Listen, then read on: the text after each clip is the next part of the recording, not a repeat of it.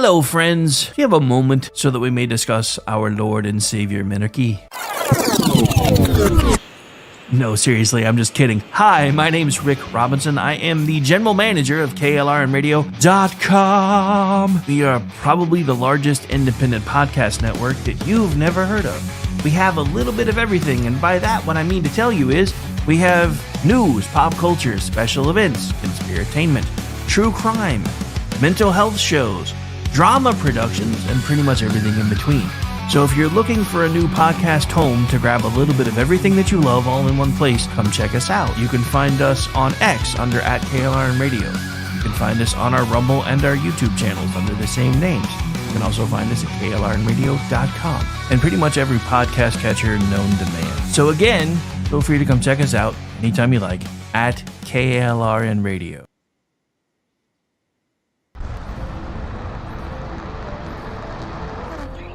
Are you ready to reach for the stars? Tune in to The Lost Wanderer, the #1 monthly podcast on good pods in astronomy. Join our host, Jeff, as he takes you on an interstellar adventure to explore the mysteries of space and the wonders of science. From rocket launches and distant galaxies to the latest discoveries in astronomy, each episode is a thrilling ride through the cosmos. Don't just gaze at the stars, come explore the universe with us. Follow The Lost Wanderer wherever you get your podcasts, and let's discover the stars together.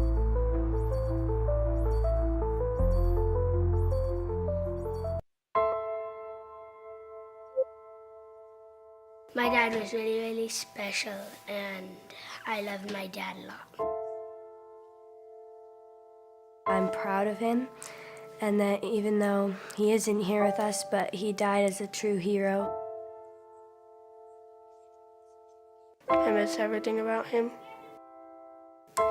In the moment that the officers and I had to come see the children, my biggest reaction was, I don't have 7 arms. I have 7 children who just lost their father, and I don't have 7 arms to wrap around them.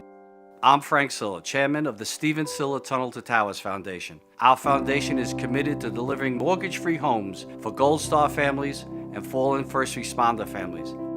To not have to worry financially is a huge peace of mind. The thought of, what in the world will I possibly do to pay the bills? How will I possibly let the children have a life that feels normal? I don't want them to have to quit their piano lessons or their basketball. I don't want them to feel that we have to move into a little apartment and struggle financially in addition to the emotional weight.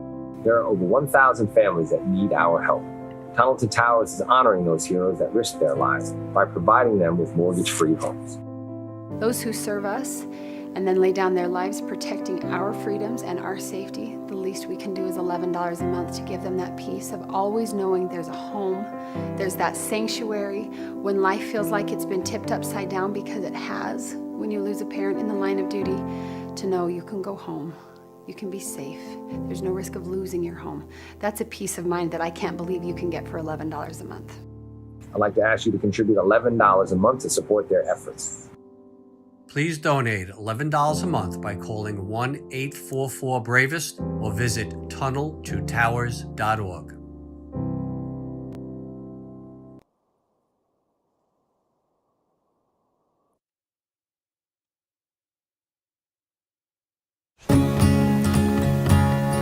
Independence. With that declaration, America was born. Inspired by a belief in the God-given rights of every human being. That among these are life, liberty, and the pursuit of happiness. Our government was established to secure these rights and for the good that comes from exercising them well. This is why the founders of our great nation chose independence. As do we. Hillsdale College accepts no government funding because independence makes possible the good to which we aspire. Hillsdale College, pursuing truth and defending liberty since 1844.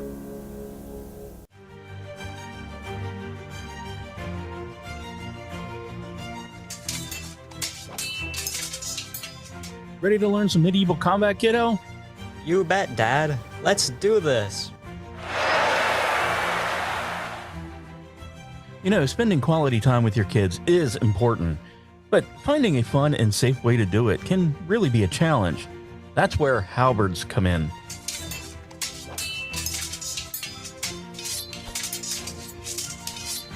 Halberds are the perfect way to bond with your kid while teaching them about history and physical fitness. Plus, they're a blast to play with. So next time you're looking for some family fun activity, grab a halberd and get ready to make some memories. Come on, Dad. Round 2. Halberds, bringing families together one medieval battle at a time. This commercial brought to you by the KLRNradio.com Ad Council. Hi, everyone. This is JJ, the co-founder of Good Pods. If you haven't heard of it yet, Good Pods is like Goodreads or Instagram, but for podcasts. It's new, it's social, it's different, and it's growing really fast. There are more than 2 million podcasts, and we know that it is impossible to figure out what to listen to.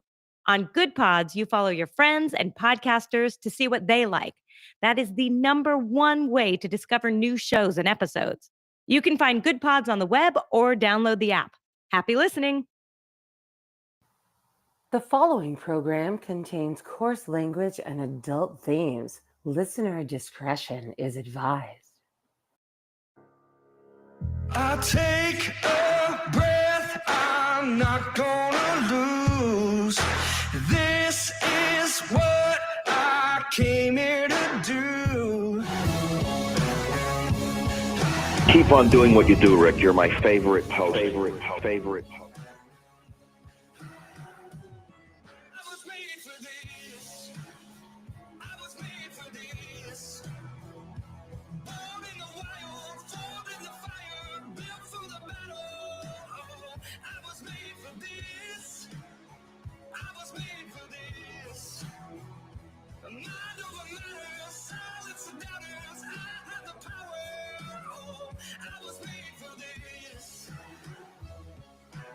I have come here to chew bubblegum and kick ass.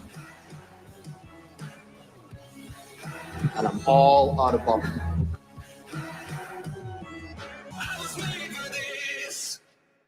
It's time to hear the truth about America's biggest challenges. You're listening to America Off the Rails with your host, Rick Robinson.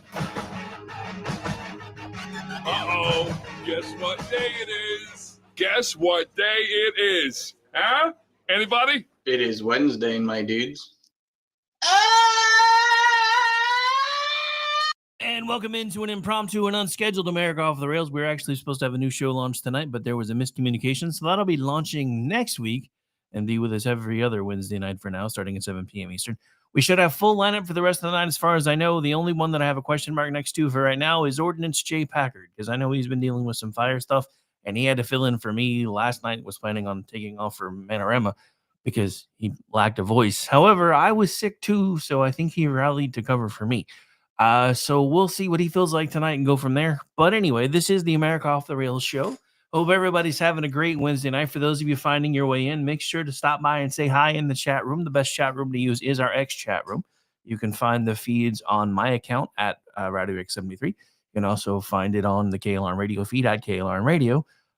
You can also chat through Facebook and YouTube, and I can see those. It's just more fun in the X chat.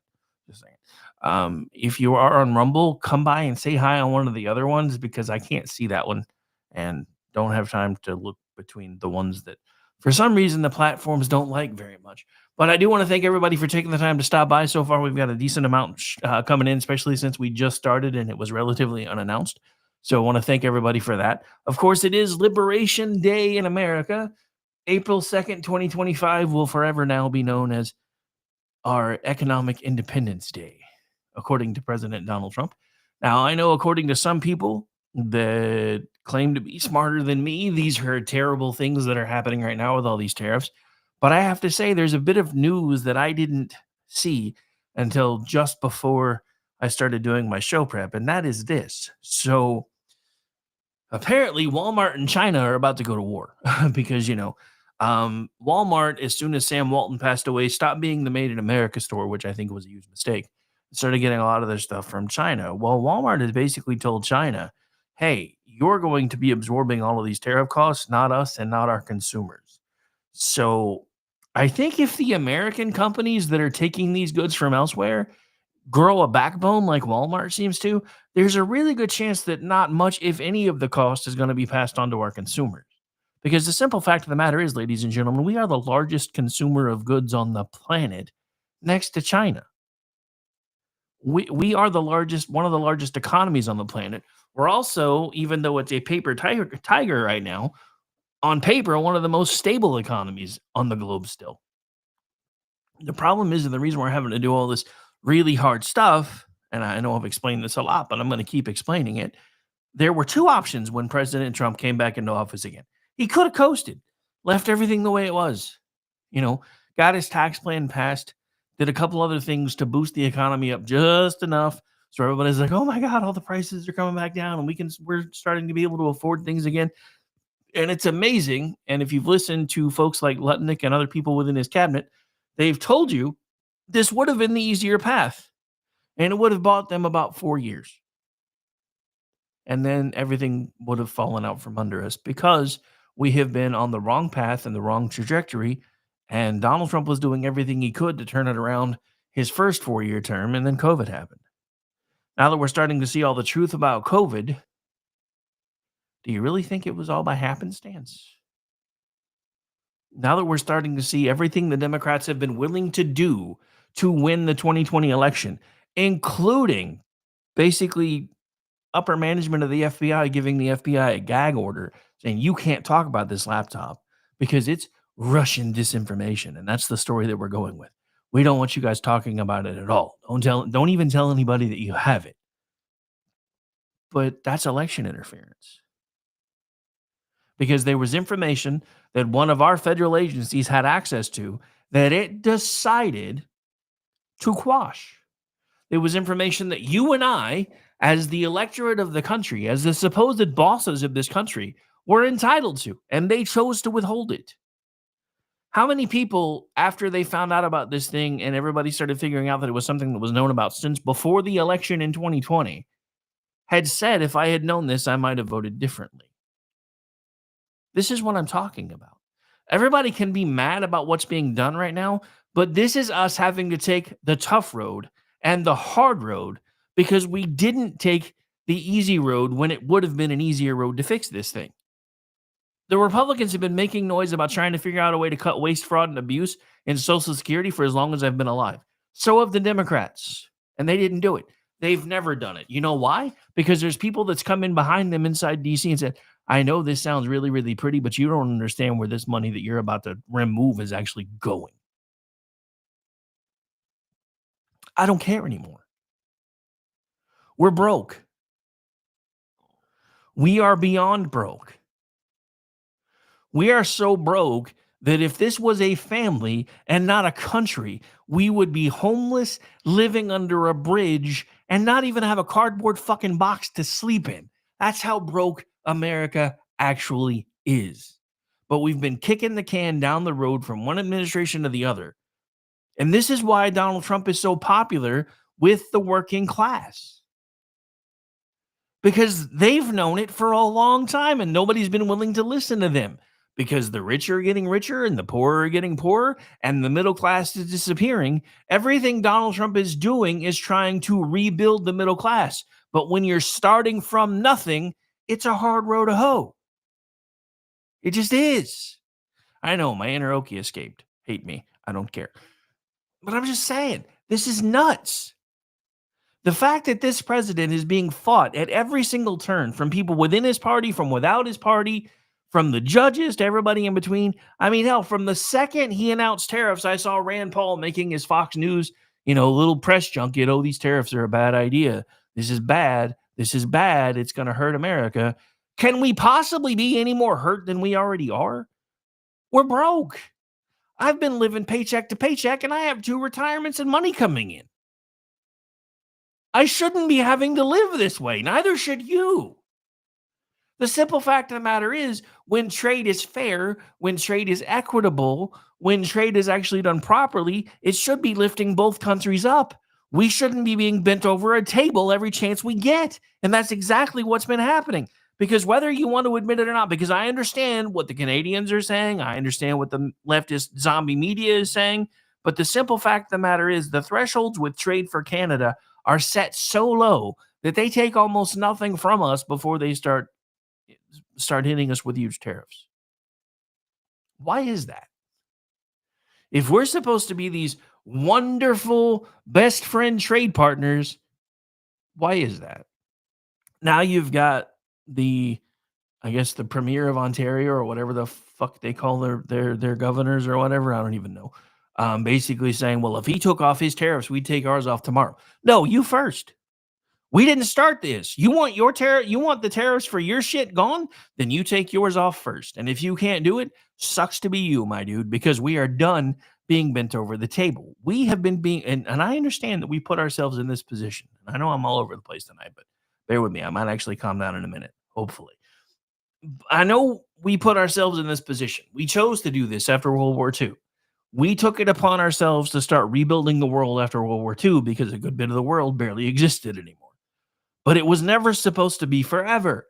It was only supposed to be until we defeated Russia or until communism started going away. The problem is communism never actually went away. It just changed brand and started moving over here. And it happened just after World War II. Because whether you realize it or not, socialism and communism are kissing cousins. So all of these Nazis that we brought over, Operation Paperclip, remember that? It may have helped our space program. It may have helped us with our missiles. It may have helped us with all kinds of other things. But we were importing people that had ideologies that were antithetical to ours. And they have been weaving their way into every system that we hold dear ever since. And that's where we are right now. You're watching two ideologies that are antithetical to one another slugging it out within our federal government right now. You've got the freedom lovers that are like, no, this is wrong. We've got to fix this. We need to change it or we're going to collapse. And you've got the socialist people going, no. It's fine. Just go back to sleep. Go back to sleep. It's going to be fine. Just shh. Pay no attention. Just go back to sleep. You don't need to worry about it. It's going to be fine. Just go back to sleep. We're going to take care of you. When in reality, they're trying to shove you off a cliff. And they have been for a long time. And the scariest thing about that is people on both sides of the aisle want the same damn thing. And we're seeing it again today. Because the same people that have been telling you for forever that all these things are really, really bad ideas, when in reality, this is how our country used to make most of its money before we got into this progressive income tax thing. And they're like, oh, we don't really need to do tariffs anymore because we can just bend our citizens over the table. You know what? I would much rather have other countries bent over the table rather than me, you, and rather than them bending us over the table. And I understand there's going to be some pain. Please don't misunderstand me. And I'm probably going to get some flack for this tonight because I have a lot of different shows with a lot of different co-hosts. And some of them are not happy about these things. But at the same time, I'm just sitting here going, yeah. So for me, what matters to me is this. America should be first. First, last, and always. America. Pretty simple. First, last, and always. Sorry, I just realized that none of my little special cool things are working anymore. So I'm going through and starting to try to fix them. But look, so there are other things that are going on today. So I don't want to spend the entire hour talking about tariffs, but it's also one of the biggest stories of the day. So this is happening as well, though. So another country folds in the face of Trump's tariffs. This is from Jeff Charles. Let's see which one that was. The Mexican government will not impose retaliatory tariffs if President Trump's proposed duties go into effect on April 2nd. Now, I want to double check the date and time on this because I've heard differently since then, but this came out at 1:15 Eastern time today. And according to them, they're saying that the Mexican president, Claudia Sheinbaum, said on Wednesday that Mexico does not plan to impose retaliatory tariffs on the United States ahead of President Trump's announcement of plans to impose new tariffs. Sheinbaum added that Mexico will on Thursday announce a comprehensive program, not a tit for tat on tariffs. So I don't know. That may be semantics. They may be trying to figure some other things out. I also know that imports and exports that are covered under the USMCA thing are actually supposed to be exempt. I don't know how all that's going to work. I'm also really pissed off to find out, and I know this, but it pisses me off every time I hear it again, to find out that the majority of Ford Motor Vehicles, an American company started by Americans with American ingenuity, is now primarily made in fucking Mexico. What the hell is that bullshit? When did our own company start selling us down the river? We are the reason that company exists. We were the ones that bought its products. This is what I'm talking about. Donald Trump is trying to bring back something that doesn't exist anymore, and it's called loyalty. You're supposed... Look, I get it. We're all supposed to be one global, big, happy family now, Rick. You just don't understand. We're moving past the tribalism. We're moving past the nationalism. And we're going to learn to be one big, happy, earth, tree-hugging, hippie family. And if you don't like it, we're going to key your car. Just stop. Just stop. This stuff doesn't work. The globalism is what's destroying us because we have bent over backwards to help everyone else. Look at it like it's from this perspective. Your house is falling apart. I'm talking about you got leaky faucets, you got bad plumbing, you got drains that don't work right, you got light bulbs flickering everywhere, you need new paint, you got holes in your windows. And instead of taking your money and fixing those things, you're helping your neighbor down the street fix his house, thinking that your neighbor is going to return the favor, when in reality, they never do. Because that's not how things work. I get it. We live in a world now where everything's supposed to be good and fine, and everybody's supposed to be okay all the time, and it's all about warm, happy, fuzzy feelings. But the world doesn't work that way. And the world has seen us coming because at some point, we stopped being the biggest, baddest motherfuckers on the block. I don't know when it changed. I don't know why it changed. I don't know how it changed.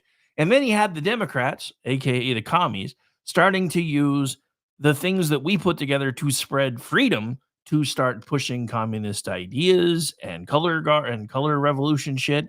And we missed the memo because we were asleep. This is why I don't trust any of these people any further than I can throw them. And I never will again.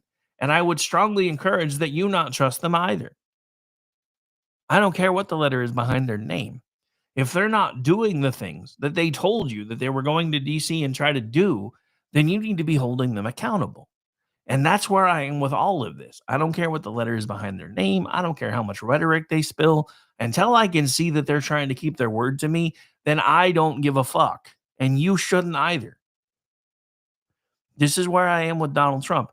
Donald Trump, again, is probably now in his second term, one of the only presidents in my lifetime that's actually trying to do everything that he said he was going to try to do. The only reason he's not been able to is because the Democrats don't want him to, because if you guys actually figure out that you don't need the Democratic handouts and bullshit to survive, they're going to lose their grip on you, and they can't have that. I'm going to repeat that.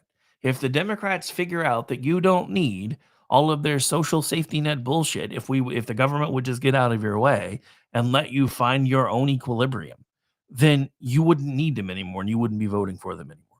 And before you say anything to me, I would like to remind you that every time I turn around, there's talking heads all over CNN, MSDNC, and all the other places that are like, every time there's a recession, it's a Republican in charge.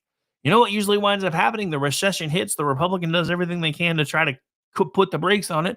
Things finally start turning the other way, and the Democrats are like, "See, if you hadn't elected us, we never even would. If you hadn't elected them, we never would have even gotten to this point." And then they get 8 years, and then suddenly by the end of that, all of a sudden we're headed back towards another fucking recession because they spend everything. We don't create. There's no creation here anymore. You guys not understand that? But we're changing that. You guys realize that with everything that Donald Trump has coming through the pipeline, now I get it. This is like the freaking Jerry Lewis telethon. In order for it to work, everybody has to pony up what they say they're going to pony up. But that's what I'm trying to tell you. If by midterms we're changing direction, all of this stuff is going to start drying up again. But if we can hold the line, if we can make sure that Republicans not only Republicans, but Republicans that are actually going to do their damn jobs, actually stay in Congress and stay in the House and stay in the Senate, then there's a really good chance that we've got $6 trillion coming down the pipeline in the next 4 to 6 years, depending on who's proposed what and how long they have to get to make sure that we get all of it. That is an insane amount of money. And I understand what you're saying. But Rick, even if these things work, it's going to take years to spin it all up. Well, you know what? A lot of this is going to require construction. Americans are going to be getting those construction jobs. I know according to the left, Americans don't like to do construction jobs anymore, which is why we needed all the brown people. But that's one of the most racist things I've ever heard of, which again proves to me the Democrats have never actually changed, because they still think that the only way that we get our fruits picked and our yards mowed and our houses built and our buildings built is if we use brown people. Funny how that never has changed for them, huh? All right, so we're gonna do a quick hit before we go to the break. I'm not gonna spend too much time on this, but as you guys know, the TikTok situation's coming back to a head, and it looks like there may be a buyer. So the drama is underscored by the legal battle against ByteDance that's gone all the way to the Supreme Court. Trump tried to get TikTok banned during his first term because the app is a serious national security and cultural risk. You see, the video sharing platform collects reams of data, just like privacy busting behemoths such as Meta, owner of Instagram and Facebook, and Alphabet, parent of Google. While China's ByteDance Corporation, owner of the TikTok, pinky swears that data doesn't reach China. Well, you'll just have to take their word for it, and Xi Jinping's too. I don't know about you, but I don't take Chinese Winnie the Pooh's word for nothing. So the Chinese version of TikTok serves its youthful audience a healthy diet of science, technology, math, history, life skills, patriotic themes, physical fitness, etc. The American version is designed to function as an enabler of social contagions, highlighting the most abhorrent behaviors and conditioning its mostly younger users to think of them as normal. It's a grooming app, but Democrats in 2020 called Trump 45 all kinds of bad names for wanting it banned or sold. Once the Democrats were back in power and no longer needed TikTok as a cudgel against Trump, they changed their tune. Congress passed, and President Joe Biden, the auto pen, signed legislation last year banning the platform. This year, if ByteDance can't find a Western buyer, the deadline is passed, and the law was upheld by the Supreme Court earlier this year. But here's what I had to say about that at the time. Suppose Congress passed a law to ban a communist Chinese spyware social malware app. The president signed it and the Supreme Court upheld it, but nobody made it happen. Not even Trump seems fully on board with his own proposal from 2020. What we don't know includes how much the offer is worth. And by the offer, what I mean to say is it looks like they may have Jeff Bezos, the owner of Amazon, on the line. So not even Amazon's impressive war chest is likely big enough. However, so other details shareholders of both companies need to know, and what they need to know is whether the bid includes a share swap, backing from various financial institutions, Jeff Bezos' sofa cushion change, etc. The New York Times report casts doubt on this deal because various parties who have been involved in the talks do not appear to be taking Amazon's bid seriously, but I think it makes perfect sense regardless of whether or not it goes through. Amazon is behind the 8 ball on AI development. The generative version of Alexa has yet to go public, and according to some reports, the Alexa digital assistant cost Amazon a jaw-dropping $10 billion a year to run. Just from a business standpoint, both things need to change, and that's where TikTok comes in. Grok, the AI originally developed by X, shows the way. Grok became so useful so quickly because it has access to X 24/7, 365 flow of data from its 800 million users and about everything from everywhere. And it gets all that data for free. Grok is so valuable that it was spun out as a separate business, XAI, that just bought X, which is interesting. And I do want to point out one other thing before we go to the break. The left has been pointing out that since XAI bought X for less than Elon Musk actually paid for X, that Elon Musk is going to get to write that off. And that's not how any of that works. This is considered a lateral transfer between companies that he already owns. It's not going to work. Not going to work. All right, we're up against a break. Another segment, and then don't forget, after me, we have the Conservative Curmudgeon Radio Show. Live right here on KLR Radio. Stay tuned.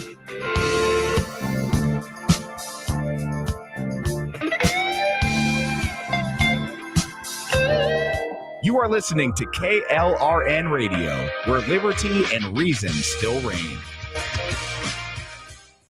Celebrity designer Jeff Lewis is back with Hollywood House Lift. I'm excited to be working with new clients. I'm not getting rid of that. I hope I never see you both again. Yeah. An all-new season. Those have to go. That has to go. From oh, wow. It's been an actual nightmare. To oh, wow. This is such an upgrade. With celebrities like Josh Duhamel, Christina Ricci, and Gina Rodriguez. Dazzle me, Jeff. It looks like Chuck E. Cheese. Stream an all-new season of Hollywood House Lift with Jeff Lewis. Now streaming on Freevee.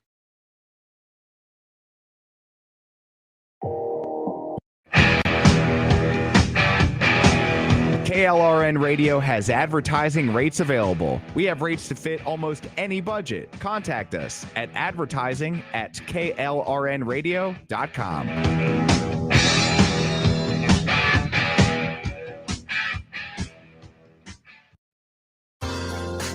I'm Jordan Klinger, an attorney at McIntyre Law.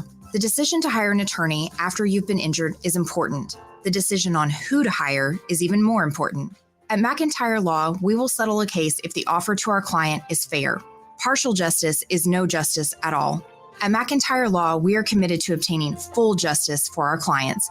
Contact McIntyre Law at 405-917-5200 or visit us at mcintyrelaw.com. Hi, I'm Mike, founder of DollarShaveClub.com. What is DollarShaveClub.com? Well, for $1 a month, we send high-quality razors right to your door. Yeah, $1. Are the blades any good? No. Our blades are f***ing great. Each razor has stainless steel blades, an aloe vera lubricating strip, and a pivot head. It's so gentle a toddler could use it. And do you like spending $20 a month on brand name razors? 19 go to Roger Federer. I'm good at tennis. And do you think your razor needs a vibrating handle, a flashlight, a back scratcher, and 10 blades? Your handsome-ass grandfather had 1 blade and polio. Looking good, Pop-Up! Stop paying for shave tech you don't need. And stop forgetting to buy your blades every month. Alejandro and I are going to ship them right to you.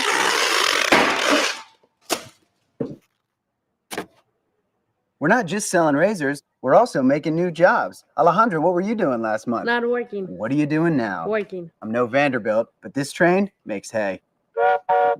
So stop forgetting to buy your blades every month and start deciding where you're going to stack all those dollar bills I'm saving you. We are DollarShaveClub.com, and the party is on. I know karate, I know jiu-jitsu, and drive like a gangster when I'm coming to see you.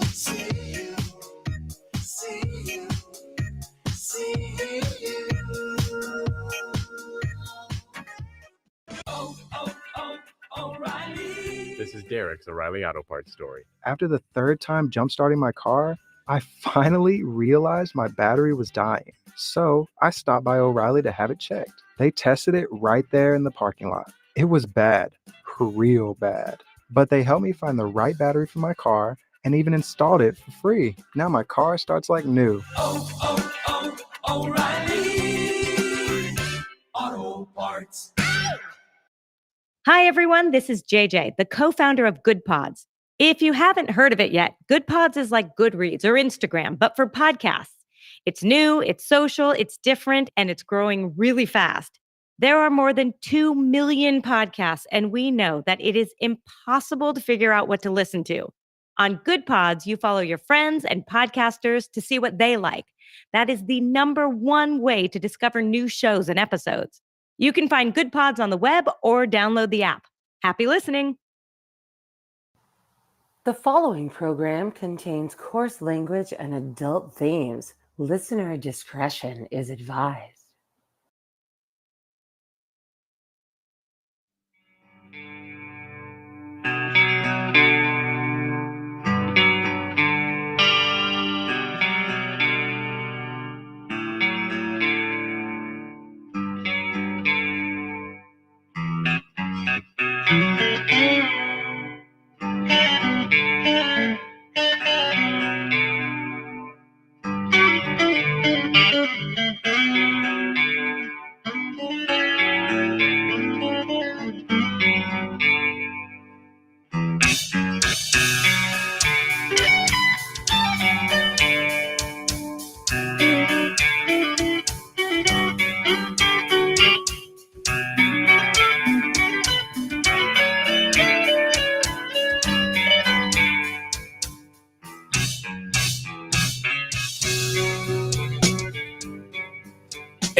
And welcome back into the America Off the Rails show. Normally we do this thing on Mondays, but I was not well. I wasn't feeling that great, and then family stopped by anyway.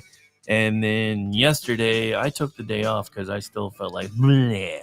Anyway, I'm a recovering slacker now, so I'll be working until about 2 this morning, Eastern time, on various projects throughout the evening. Coming up next after me is the Conservative Curmudgeon Radio Show, followed by or whatever program, and I'm still trying to touch base with the Amish one to see if he's got enough of a voice to muddle through for an hour tonight or not, and we will go from there one way or the other, because I'm not going to hold it against him if he can't, because I had to take the entirety of last Wednesday, I think. The weather changes are getting me, man. The older I get, the less my body can adjust, and I'm just saying.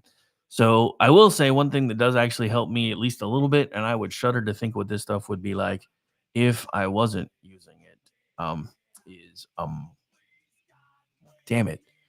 I take it all the time, and I'm so out of it today that I forgot the name of it. Anyway, and forget what I just said because that's embarrassing. They're not a sponsor or an advertiser anyway. I was just going to plug them because they actually do help me try to function more, despite the fact that my train of thought just derailed on the America Off the Rails show. Should have been called Rick's Brain Off the Rails because it seems to be more of a thing. Anyway, all right, so let's see what other trouble we can get into, and this may or may not be a good thing because I think my internet is starting to be cranky, so I'm going to try to see if I can do the usual fix it and see if I can make it behave itself. Because, yeah, this is... I hate it. I don't know why this is getting to be such a problem, but I guess I'm going to have to call another tech out because this happens every few hours anymore, and I don't know why, but let's see if this fixes it.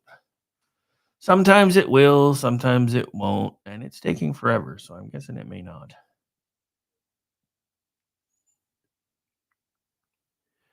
All right, so we'll see what happens there. In the meantime, though, I do still have things that I can talk about because, of course, we can always continue to talk about the tariffs. We can talk about the Wisconsin thing.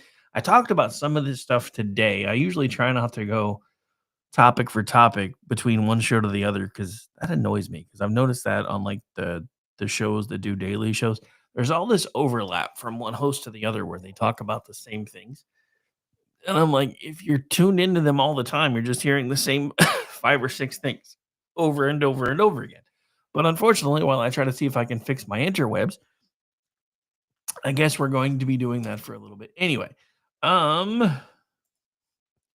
so let's talk about Wisconsin, because if you listen to the Democrats, Wisconsin was terrible for Donald Trump, when in reality, it was.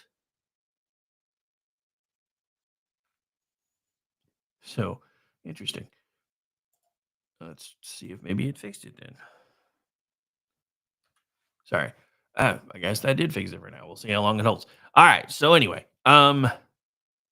if you listen to the Democrats, Wisconsin was terrible for Trump. However, if anything, it was terrible for Wisconsinites because I don't think they got what they wanted out of the election cycle. I really don't. And I, for one, am getting really tired of all of the outside money coming in from everywhere. And for the lady who won last night to say, we beat the big money donors. No, you didn't. 75% of your money came in from out of state.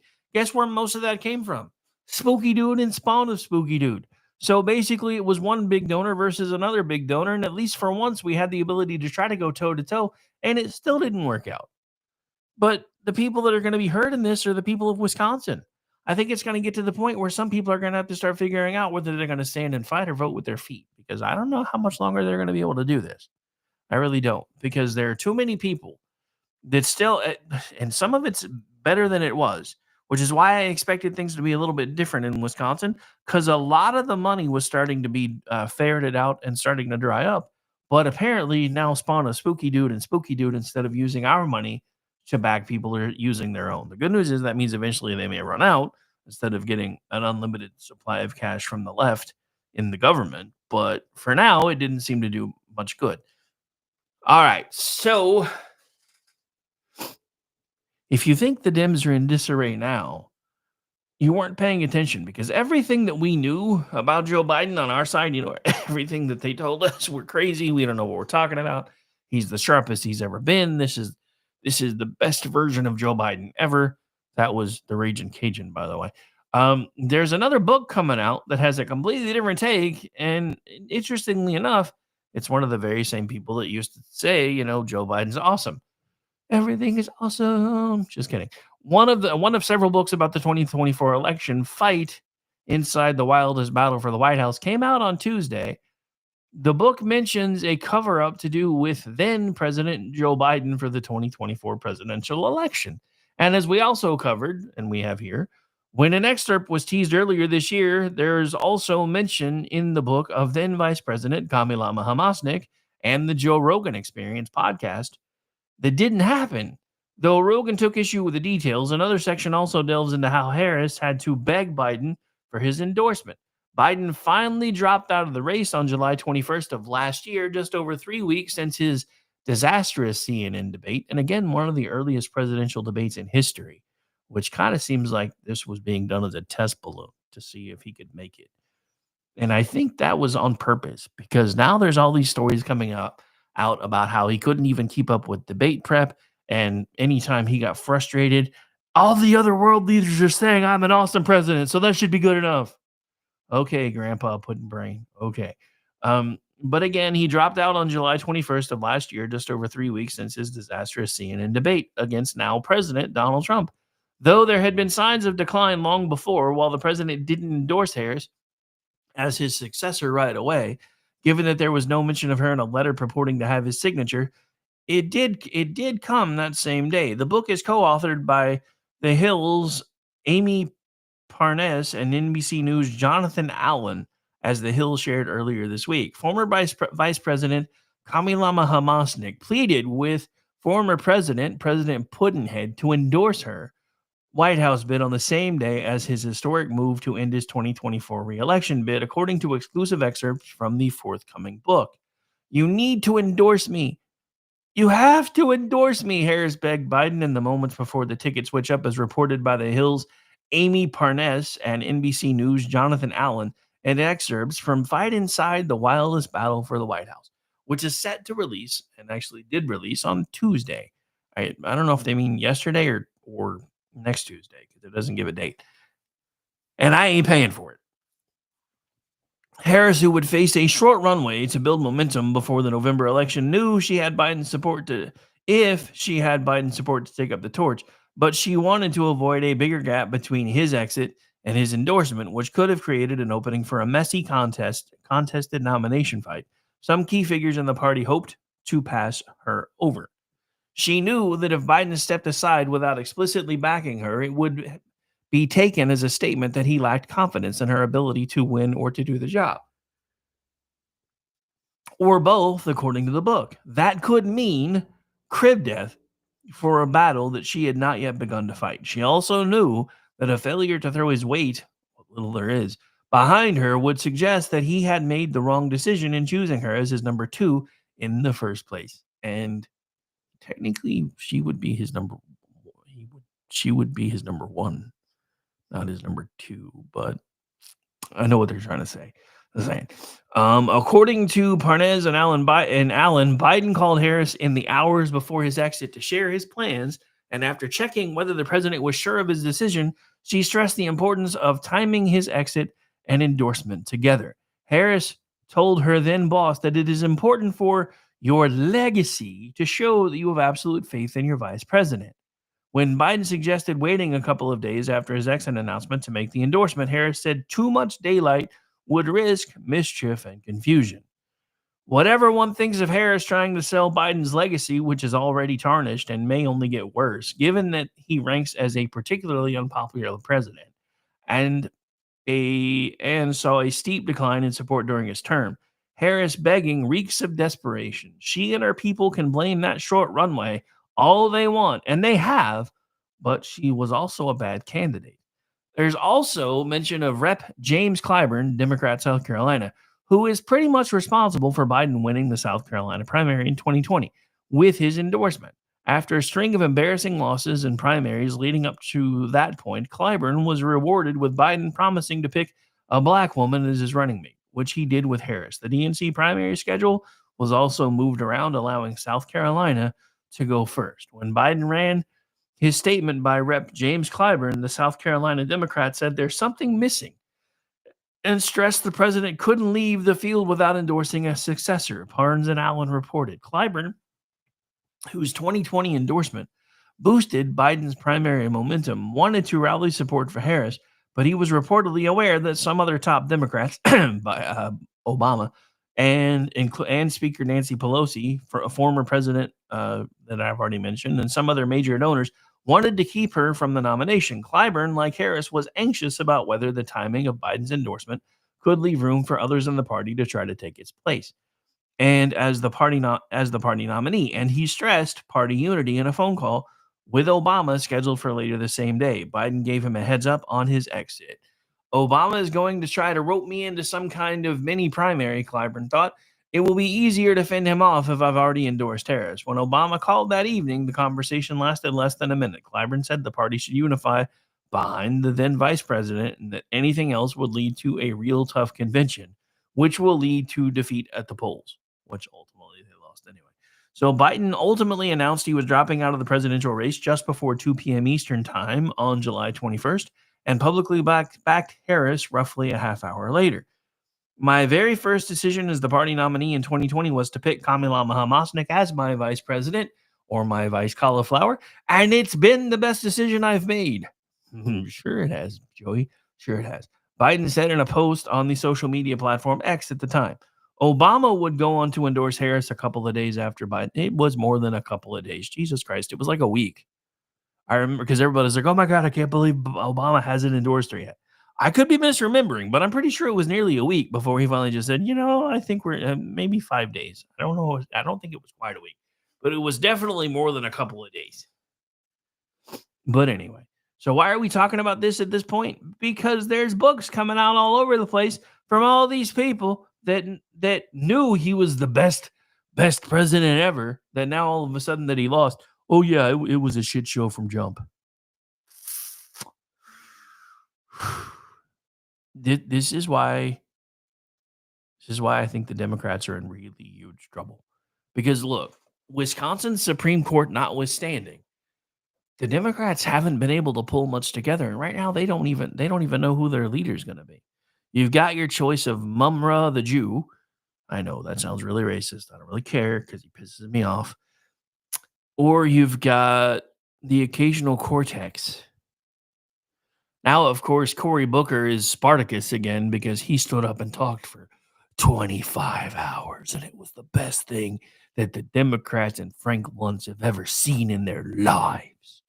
And this is the energy that the Democratic Party needs. Well, sure it is. I'm not sure I believe you, but sure it is. All right. So anyway, let's see what other trouble we can get into now that, at least for the moment, I seem to have been able to fix my internet issue. I don't know how long it's going to hold, but we're going to keep going while it is. So, oh yeah, it was Mexico, but I still don't really buy that one because they're doing some sort of a comprehensive plan. So I don't think that's going to be the folding everybody thinks it is. I do think it's funny that, with as cranky as Canada has been, now that the trigger has been pulled, they're all like, we don't really want all of these things. And if you'll get rid of yours, we'll get rid of ours. No, you started it. You have to be the one to fold. All right. So this is from Star Parker. And I was going to cover this earlier today and then didn't get a chance to. A recent report from the American Enterprise Institute summarizes the results of the most recent National Assessment of Education Progress, also known as the nation's report card. The test, given every 2 years, reports scores of our nation's children in reading and math at the 4th grade and 8th grade levels. AEI characterizes the most recent results as a 5-alarm fire. I call it simply pathetic. In 2024, 40% of 4th graders scored below basic level in reading. This is 25% worse than in 2013, when 32% scored below basic level, which was insane back then. NAEP rates scores at 3 levels: basic, proficient, and advanced.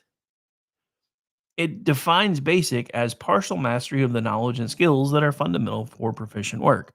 Among 4th graders of African American descent, 56% scored below basic. In 8th grade math, 39% were below basic. Among eighth graders that were also African Americans, 56% were below basic. Not only are scores horrible, but performance over the years has gotten decidedly worse. One of the beauties of America's free enterprise system is failure is punished and purged and success is celebrated and rewarded. But this doesn't happen in socialism. It doesn't happen when markets are controlled by politics and not by business, and the desire of consumers freely expressed. Only in markets where competition does not exist, where products are sustained and perpetuated by political power and not by the desires of consumers, is failure perpetuated. How can we possibly be allowing this to happen to or in our most precious product, education? Columbia Law School professor Philip Hamburger, sorry, can't believe dude's last name is actually Hamburger, wrote recently about how early in the last century, one of the great advocates of federal control of education was the KKK. Interessante. The Klan wanted control of our culture and wanted our schools to become factories for their bigoted view of the world. Today, the massive teachers' unions, the National Education Association, and the American Federation of Teachers aspire to the same control over education as the Klan did in the 1920s.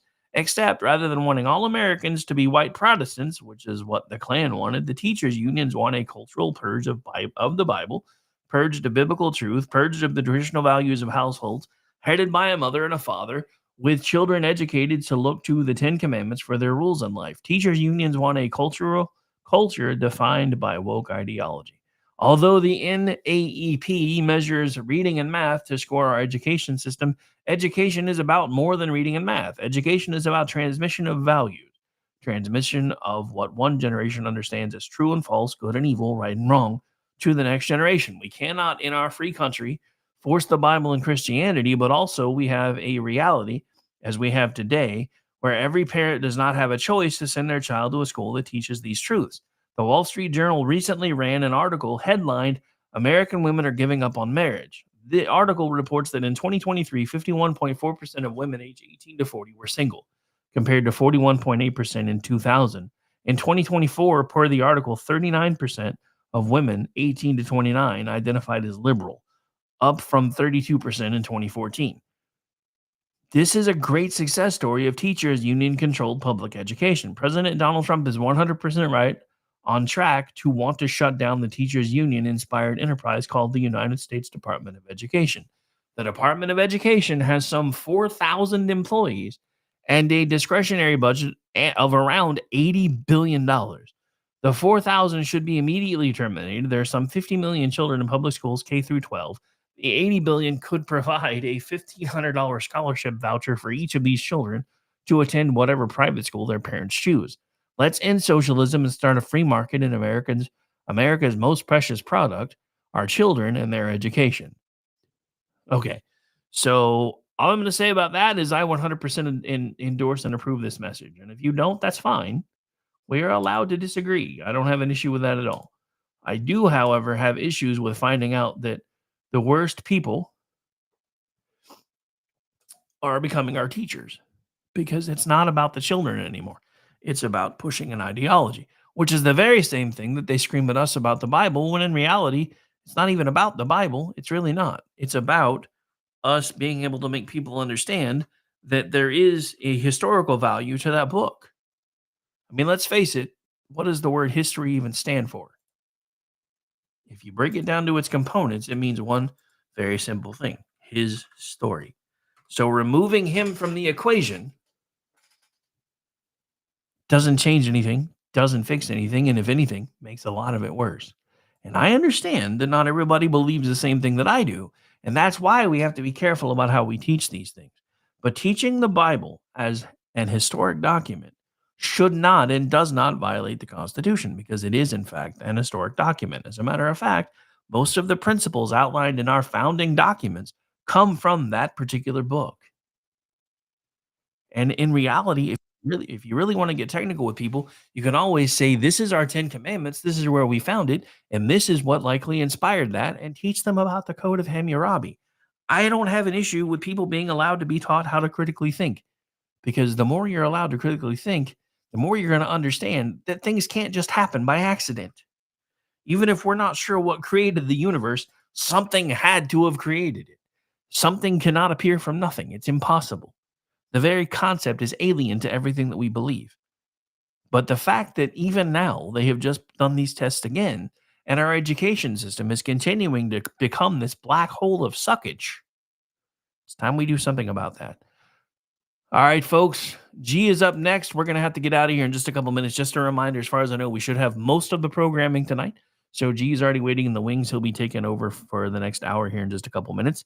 And then myself and Stacey Lennox kick things off again. And if Amish has enough of a voice, we'll be doing the Rick and Orty show before we change gears and head on over to the SHR Media crew and hang out first with Sean Lewis at the Edge of Liberty. Then we're going to go hang out over at the Buffoon of the Week channel on YouTube and check in with our friends Ross and Gene. Sorry. Ross got fired. It's Ross now, and I keep messing up their names because they're so similar. With the Behind the Enemy Lines show, and then after that, we'll be back over with the SHR Media crew, where we do our last call at BZ's Berserk Bobcat Saloon, where you can belly up to the bar. The drinks are never watered down, and neither is the truth. And of course, for tonight, it'll be a replay. We'll have him live tomorrow night. He does shows on Tuesdays and Thursdays, and I don't have room on the schedule to run him simultaneously because he starts when Manorama's usually about 3/4 of the way done. All right. We're going to get out of here, ladies and gentlemen. Like it or not, I am officially out of time. I know. Some of you are sad. Some of you are cheering, which makes you assholes, but that's okay. Make sure you guys are liking the feed, sharing the feed, wherever you happen to find us at. Don't forget, G is coming up next here in just a couple minutes live right here on KLRM Radio. My name's Rick Robinson. I'll be back with you in about an hour, and then I'll be hanging out with you until about 2 in the morning Eastern time, and then I'll be back tomorrow at noon. Did I mention I'm a workaholic? My name's Rick. My last meeting was forever ago. Bye, guys.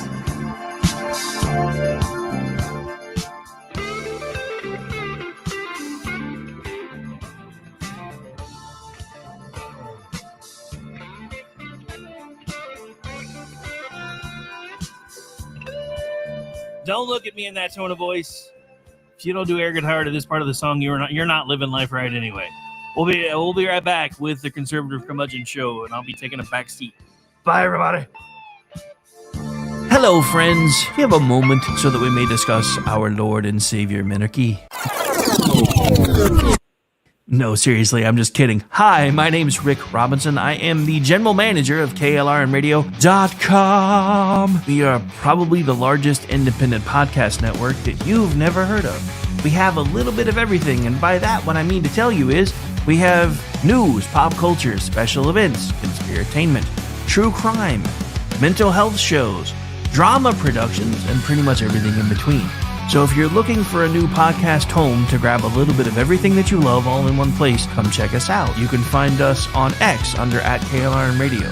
You can find us on our Rumble and our YouTube channels under the same names. You can also find us at KLRNradio.com and pretty much every podcast catcher known to man. So again, feel free to come check us out anytime you like at KLRNradio.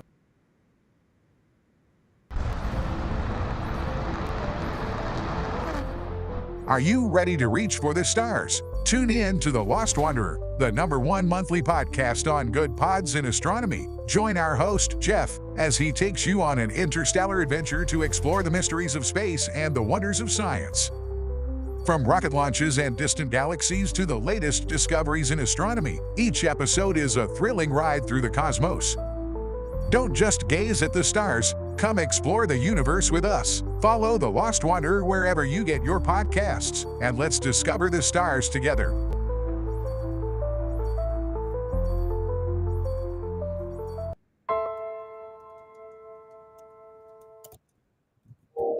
You are listening to KLRN Radio, where liberty and reason still reign. I'm Jordan Klinger, an attorney at McIntyre Law. The decision to hire an attorney after you've been injured is important. The decision on who to hire is even more important. At McIntyre Law, we will settle a case if the offer to our client is fair. Partial justice is no justice at all. At McIntyre Law, we are committed to obtaining full justice for our clients. Contact McIntyre Law at 405-917-5200 or visit us at McIntyreLaw.com. Hi, I'm Mike, founder of DollarShaveClub.com. What is DollarShaveClub.com? Well, for $1 a month, we send high-quality razors right to your door. Yeah, $1. Are the blades any good? No. Our blades are f***ing great. Each razor has stainless steel blades, an aloe vera lubricating strip, and a pivot head. It's so gentle a toddler could use it. And do you like spending $20 a month on brand name razors? 19 go to Roger Federer. I'm good at tennis. And do you think your razor needs a vibrating handle, a flashlight, a back scratcher, and 10 blades? Your handsome-ass grandfather had 1 blade and polio. Looking good, pop up! Stop paying for shave tech you don't need. And stop forgetting to buy your blades every month. Alejandro and I are going to ship them right to you. We're not just selling razors, we're also making new jobs. Alejandro, what were you doing last month? Not working. What are you doing now? Working. I'm no Vanderbilt, but this train makes hay. So stop forgetting to buy your blades every month and start deciding where you're going to stack all those dollar bills I'm saving you. We are DollarShaveClub.com, and the party is on. I know karate, I know jiu-jitsu, and drive like a gangster when I'm coming to see you, see you, see you, see you.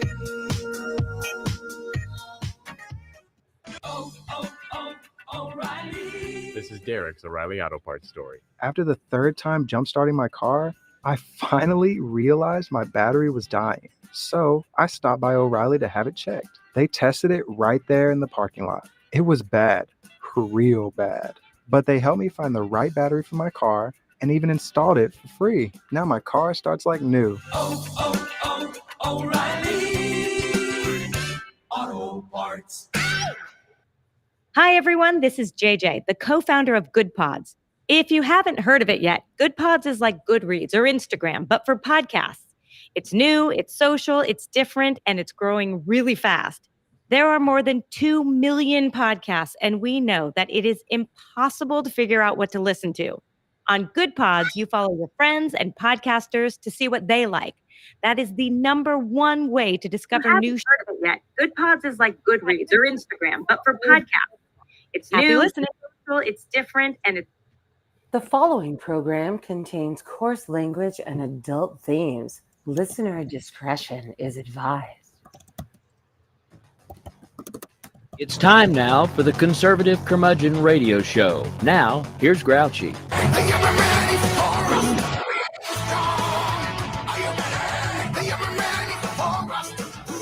Really fast. There are more than 2 million podcasts, and we know that it is impossible to figure out what to listen to. On Good Pods, you follow your friends and podcasters to see what they like. That is the #1 way to discover new shows. Good Pods is like Goodreads or Instagram, but for podcasts. It's new, it's different, and it's... The following program contains coarse language and adult themes. Listener discretion is advised. Good evening, I think. I don't know. Show. Now, here's Grouchy. Hey, James, mute the X feed, bro, or this is going to get really confusing. What the hell? You forgot to mute the X feed that you're trying to chat on. I'm sorry, what? You forgot to mute the X feed that you're trying to chat on. Oh, shit. Hang on. That is the #1. I'm going to kill this now. No. Come on. Get up here. You're gone. You're gone. Okay, there we go. You're good now. Hey, I can find my ass with 2 hands in a road map sometimes.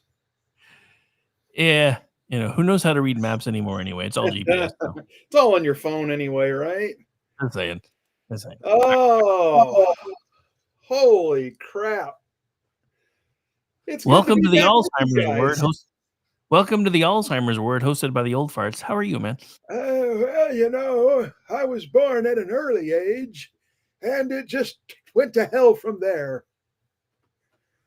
Anyway,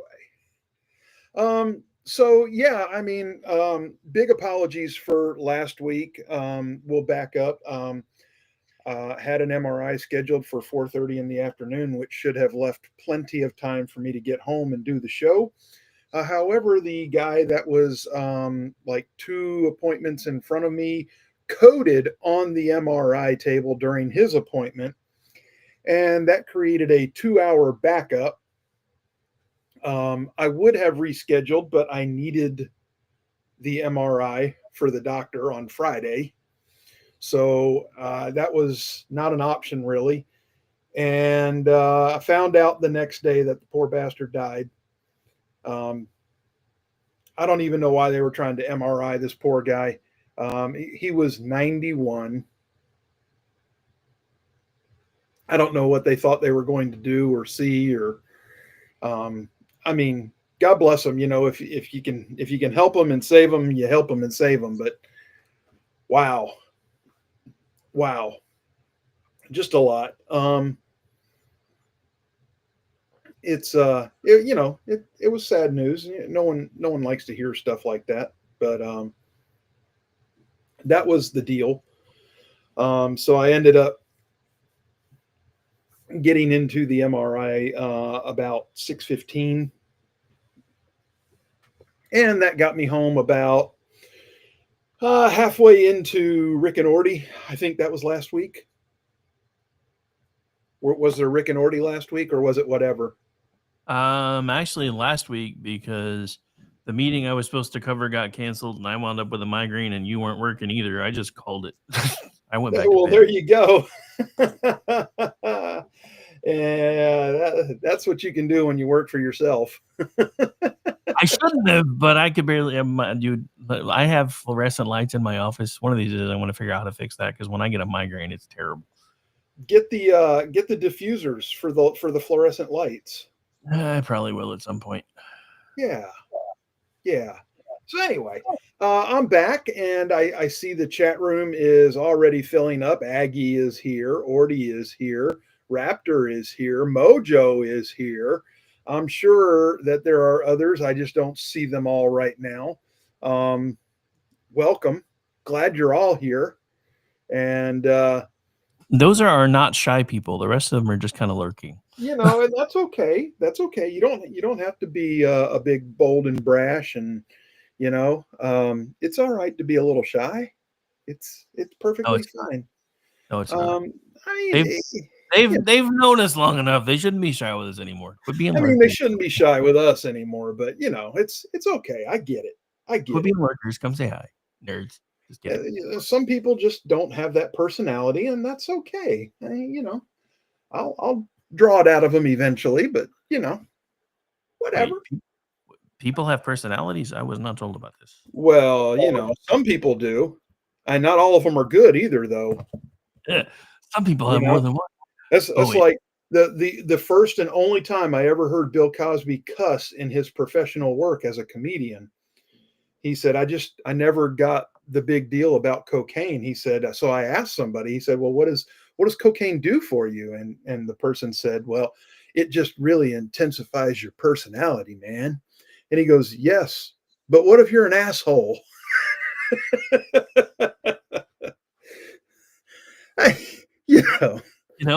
That actually should have been an indicator to some folks that, didn't see the writing on the wall. Because when a dude that is portrayed as America's like wholesome dude and does the pudding pops thing and the Fat Albert thing and the Cosby thing is like, but what if you're an asshole? Somebody should have been paying attention to that. And there's a reason I brought him up. We're gonna tie into that a little later in the program, but we have we'll call it a maybe not even 6 degrees of separation related story, maybe more like 2 or 3 degrees.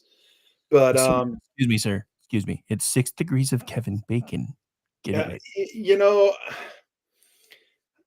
I just no.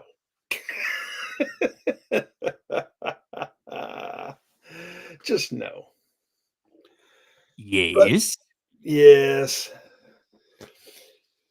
Yeah, the 6 degrees. So yeah, I don't even think we make it to 6 with this story, but it's a cool story, and I'm gonna drop a teaser right now, because, and Rick knows this because we've been doing this for over 10 years, but I will give credit where it's due, even if I don't like where it's due.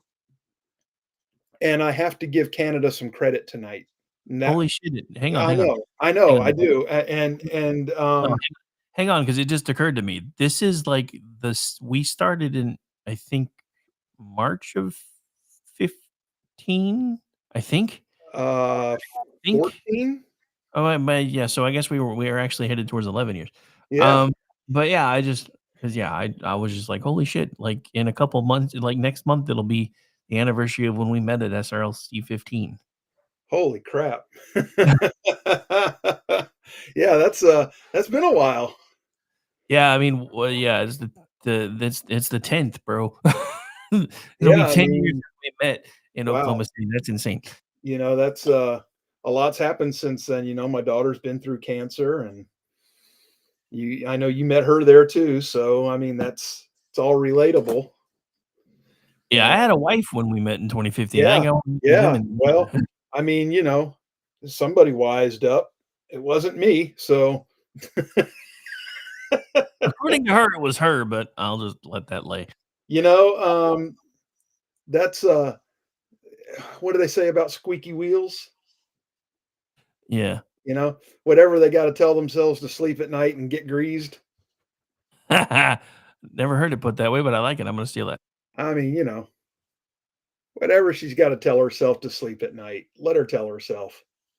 You know the truth. And that's the truth, truth. All right, I'm done monopolizing your show. Oh, it's fine, man. I never mind you coming in on the show. Anyway, let's see. One of Trump's more controversial cabinet picks, and not overtly controversial, but I would say internally to the party controversial, was his labor secretary, Lori Chavez de Remer. But I'm gonna go out here, and I'm not gonna toot her horn or anything like that. But she's following the lead and doing the job. U.S. Department of Labor Secretary Chavez de Remer announced on Monday that her department will return over $1 billion in unused COVID-era funding back to the taxpayer amid the Trump administration's push for DOJ to slash waste, fraud, and abuse in the federal government. The Labor Department said $1.4 billion of unspent COVID funding will be, quote, returned to taxpayers through the Treasury's General Fund. I think that means they're just putting it back in the pot. I don't think it means it's coming back to us. But anyway, and she added that action is being taken to recover an additional $2.9 billion that has been identified as unspent COVID money.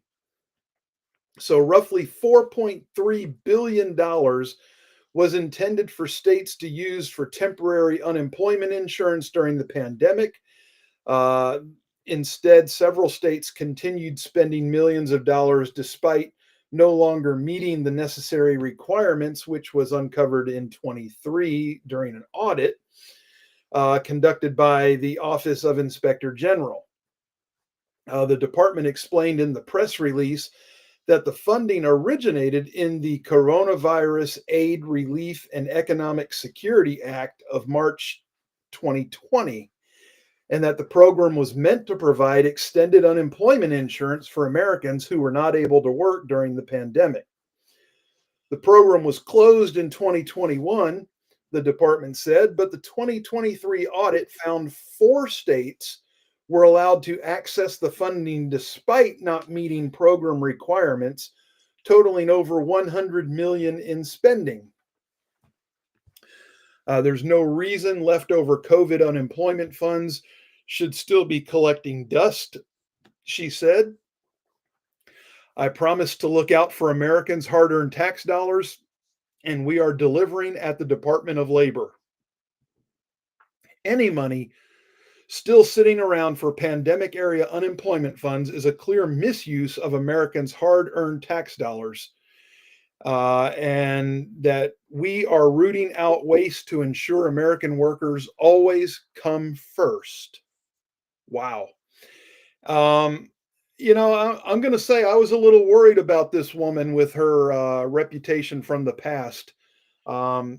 But she seems to understand who she's working for, what he wants, and is on the program apparently. So I'm going to give her some props, um, for what it's worth. Deputy Secretary of Labor Keith Sonderling said in a statement, "It's unacceptable that billions of dollars went unchecked in a program that ended several years ago." Yes, it is. However, I will also say it is not surprising. And what is surprising to me is that they're actually able to put their hands on this money and bring it back. So, for what that's worth. The announcement comes after DeRemer said in her first memo to the department after taking over last month that she plans to comply with Trump's executive orders and work with DOJ to eliminate waste, fraud, and abuse. Under the leadership of President Trump, our focus remains on promoting job creation, enhancing workforce development, and ensuring safe working conditions, wages, and pensions so that every American has the opportunity to succeed, DeRemer said in her employee memo. She continued saying, "I challenge each of you to actively engage with your teams to identify innovative solutions that can help us achieve our goals."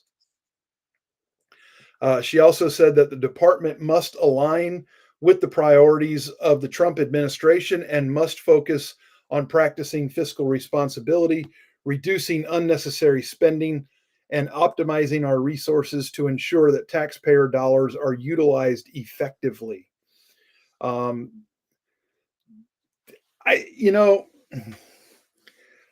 heard the lip service before. There's a lot of people that know how to talk the game in DC. But this lady came to the microphone to talk the game and put $1.4 billion down to back her action, and said that she's going to bring in another 2.9. So, we'll keep our eye on the other 2.9, but as of right now, I put a W in her column, despite the rumors of what she's done not necessarily rumors, the history of what she's done in the past. Like I said, she seems to understand the job that she was hired to do and what the expectation is, and is doing it. How about that shit? In government. It's amazing. In that same vein, EPA Administrator Lee Zeldin is shuttering the National Environmental Museum and Education Center, citing taxpayer-funded operating costs and low visitor attendance as reasons for closure. According to Zeldin, the new EPA museum, and let's just stop there for a minute. Even if you knew there was an Environmental Protection Agency museum, would you want to go to it?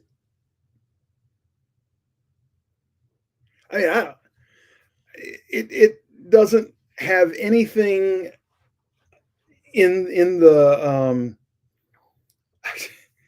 in the list of displays or exhibits or anything like that even sounds like I would do anything more than yawn at as I walked by.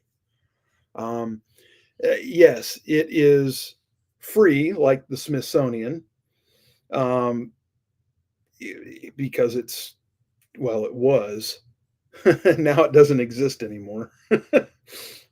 But so Zeldin said that the museum cost $4 million to build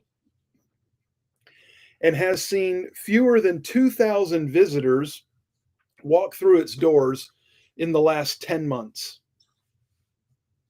The administration has decided that the 15,000 square foot space exhibit is not worth the estimated $600,000 in annual operating cost, which is all on the taxpayer's dime, which includes magnetometer maintenance, cleaning and landscaping fees, artifact storage, security guard contracts, among other fees. Again, the museum was free for visitors, but yeah, I mean, excuse me. Wow. Big yawn right in the middle of the show. That's always great. You know, I wish you could control that crap. One day. Anyway, Zeldin criticized the exhibit's references to, quote, environmental justice, as well as the Biden administration's decision to omit climate-related policy changes made during the first Trump administration when curating the new museum. You know, Zeldin seems like a good dude. He didn't even have to bring up the Trump stuff. It didn't matter. It didn't matter. 2,000 visitors. Let's be kind here. 2,000 visitors over 10 months is what? 2,400 for a year at $600,000 a year operating cost. It's not worth what it's doing. Like so many government programs. Shuttering this was a good move. I don't care what anybody says. It was a good move.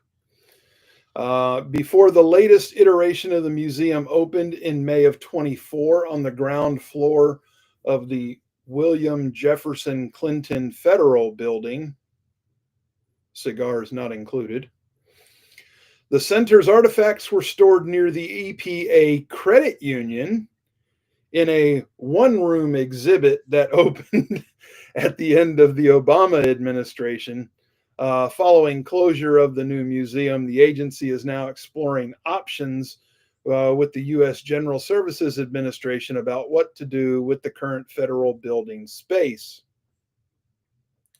The agency will display some of the museum's artifacts inside the EPA headquarters and move others into the agency's archives. Oh, great. Is this another hole in the mountain somewhere? Other museum materials will be returned to their owners. Brilliant. The museum closure comes on the heels of other cost-cutting and deregulatory initiatives at the agency, in keeping with the White House's executive plans to roll back scores of Biden-era climate programs and policies. In February, Zeldin canceled roughly $60 million in contracts relating to what he called wasteful diversity, equity, and inclusion and environmental justice initiatives. Good for him. Earlier this month, well, that would have been last month. So early last month, Zeldin reversed the endangerment finding in Obama-era ruling that declared greenhouse gases constituting a threat to public health.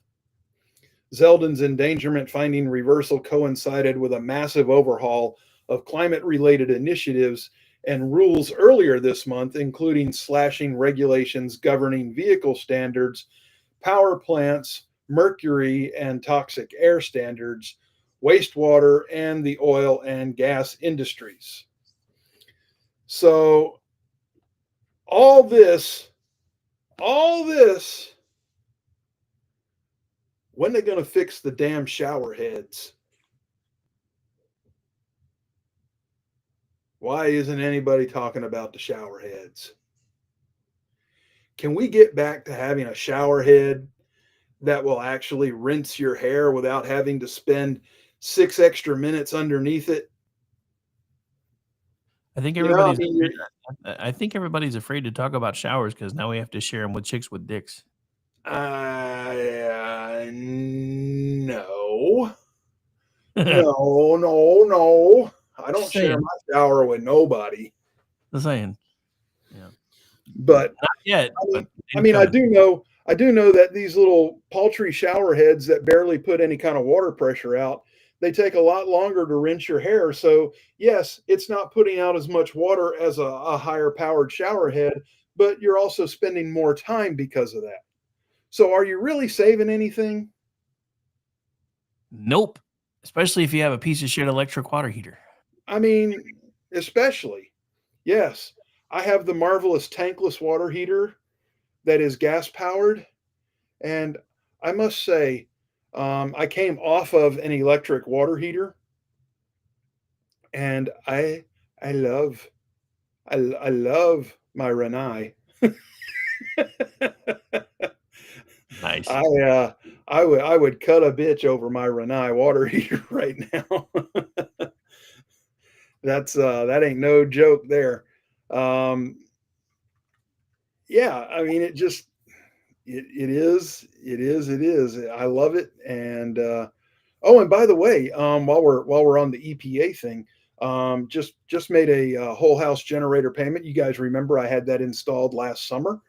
I am doing the 12-month same as cash deal, which was very nice of them to offer. It is a rough monthly payment. I'm not going to lie.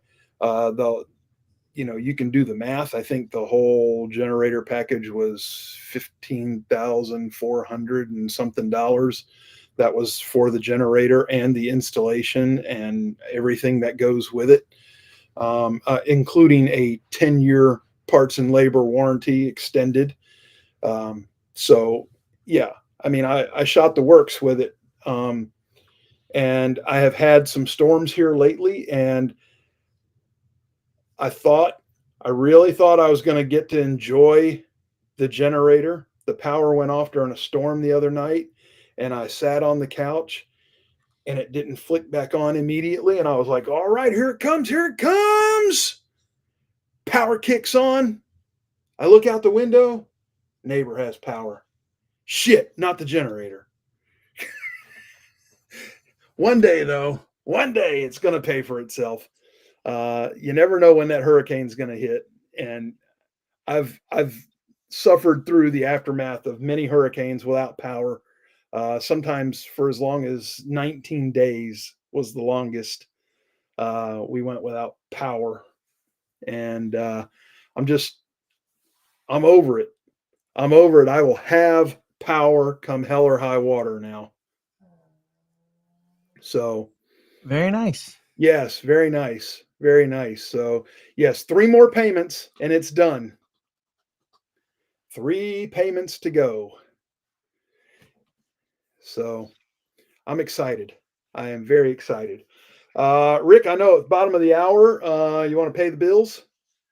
Yeah, we can do that. Hang on.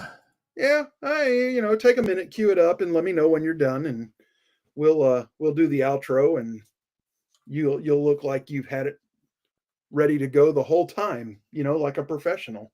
Oh, I have had it ready to go the whole time. It's just been frozen. So whenever you're ready. Oh, well, so we're gonna take the break here, refill your drink, stretch your legs, get your ass back in your seat in 4, and we'll talk to you some more then. And if you don't like to partake, just remember you can always, if you can't grab a drink, smoke a little bit of what helps you think. We're not your bosses and we don't judge. That's right. It's not our job.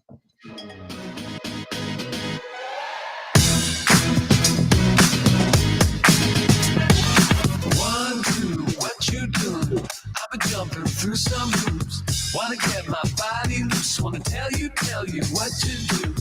I've been running out of bounds like an animal struggling, looking for a diamond. I'm trying. You are listening to KLRN Radio, where liberty and reason still reign. I'm Jordan Klinger, an attorney at McIntyre Law.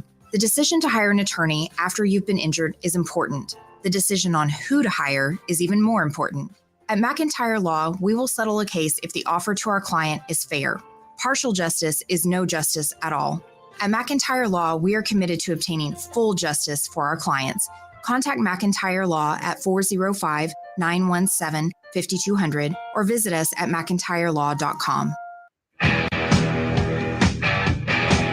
KLRN Radio has advertising rates available. We have rates to fit almost any budget. Contact us at advertising@klrnradio.com.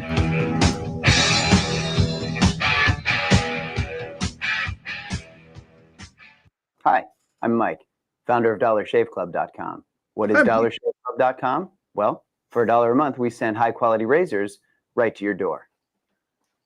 Yeah, $1. Are the blades any good? No. Our blades are f***ing great. Each razor has stainless steel blades, an aloe vera lubricating strip, and a pivot head. It's so gentle a toddler could use it. And do you like spending $20 a month on brand name razors? 19 go to Roger Federer. I'm good at tennis. And do you think your razor needs a vibrating handle, a flashlight, a back scratcher, and 10 blades? Your handsome-ass grandfather had 1 blade and polio. Looking good, pop up. Stop paying for shave tech you don't need. And stop forgetting to buy your blades every month. Alejandro and I are going to ship them right to you. We're not just selling razors. We're also making new jobs. Alejandro, what were you doing last month? Not working. What are you doing now? Working. I'm no Vanderbilt, but this train makes hay. So stop forgetting to buy your blades every month and start deciding where you're going to stack all those dollar bills I'm saving you. We are DollarShaveClub.com, and the party is on. I know karate, I know jiu-jitsu, and drive like a gangster when I'm coming to see you, see you, see you, see you.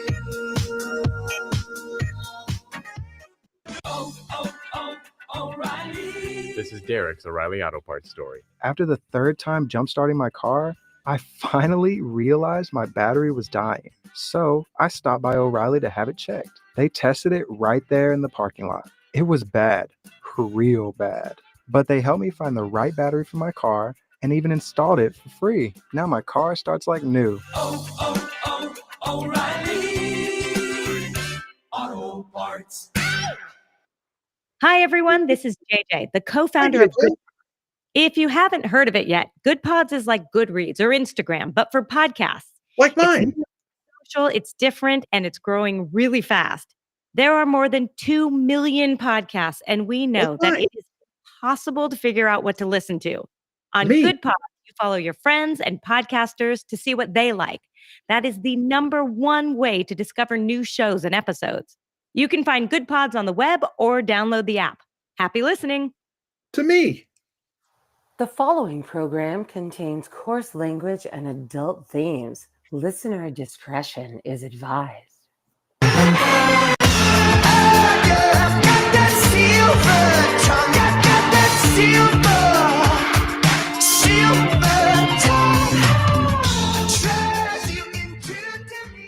All right, welcome back. Welcome back. Rick, top of the hour. Is it Rick and Orty tonight? Not yet. Whatever first, then Rick and Orty. Whatever, and then Rick and Orty. So Rick and Stacy, then Rick and Orty. Whoo! Keeping up with the programming around here. It's all good. Don't mistake that for a minute. It's all good. I can't keep up with who's where and when, and it rotates and. Well, that's okay, because you'll be even more confused because I'm not your opening act next week. A new show called Inquiry will be every other Wednesday. So. Look at that. And yeah, I will learn about that too. So I know what to expect coming off of that because, that matters. So, yeah, welcome aboard. Do I know who's doing it? Yeah, Steven, he's in the green room. Oh, okay. And he just added his co-host today too. So excellent. Well, welcome aboard. Toot, toot. The train's growing. see, now I'm having Booty Judge flashbacks, and I don't know how I feel about that. Easy with Booty Judge. You're the one talking about trains. You know how my brain works by now. We've been doing this 11 years. Come on now. Well, him likes the choo-choo. Come on. Never mind. So anyway, this is where you want to be on Wednesday nights. KLRN Radio. I'm telling you, Rick just kicked us off last hour. You should be holed over from his show. If you're not, shame on you. Make the time, get your ass there, and then be a holdover into my show. And that's the way you do it right. And then you hold over into the rest of the programming, whether it's whatever or Rick and Orty or whatever else. Yeah, and then after that is the Edge of Liberty. And then after that, if they do one tonight, we'll be behind Enemy Lines Radio. And then we'll be back over with the SHR Media crew watching BZ's Berserk Bobcat Saloon. So yeah, I'll be working till like 2 a.m. There you go. So like I said, it's there. It's for you. It's by us. It's great.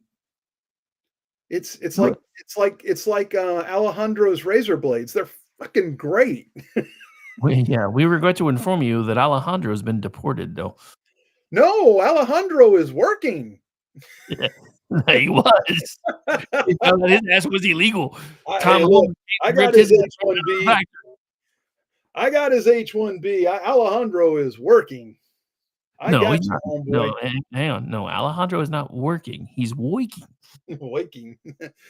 Oh man. Yeah. So anyway, it's time for one of those granddad stories, sorry. Got to do it to you though, because it plays into today. So from the end of the Second World War to the fall of Berlin, the destruction of the Berlin Wall, American foreign policy was oriented toward a singular goal: defeating communism. In the 21st century, however, the greatest threat to core American interests is no longer located on the borders of Europe. Instead, it resides in the Indo-Pacific, where the People's Republic of China is the United States' most formidable adversary, both economically and militarily. It's been nearly a decade since Beijing debuted its Made in China 2025 initiative, by which China aimed to supersede the United States in nearly every critical industry and sector imaginable. Communist China is our new communism. President Trump and Vice President Vance have long understood this geopolitical reality, and America First foreign policy is one based on prioritizing tangible American interests, not empty abstractions. For decades, American leaders have told European leaders what they want to hear, not what they need to hear. The kid gloves are off now, though. The foreign adventurism of the last 30 years has not been conservative at all. It's Wilsonian liberalism in new clothes. The Wilsonians, neoconservatives and neoliberals alike, used to dominate both party establishments. They saw the world in terms of abstract values and insisted that those values, rather than concrete, tangible national interests, must direct American foreign policy. In other words, America was compelled to be everywhere, all at once, all the time. American realism requires tough choices and recognizes scarcity, meaning we cannot, in fact, be everywhere at once, all the time. As President John Quincy Adams famously said, America goes not abroad in search of monsters to destroy. She is a well-wisher to the freedom and independence of all. She is the champion and vindicator only of her own. Think about that.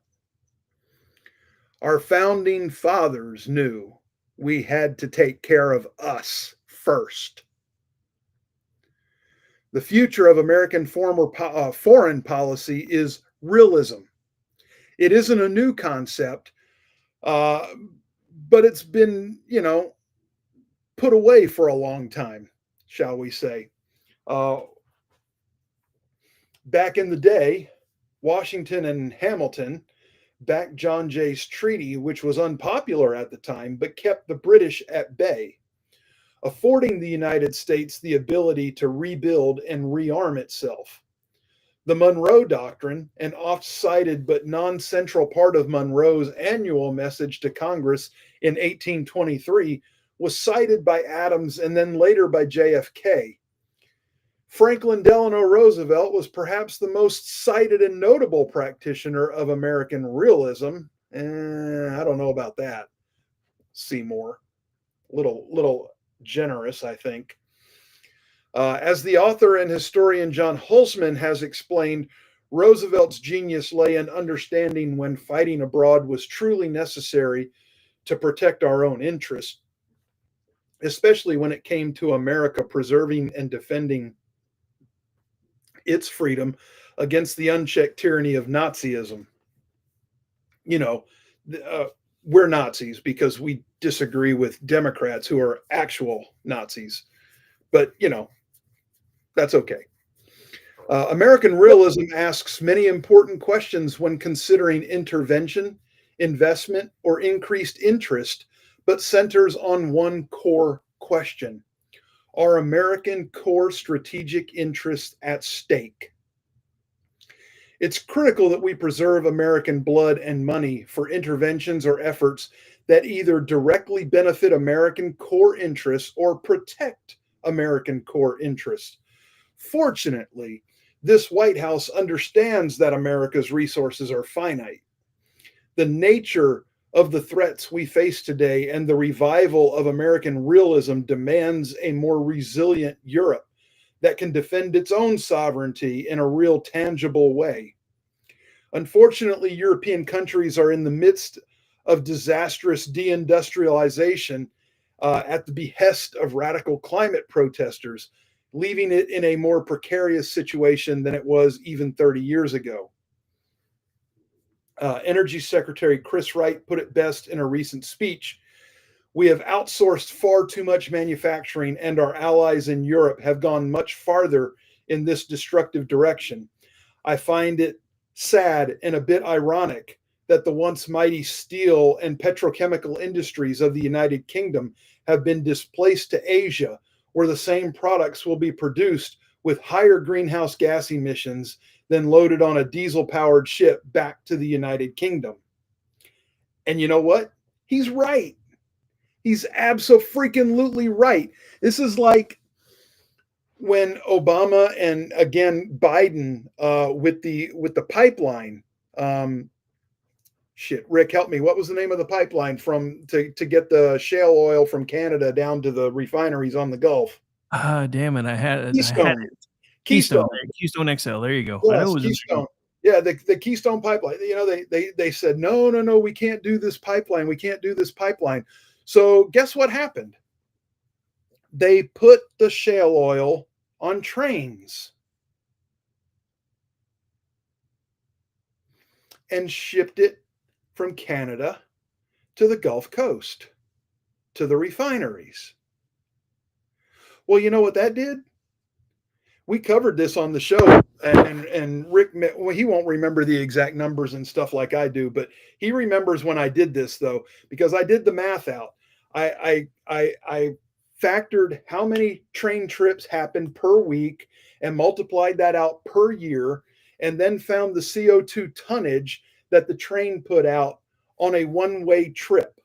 And that's just a one-way trip. So we had to do the math and multiply it because the trains are going back and forth, back and forth, back and forth, back and forth with all this shale oil. And it turned out that we were putting 1.7 metric tons of CO2 from the train into the atmosphere because we were worried about the pipeline. Fucking brilliant.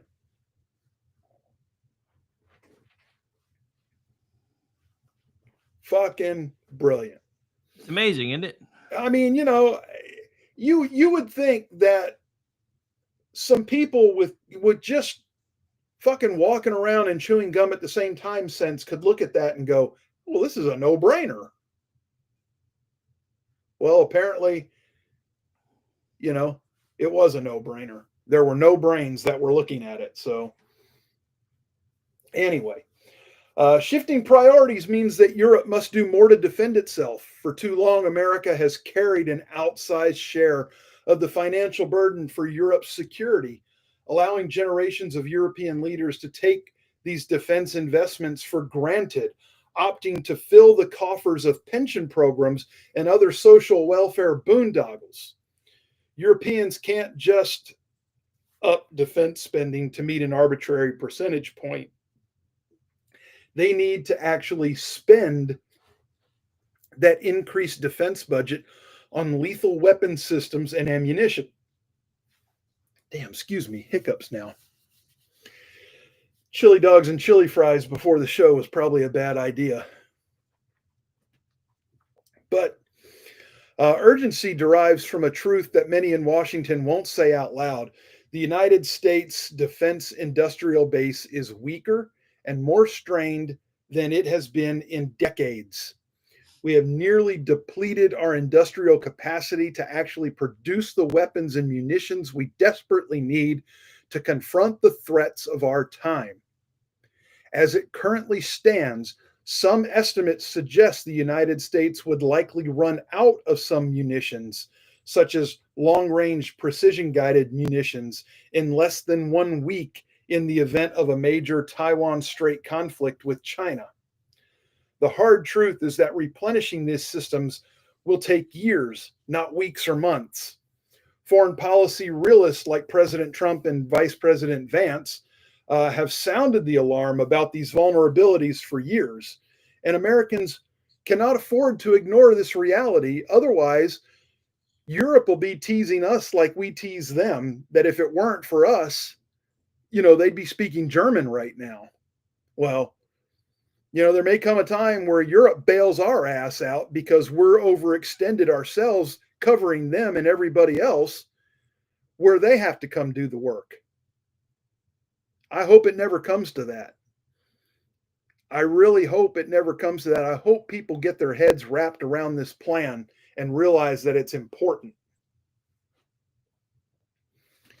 But you don't know, because whatever, Democrats are just, they'll lie about whatever to get whatever. And speaking of them, real quick before we get to the happy ending, there were special elections last night.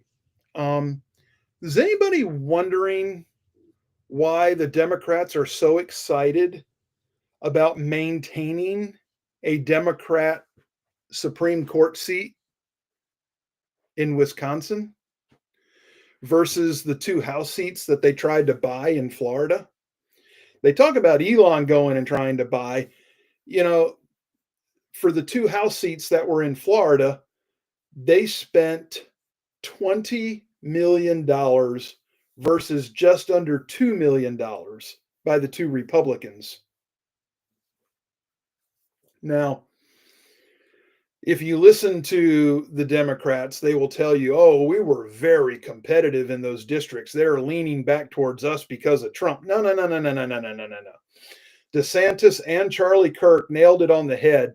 And there may have been some others that nailed it, but those are the 2 that I actually heard talking about how the vote turnout would be an underperformance because Trump was actually not on the ballot. And I mean, it makes sense. It makes sense. Florida elected Randy Fine and Jimmy Patronis last night, 2 Republicans, to take the House seats of Mike Waltz and the former Congressman Matt Gaetz. So I was very heavily inundated with the ads from the Democrat running against Patronis. She was annoying as all hell. She kept talking about all these plans she had, but plans just. It took almost the entire hour, but your internet just had the hamster fall off the wheel again, so we lost. Oh, son of a bitch! We only lost it for like 2 seconds though, so just back up and just for like 5 seconds and start over. It's okay. They're getting the gist of it, because I was just talking about the special election in Florida. So why is it a big deal that Florida kept Republicans in those 2 seats? Well, what it did is it expanded their margin in the House to 220 to the Democrats 213. So here's why here's why it's a big deal for the Democrats to get the Supreme Court seat in Wisconsin and calling that a huge win, because the woman, the female Supreme Court justice that was just elected last night, the Democrat in Wisconsin, has quote unquote promised that she will gerrymander the districts in the state to eliminate 3 GOP seats in the House. Tell me how that's not illegal. Tell me how that is not illegal. Well, it's not illegal unless somebody actually wants to try to enforce the laws. Well, I was going to say they're going to fight it in the Supreme Court, so we'll see what happens. I'm sure we'll have to wait and see what falls out. But that's that big deal. And why is it a big deal? It's like I said, it's a big deal because she is claiming she's going to eliminate 3. Well, we just put 2 back in place. So the 3 isn't really going to help them very much. If they could have gotten one of the 2 in Florida, which I know was their goal, they really wanted Walz's seat.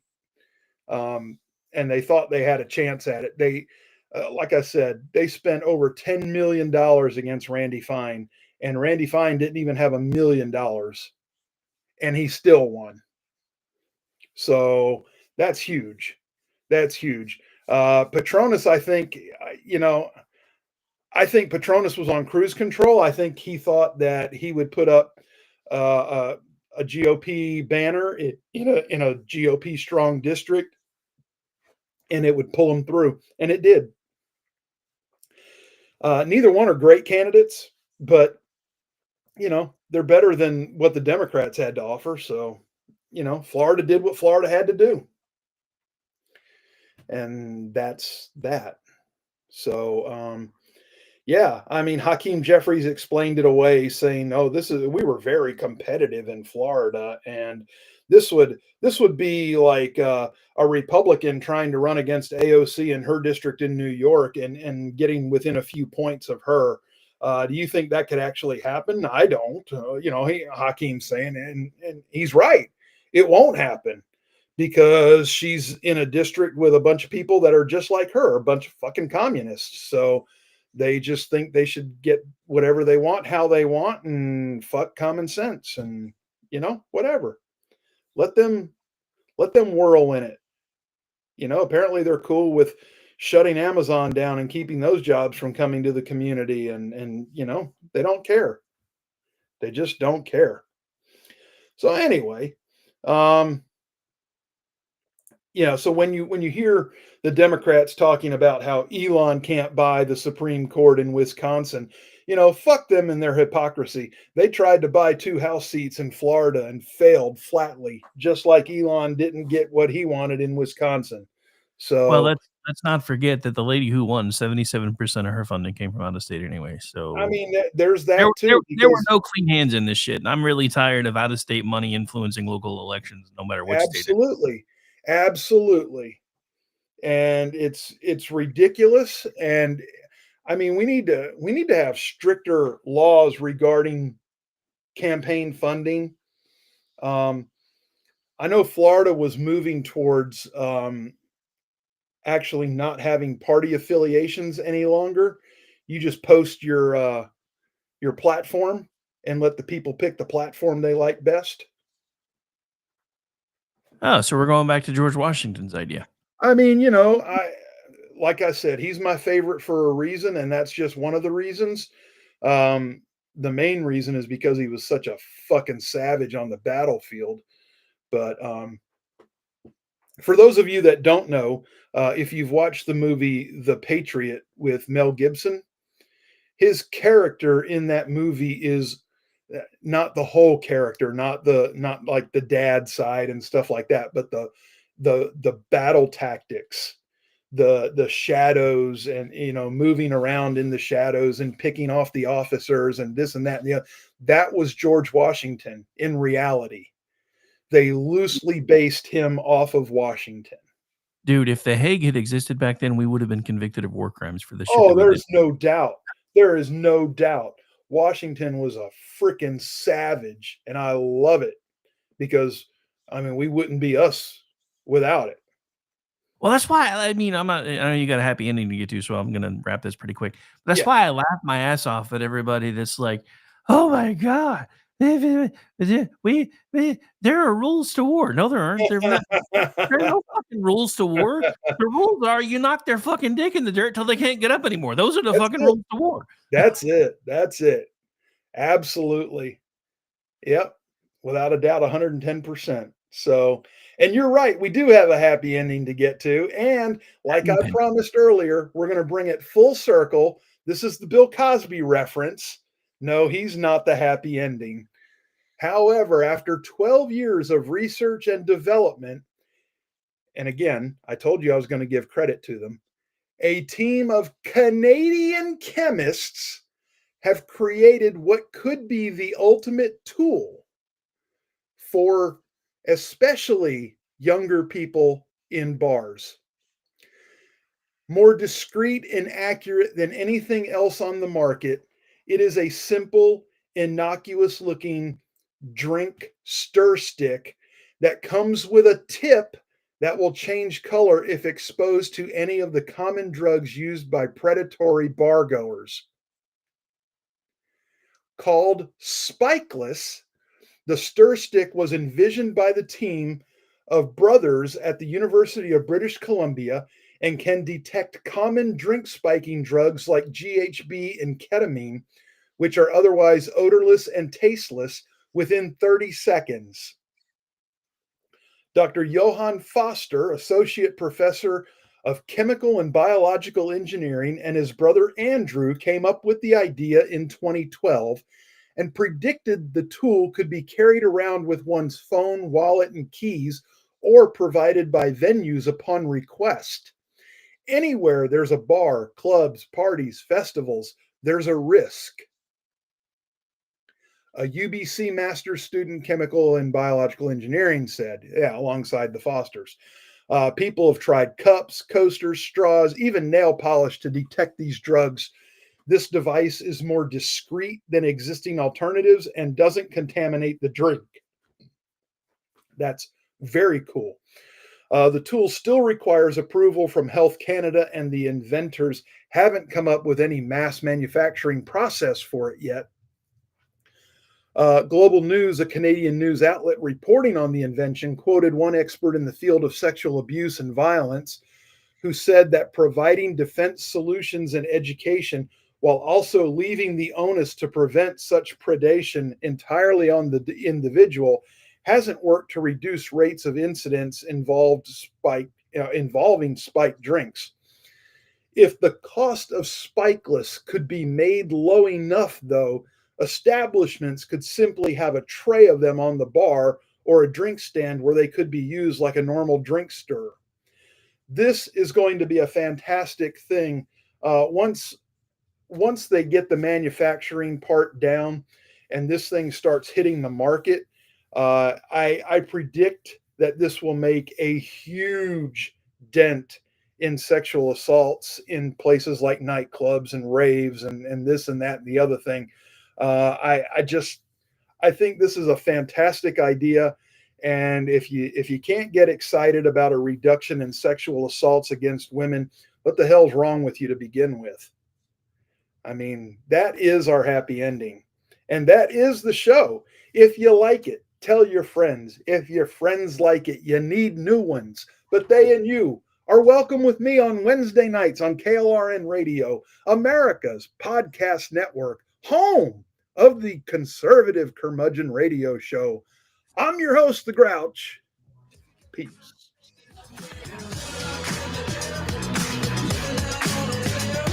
I hate this place. Nothing works here. The medications don't work.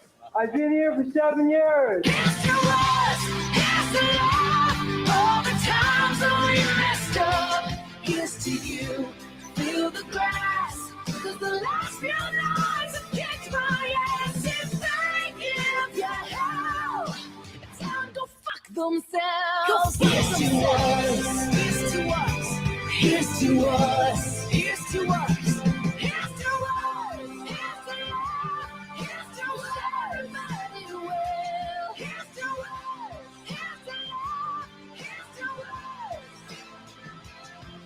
to us.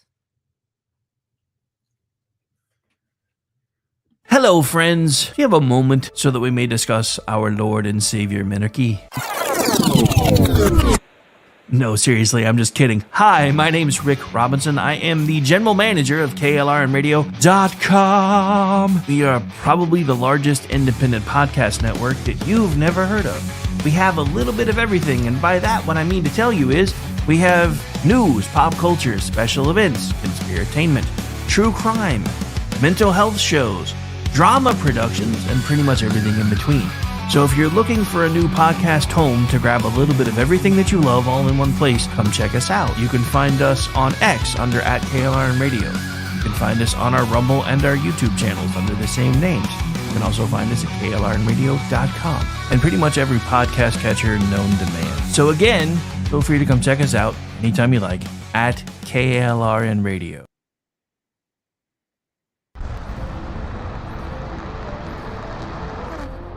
Are you ready to reach for the stars? Tune in to The Lost Wanderer, the #1 monthly podcast on good pods in astronomy. Join our host, Jeff, as he takes you on an interstellar adventure to explore the mysteries of space and the wonders of science.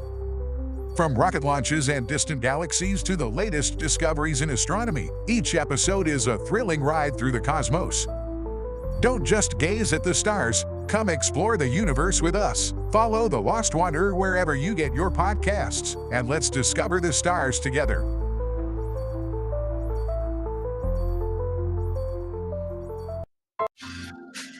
I'm Jordan Klinger, an attorney at McIntyre Law.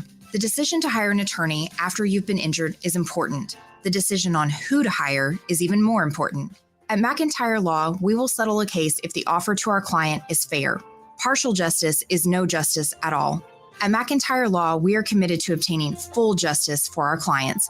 Contact McIntyre Law at 405-917-5200 or visit us at mcintyrelaw.com. KLRN Radio has advertising rates available. We have rates to fit almost any budget. Contact us at advertising@klrnradio.com.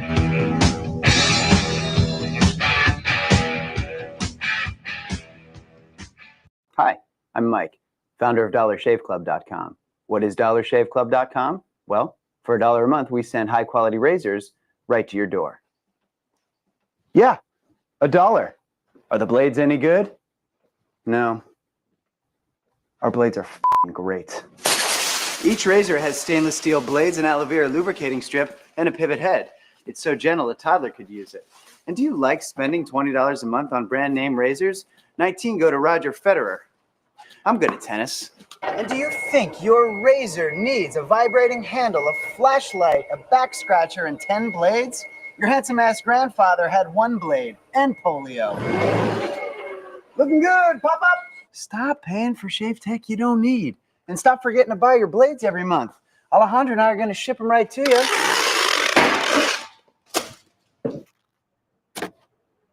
We're not just selling razors, we're also making new jobs. Alejandro, what were you doing last month? Not working. What are you doing now? Working. I'm no Vanderbilt, but this train makes hay.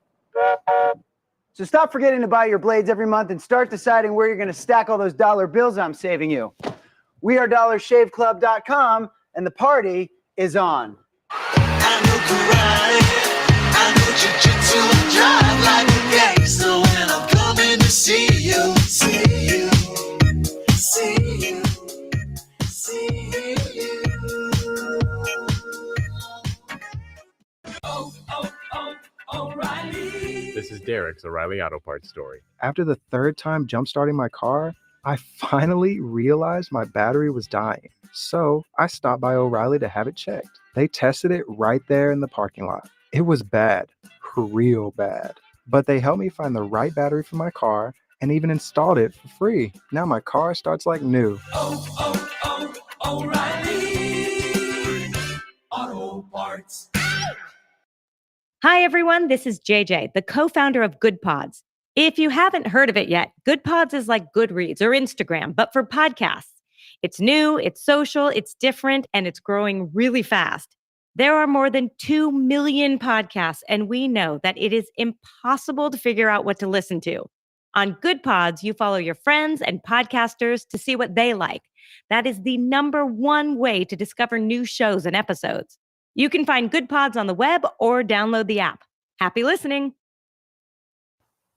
The following program contains coarse language and adult themes. Listener discretion is advised.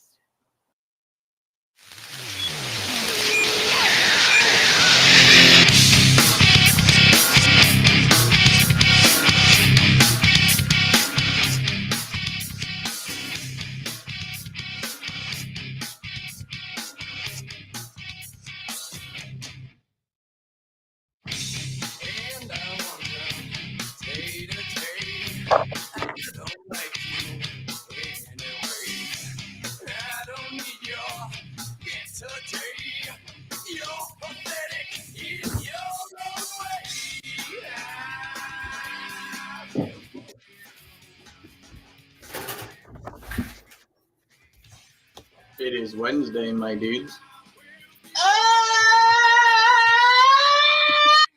Otherwise known as Chat Lives Matter Night, right here live on KLRradio.com. We are 3 of 4 of the KLR Radio live programming that'll be here tonight. It looks like Behind Enemy Lines is not running tonight, so I think we'll go straight into Edge of Liberty after Rick and Orty, and then just stay with the SHR crew and go back over to BZ's Saloon because it looks like Gene and Ross are off tonight. What? They were working on a new show, so I think maybe they're trying to figure some stuff out. I haven't heard from him. Ross? When did Ross come back? When he was allowed to come back into the country, I guess. I don't know. The last time I saw Gene, he was with somebody else on the air. It wasn't Ross. I haven't seen Ross in ages. No, if you're talking about the show that you and I did together, that was him. Okay.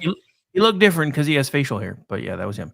Anyway, all right. So anyway, we're here. I remember a clean cut guy back in the day. Yeah, no, everybody grew facial hair during COVID, and some of us decided to keep it. Anyway, on his most recent shows, he's more clean shaven, so you might actually recognize him now. But yeah, so anyway, we're back and we're here, and I apologize for last week at the last minute. I had been trying to kick a migraine all day, and I just could not get rid of it and threw in the towel. I hate when I miss the busiest day of the week that we have, but it was terrible. And yeah, I almost missed tonight too because I picked up a stomach bug from one of the Grand Gremlins, and I didn't feel good. Look, I'm getting a little bit tired of you and your illnesses, son. I'm telling you, vitamin D. You need some vitamin D.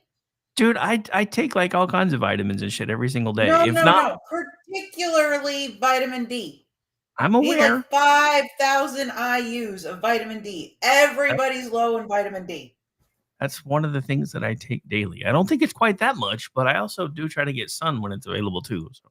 Yeah, we're too old to make it in the sun. Hey, what is this old shit?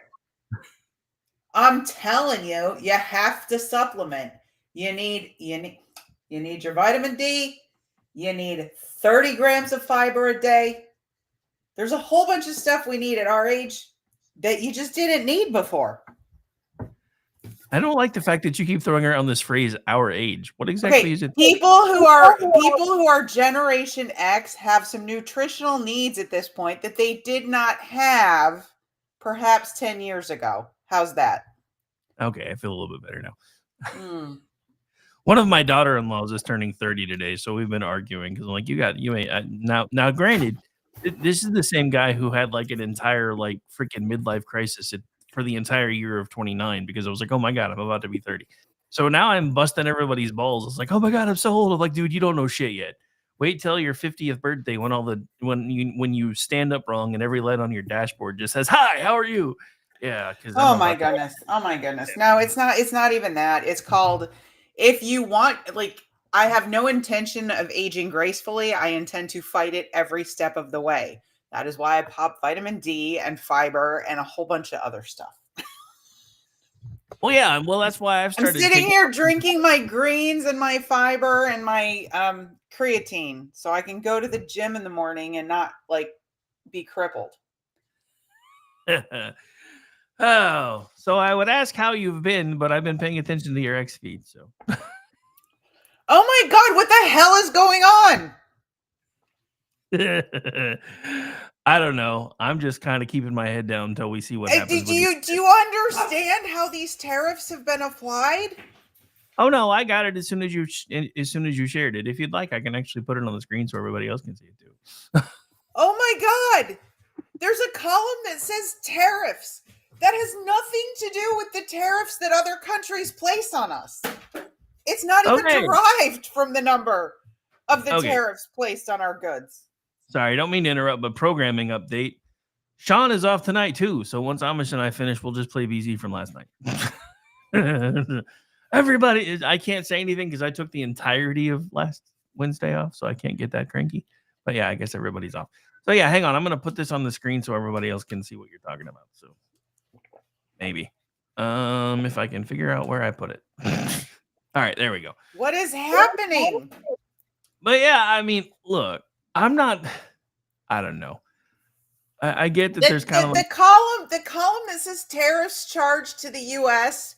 There is no country that charges us a 97% tariff. What that is a percentage based on our trade deficit. So the larger the percentage listed as tariff, the bigger our trade deficit with that country is. So, for example, Israel announced yesterday that they were removing all tariffs from all U.S.-made goods because everybody was saying reciprocal tariffs. Well, what reciprocal tariffs mean? You tariff me, I'm going to tariff you, right? Yeah. So the inverse of that would be if you remove your tariffs, we'll remove ours. We'll have free trade. It'll be great, right? No, Israel says we're going to remove our tariffs. And on this list, which you can't see, it doesn't give all the countries. We now slap a 17% tariff on Israel. Oh, no, it's on there. It's 1, 2. Oh, is it? Oh, there it is. There it is. Yeah. From the bottom. Like how is Israel less of an ally to us than the United Kingdom? Well, I mean, to be fair, this was made up. Who basically is trying part of the deal with the countries in the EU was stop your bullshit on censoring us through our big tech companies. None of them are going there. None of them are knocking that off. Neither is Brazil. Like, how does Brazil with Lula get a 10% tariff? He's a fucking communist. And he hates us. Why is he getting a 10% tariff? I don't know. I mean, hell, this list just came out today. You just look at this list and it makes no sense. We're going to tariff Vietnam more than we tariff China? Like, how does that keep them as an ally in the region where we're supposed to be building allies? So I'm just spitballing here, but some of these tariff rates, I think, have to do with some of the non-monetary things that we also have to deal with in these countries. So I think that may be one of the reasons why some of those numbers are as high as they are. I understand that there's a direct correlation between the amount that we're tariffing and our deficit, but I also think there may be more to the reason why they came to that number. As far as Israel still being deficit with that particular country, the calculation is perfect down that column. There's several Twitter accounts doing all the calculations, and it works. No, I know. I can see it too. I mean, it's pretty basic. The numbers match, but I'm saying I think there's more than that reason as to why they came to that number. Why Israel is probably still on the list is because I'm pretty sure that list was put together before Israel said, "Hey, we're going to drop our tariffs." So so you've got the list, take them off. But no, I don't think so, because they didn't back off of it. Israel's made a public statement and there has been no comment. Yeah, like whoever did this is retarded. Stacy, it's one thing for a country. It's one thing for a country to say we're going to do that, just like Canada today said, if you take yours off, we'll take ours off. No, fuck you. You take yours off first, then we'll take ours off. I'm pretty sure that's the game that's being played right now. So once we can see that Israel has actually done it, I'm sure those tariffs will probably go away. Once we can see that whatever province that was in Canada that says, if you take yours off, we'll take ours off, if they actually blink and take theirs off, I'm sure that particular province won't face as much tariff anymore. But I think what's happening is I think the president is tired of people saying, hey, yeah, we'll do it. And then we do it first. And then they say, ah, just kidding. Israel did it. It went through their Knesset. It's done. This all just happened today. Let's take a breath and see if we still start tariffing Israel after midnight. Then we can be mad. I know. I think they actually think these tariffs are good. I think when they say reciprocal tariff, they're talking about the fucking trade deficit, not tariffs that they place on us. That's what the calculation says. And if that's the case, this is retarded. Trade deficits are not necessarily a bad thing. I mean, I don't know. We've had a trade deficit for a long ass time. So We've all had a over. trade deficit for a long ass time, but we've also allowed our goods to be put at a disadvantage overseas. We've allowed China to rip off our intellectual property. Like, why we're not tariffing the hell out of China? That tells me these balls aren't as big as you. No, 10%. We're already tariffing the shit out of China in a million different places. This is just a flat tariff on top of everything else that we're already hitting them with.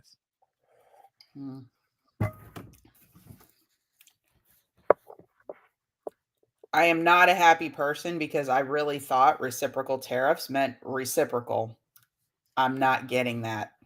Yeah, the tariffs don't even take effect until midnight. If he's still tariffing Israel by tomorrow, then take to X and flip the fuck out. But let's give it 5 minutes. It was on the list when he did the announcement this afternoon. Because it was already printed out. They were releasing the information that was on the card because it had already gone to print. That's a terrible excuse. You can verbally correct it. Hang on. So wait a minute. The same country that processes federal retirement in a fucking cave, and you expect them to be able to go, oh, we're going to fix this like now. No, I expect my president to be foreign policy savvy enough that when all the news outlets are covering this news that Israel has done this, that he says, oh, this Israel line, we're talking to them. We understand what they're doing. Don't pay any attention to this. So you expect him to not think the American people are smart enough to know that since Israel has dropped their tariffs, we're probably not using that line anymore? I'm not making any assumptions. Actually, you are. Because that line in the middle, Rick, says reciprocal tariff. That's not a reciprocal tariff. It was at the time that we put it in place, because by the time that amount was figured out, Israel had not dropped their tariffs yet. The reciprocal tariff would be Canada tariffs our largest import, whatever we import the most of to Canada, at 25%. So we're going to tariff their largest import to us at 25%. Okay? I'm talking dollar value. That would be reciprocal. Okay? What that number is based on is the trade deficit. It has nothing to do with the actual tariffs that the other countries place on us. No, I'm pretty sure it probably does, but I'm not going to argue that point because, like I said, everybody can be pissed off at 12:01 a.m. Eastern time if suddenly we're charging Israel 17% or whatever the fuck it is. Yeah, because there's been no statement that that won't be the case. So,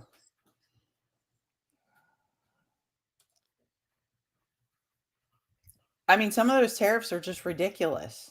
No, Will, you're not in the wrong chat.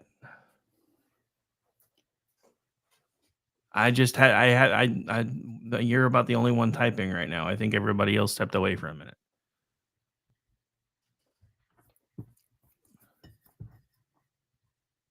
At least I don't think you are. But I also realized it's not on the screen. So you might, in fact, be on the wrong one. So let me put it on the screen in case you are, so everybody else can see that you're trying to talk. My bad. That was a technical issue. Restream's being retarded today. Okay. Anyway, look, I get it. But the whole thing about this was just announced today. Let's give it 5 minutes and see if we really do start trying to screw over Israel or not before we start having a cow. Okay, I'm not even just picking on Israel, Rick. What I'm saying is this has been in development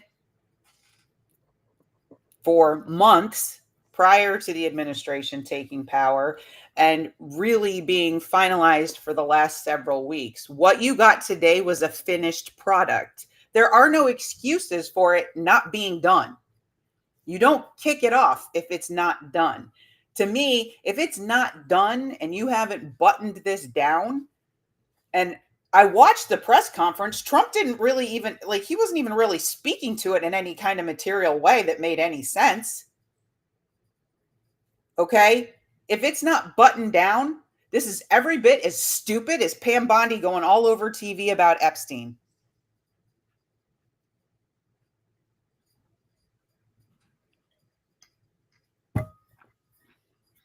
Because if all of a sudden tomorrow, oh, just kidding, we're not really doing this one.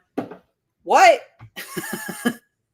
This is what we call the gang that couldn't shoot straight. Except I don't like it. The markets are going crazy. Markets don't like uncertainty. I'm too freaking old for my 401k to be cut in half.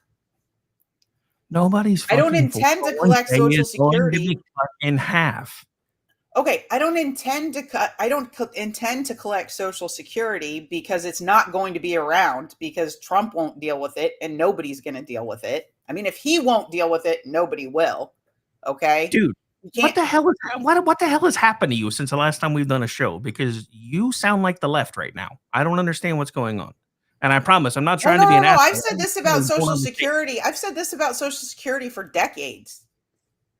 It's a Ponzi scheme. But all of a sudden you're like, he's not going to do this and he's not going to do that. The dude's been in office for 70 fucking days. Let him work. Shit. Oh no, he's done a lot. And he's done a lot that America likes. But the one thing they elected him on is the economy. The one thing people wanted, their 2019 grocery prices and gas prices. And he's supposed to get us there in less than 70 days, Stacey? No, but what he did today is not taking us in that direction. It took Biden 4 years to fuck us over. And yes, what he did today will take us in that direction. Really? Because my gas price went up 40 cents today. Oh, Jesus Christ. That ain't got a fucking thing to do with Trump, and you know it. It has everything to do with uncertainty in the market, Rick. And why is there uncertainty in the market, Stacey? Donald Trump could have done the easy thing and made a couple of small changes and wrote it out for 4 years, and then we could have just fallen off the cliff that we were already headed towards. His cabinet's been trying to explain this now for 70 days. The government, all of it, has been putting us on a collision course with ineptitude and insolvitude for 40 years. Totally agree. So now somebody's actually trying to do something about it, and everybody's fighting him.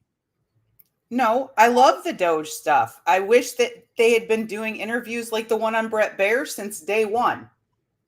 Like people who had no idea what was going on and were believing that the only thing going on. No, hang on. You can't tell me on one hand that you love the Doge stuff, and then on the other hand that you don't think Donald Trump's going to do anything about Social Security, because that's the whole fucking point of Doge. No, they're dealing with the fringes of Social Security, not the fundamental problems with the program. They got to start somewhere. At least they're doing something. Yeah. Waste, fraud, and abuse isn't going to save Social Security for us, or like not indebt our children. That's all I'm saying. There's fundamental problems with the program. Are you kidding me? We all know that.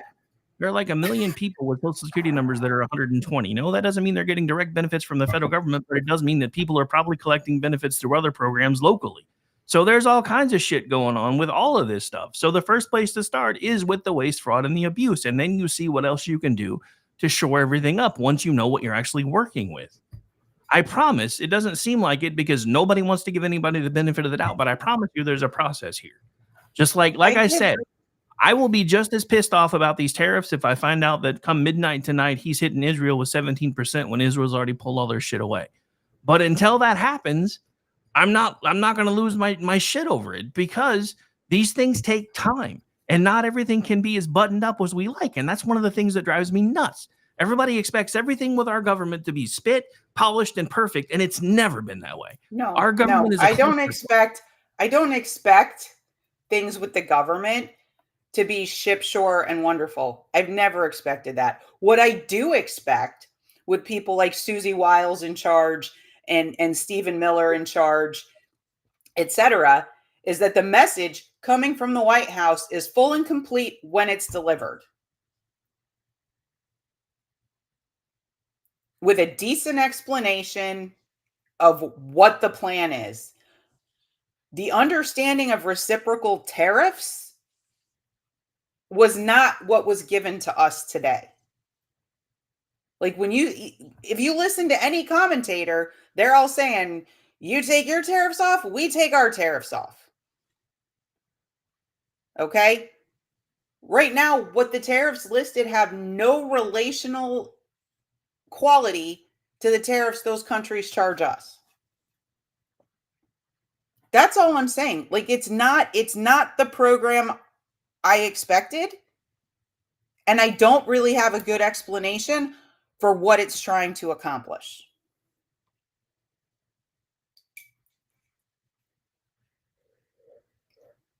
I got nothing.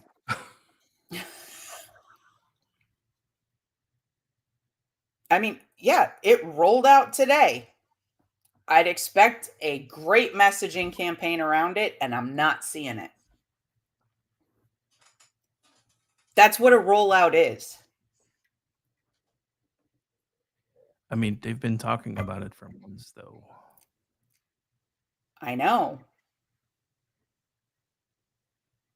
And as far as the markets not liking uncertainty, part of the reason why the markets are having the fit that they're having is because there's been a huge tech sell-off because everybody bought into China's bullshit lie about their AI program that has pretty much been debunked by now.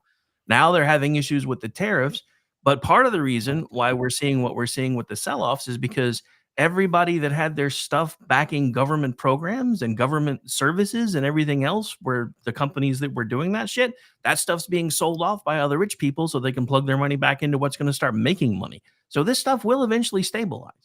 Because what's happening is the people that have all the money invested in all the things that Joe Biden shored up because he was doing everything he could, or the people that were running the country behind with him being the face of it, were doing everything they could to make everything seem as stable as they could. So they were plugging everything, and I mean every fucking thing, into the federal government. Now that the federal government is actually starting to shrink, in theory, everybody's starting to remove their money from anything tied into those programs and starting to put the money back into the private sector. So this will take time to fix. And like I said, I understand. Even I was been taking money out of the market, Rick, not putting it in. They've been putting money back in. There are other stocks that are going up while other stuff has been going down. It's like several big investors like Warren Buffett have said they're holding money out of the market right now because they just don't know what's going on. And it doesn't mean they won't eventually put it all right the fuck back in as soon as they know what's going on. But the point of this is we knew this was coming. This is what he told everybody that he was going to do. He was going to start holding other countries accountable for the way that they treat us with trade. We have been bent over the trade table since World War II, and nobody wanted to talk about it. And part of the reason nobody wanted to talk about it was because we did it to ourselves because we were trying to help rebuild the world. Exactly. But it wasn't Vietnam. supposed to be Our trade deficit with Vietnam is not Vietnam's fault. It's the fault of U.S.-based companies who shipped all their manufacturing over to Vietnam. But it is the fault of Vietnam when they don't trade with us either. That's part of the problem. A lot of these countries do everything that they can to make sure that our products cannot be shipped or sold over there. That's what's being addressed. And I agree with Amish. The people that you're talking about, like Warren Buffett, they're holding their money out, not because they're concerned, but because they're petty as fuck. Because they want Donald Trump to fail. And they want everybody to panic so they can win them, so that the people that they want in charge can win the midterms and they can slam on the brakes so they can get us pointed right back to the cliff. That's the thing that nobody's talking about. A lot of these people that are pulling their money out of the market are leftist assholes who want us to fail so that the one world government can finally be kicked in and they can be the ones at the top of the food chain forever, no matter what happens next. That's what's pissing me off. Warren Buffett and George Soros are going to die eventually, sooner rather than later. But they have generational wealth tied to trust that's never going to fucking go away.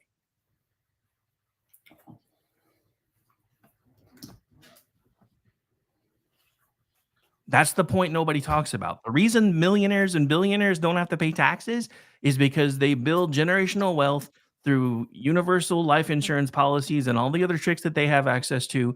They assign everything to trusts that are the beneficiaries of all the funds. They give each kid one of those policies, and then those things build value. And anytime they need money, they borrow from it tax-free and do whatever the fuck they want. I get it. But as far as working families, nothing that happened today is going to take the foot off the pedal for what they're dealing with every day trying to manage their own household. How is all of the construction that's about to be coming back in from $6 trillion being invested in the next 5 years not going to start helping our economy?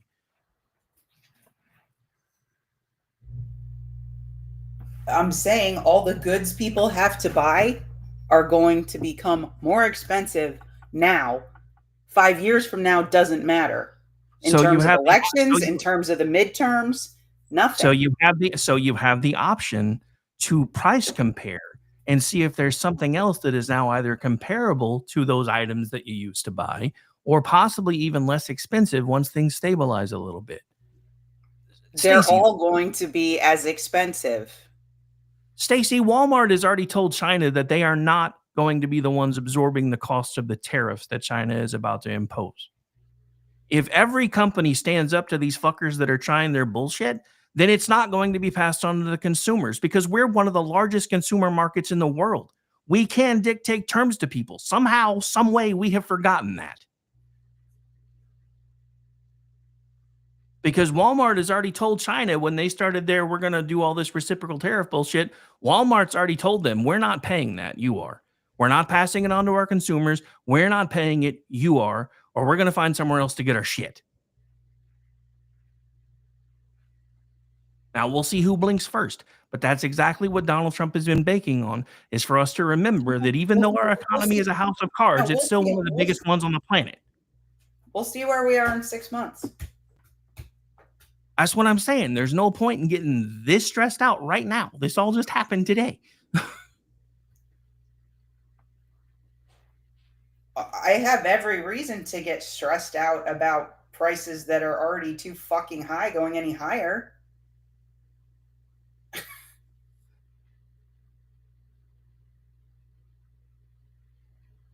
The reason your gas prices went up today is they just switched over to summer blend. It's always more expensive.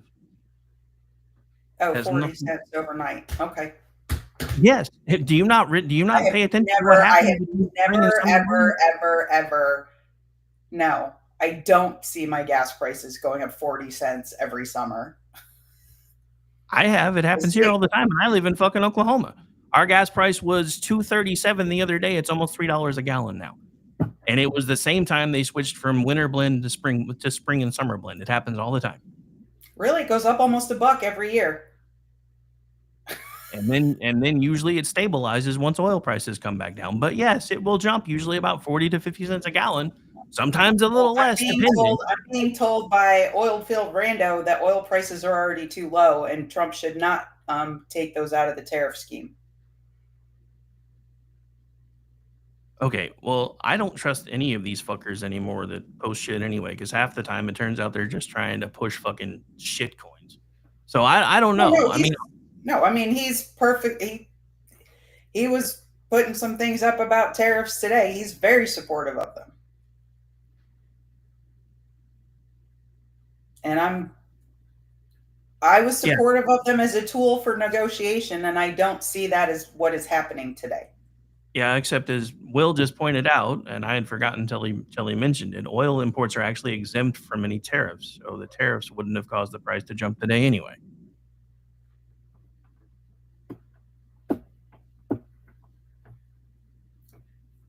That's what I'm saying. Some of this stuff is people behind the scenes putting fingers on scales to try to make sure we lose midterms.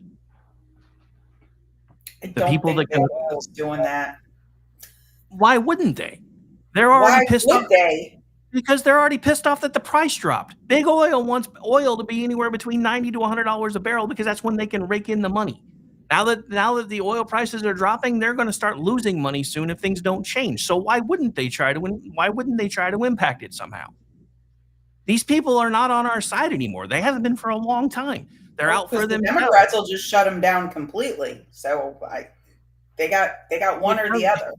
It doesn't matter because all they're looking to do is try to shore up their bank accounts while they can before they get rug pulled and oil stops being a thing anyway.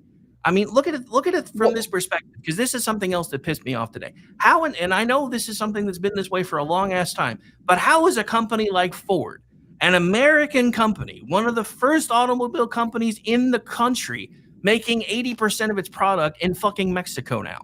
That's my point. These companies don't give a shit about me. They don't give a shit about you. They only give a shit about their bottom line. They were squeezed out of the global market by the UAW. They were held prisoner by the UAW. If you ever looked at the historical UAW union rules, Toyota came over in the 80s and kicked their ass. They had to reduce the cost of production because Honda, Subaru, Kia, they all get to come over here and locate in the South, and they're not subject to the multi-employer bargaining contracts, the UAW, because they all settled in right-to-work states. Ford can't get out from under them even if they move to South Carolina. That's why.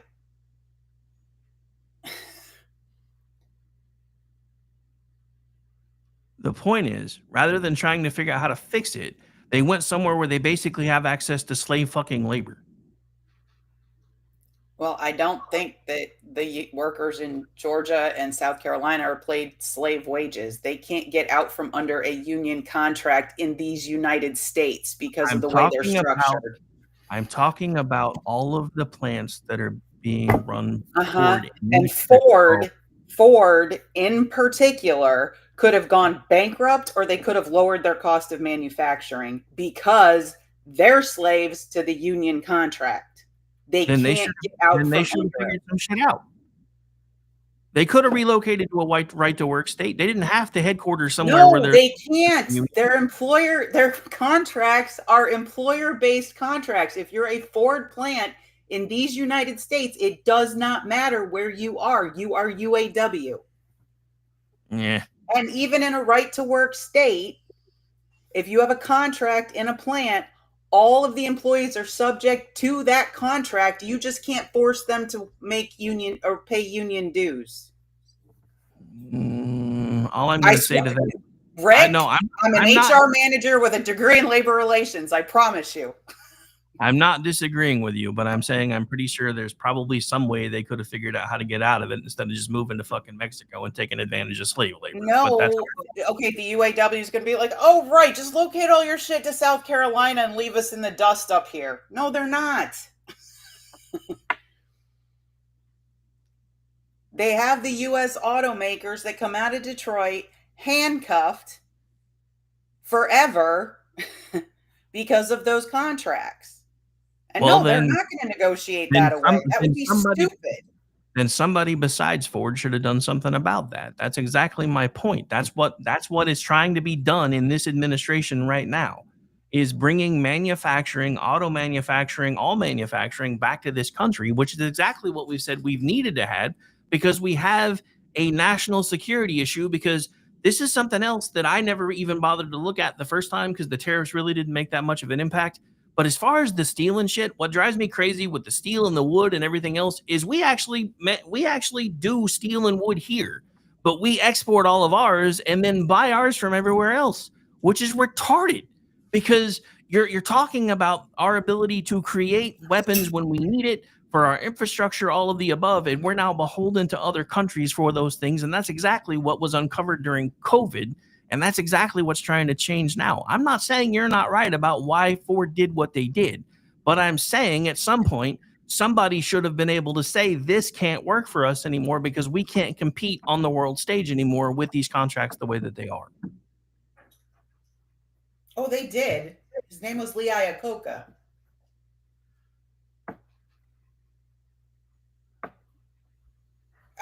I'm just saying. I mean, Lee Iacocca came up when Toyota was kicking Ford's ass and Chevy's and General Motors because they couldn't compete. And then Honda was next. Don't you remember? Japan was going to take over the world.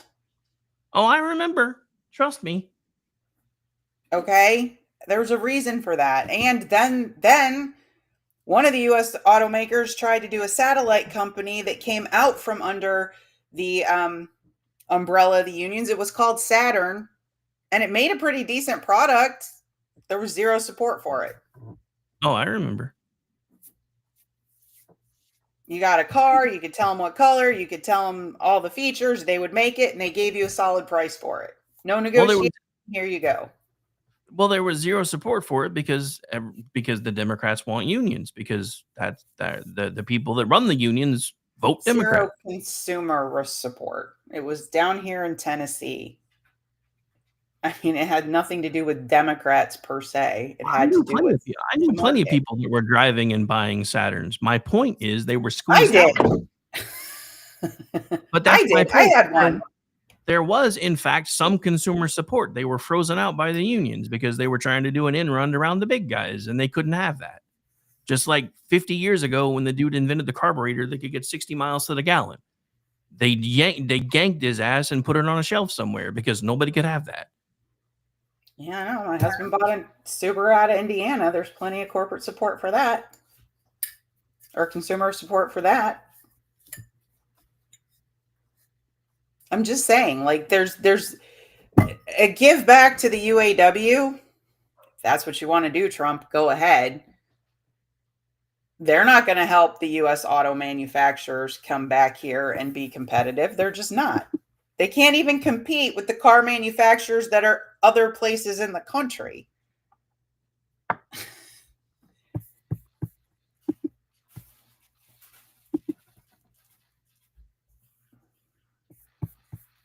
I mean, all I'm saying is you're coming in really, really hot for something that just happened today. So maybe we should give it a get chance. it just happened today, but it's been in the works for months. It was poorly communicated in advance. It made it look like it was going to be one thing, and it's actually something completely different.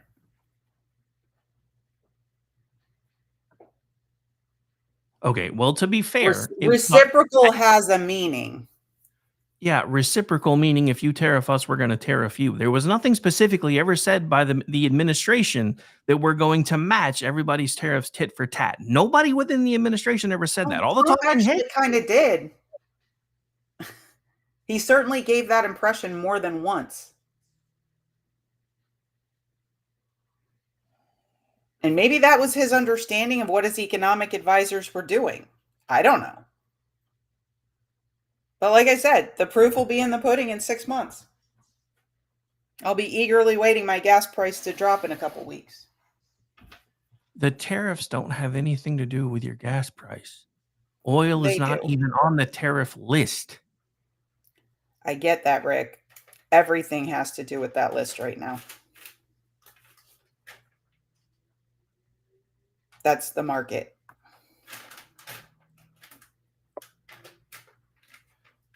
All right. Is there anything else you want to talk about today? Oh, yeah. I was going to talk about that article, but I'm sorry I frustrated you, but no, I mean, I'm not frustrated. This I'm just is trying. a crappy rollout of something that was not well explained, which I would have been 100% supportive of if it had been delivered the way it was built. It's not. Trump used tariffs very effectively in his first term as a leverage tool. I truly believed that was what he was going to do in his second term. I no longer believe that. I think he actually thinks this is going to make us money, and I don't agree. I mean, I guess we'll find out. I agree that we could make a lot of money if we drop our taxes and have low cost of energy and force other countries not to put up trade barriers for us so that we are in equal footing in their markets the way they are in ours. I think a lot of companies would locate here just because we have great productive labor, we have great low-cost energy, and we have a great tax structure. I don't think you have to tariff people to do it. I think you have to tariff people or threaten to tariff people to get them to drop their trade barriers. That's what I was 100% supportive of, because that's what I had seen him do before. That's not what this is. This is tariffs for the sake of tariffs, like Smoot-Hawley. I'm not a fan. All right, we're down to 15 minutes. You want to move on to the other topic? Sure. So yeah, Ron this one. Klain should go to jail. That's not a lie. Okay. For all of you who missed it, there was a nifty article in The Guardian today about a new book where Joe Biden's former White House chief of staff actually talked very frankly to the author. In a book by Chris Whipple, and I'm looking for the title, and I'm having trouble finding it, that is due to release, Klain basically tells the author that Biden was a hot mess. Democrats actually staged hush-hush talks in 2023 for Biden to withdraw, says the book. According to Klain, it turned out he came back to run debate prep for Joe before Joe died on stage with Trump. And according to Klain, it turned out that Biden didn't know what Trump had been saying and couldn't grasp what the back and forth was. He left preparation and fell asleep by the pool. He was obsessed about foreign leaders, saying, these guys say I'm doing a great job as president, so I must be a great president, and didn't really understand what his argument was on inflation, and had nothing to say about a second term other than finish the job. As described by Klain to the reporter Chris Whipple, at one point Biden had an idea. Biden's idea was that if he looked perplexed when Trump talked, voters would understand that Trump was an idiot. Klain replied, sir, when you look perplexed, people just think you're perplexed, and this is our problem in this race. I'm sorry. I mean, Kamala Harris, like after these books, because there was another one out earlier this week that I read some excerpts from. After these books, Kamala Harris should be ineligible for national office forever. She completely failed in her job as vice president to invoke the 25th Amendment. Like we had no president. And if you read the New York Times article from earlier this week about how we were actually in a proxy war with Ukraine that was like a friggin' video game being run from Germany, where we would tell the Ukraine, hit over here, hit over here, hit over here, right?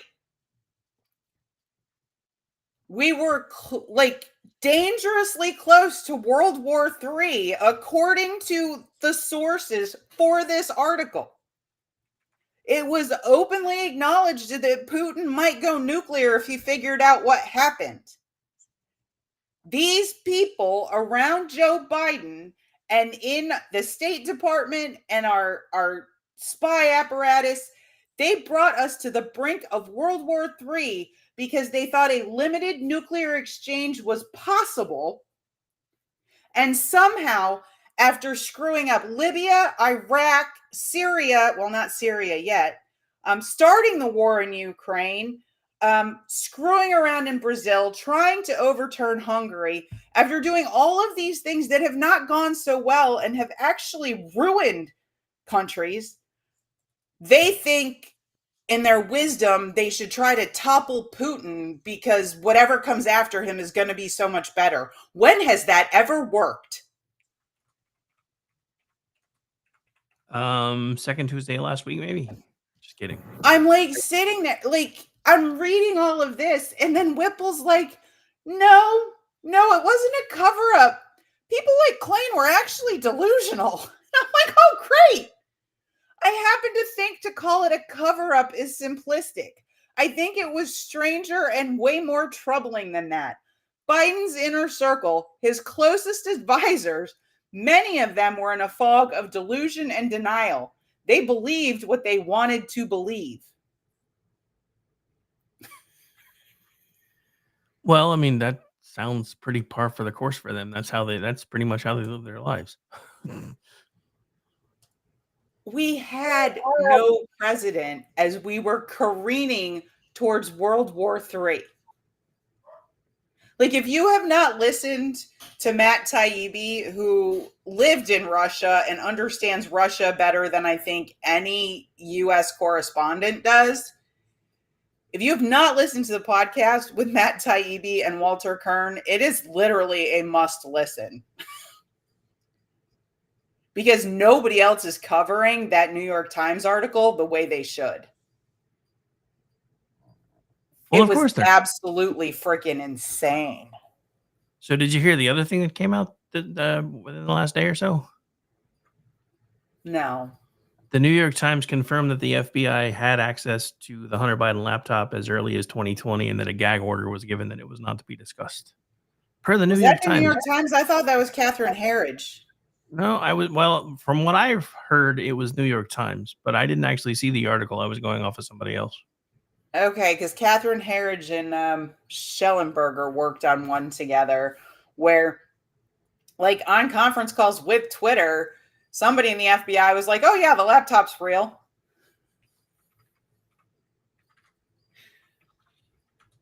Yeah, they knew. And there's a whole bunch of text exchanges where that some of them are redacted, but where it's very obvious they're being told to shut up, keep it under wraps, etc. And there are allusions to, we know there's crimes on it. So, in between those and what we now know about the fact that we didn't have a president for most of Biden's term, I really think heads need to start rolling. Who goes to jail? I don't know. Who goes to jail for acting on behalf of the president without a president who had the ability to give them permission to? Who was using that auto pen on everything? The guy who was on tape saying if he could do it from his basement, he would. That'd be who I would hang all of it on if I could. Well, but he wasn't actually using the auto pen. How do we know? Because he wasn't. He would not again, get his hands that dirty. How do we know? Because it's Barack freaking Obama. No, he stays far, far away from the dirty deeds. I don't know. He was in the White House an awful lot. I'm just saying. Well, I'm sure it was a staff member. Yeah, but it was probably a staff member at the direction of Barack Hussein Obama, is all I'm saying. Who is lying on this? Trump puts America puts 54% tariffs on China. No, they didn't. It was a 10%. Like, stop lying. Read the chart. Oh, Maybe they're taking all the tariffs that we have spread out for China and adding the 10%. I don't know. I don't know.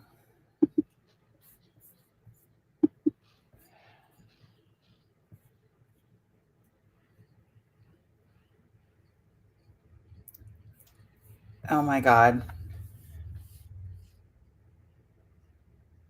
What now?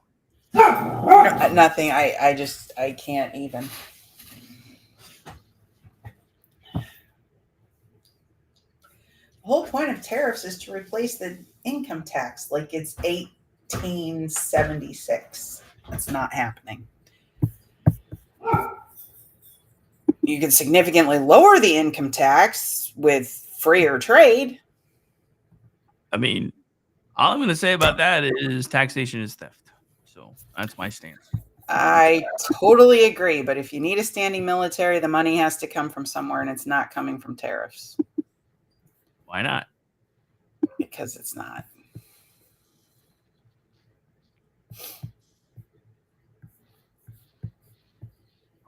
You can't. Tariffs are not going to pay off the debt. They're just not. There's not that much cash.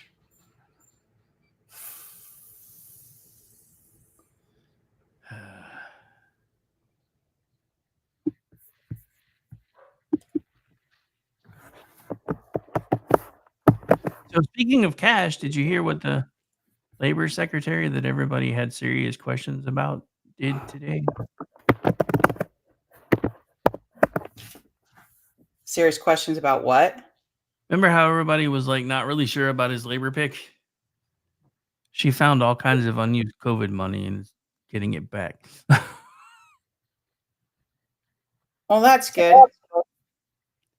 It's her other like things about like how you deal with organized labor that I have a problem with.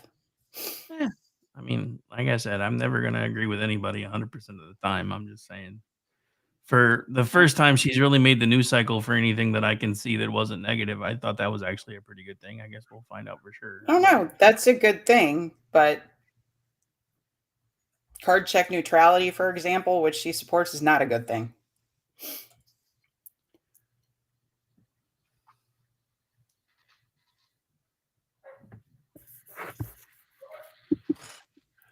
That, like, yeah. All right. So any final? There's a way Republicans could be very supportive of organized labor, and that's if they made some demands of them. Okay.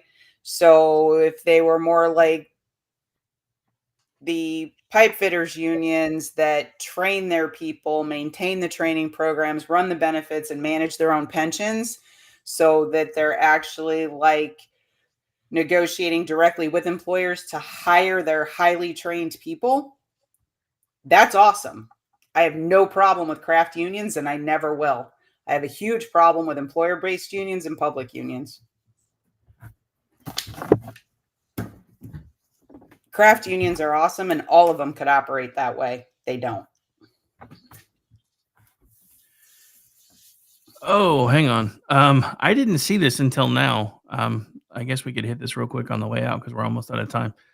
So this is from Red State by Bonchi. Apparently, what appears to be rather inebriated former vice president had thoughts on the Wisconsin election last night. Hang on, I'm trying to put it on the screen. Hi, Wisconsin, to all of you.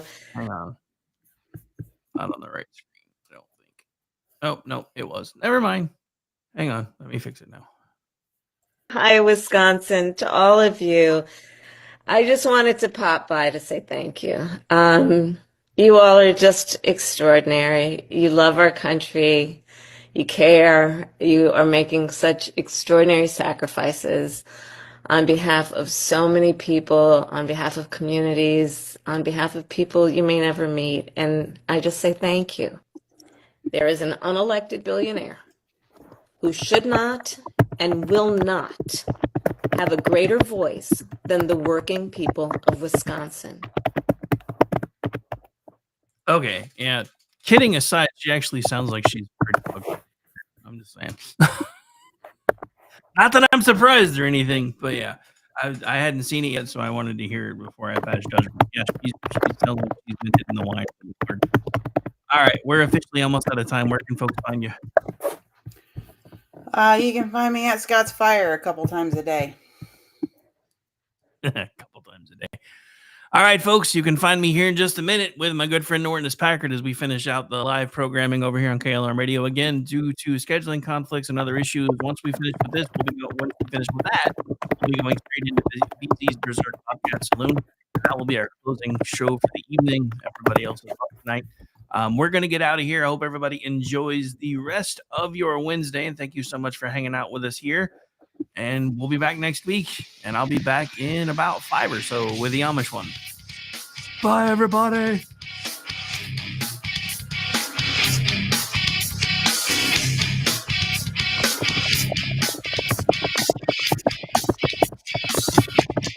Hello, friends. Do you have a moment so that we may discuss our Lord and Savior Minarchy?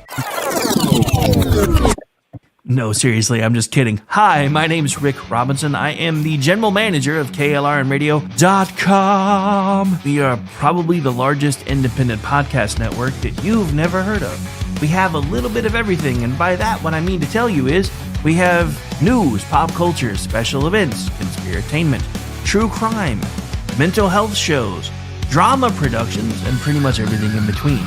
So if you're looking for a new podcast home to grab a little bit of everything that you love all in one place, come check us out. You can find us on X under @KLRM Radio.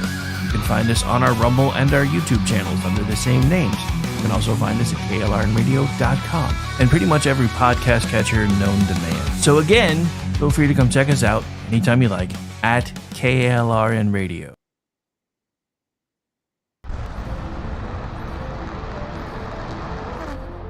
Are you ready to reach for the stars? Tune in to The Lost Wanderer, the #1 monthly podcast on good pods in astronomy. Join our host, Jeff, as he takes you on an interstellar adventure to explore the mysteries of space and the wonders of science. From rocket launches and distant galaxies to the latest discoveries in astronomy, each episode is a thrilling ride through the cosmos. Don't just gaze at the stars, come explore the universe with us. Follow The Lost Wanderer wherever you get your podcasts, and let's discover the stars together.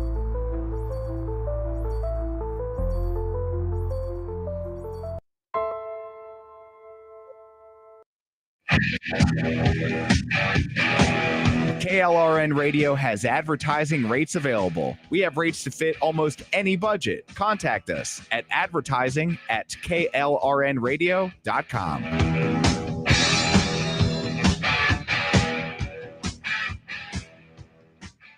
Hi, I'm Mike, founder of DollarShaveClub.com. What is DollarShaveClub.com? Well, for $1 a month, we send high-quality razors right to your door. Yeah, $1. Are the blades any good? No. Our blades are f***ing great. Each razor has stainless steel blades, an aloe vera lubricating strip, and a pivot head. It's so gentle a toddler could use it. And do you like spending $20 a month on brand name razors? 19 go to Roger Federer. I'm good at tennis.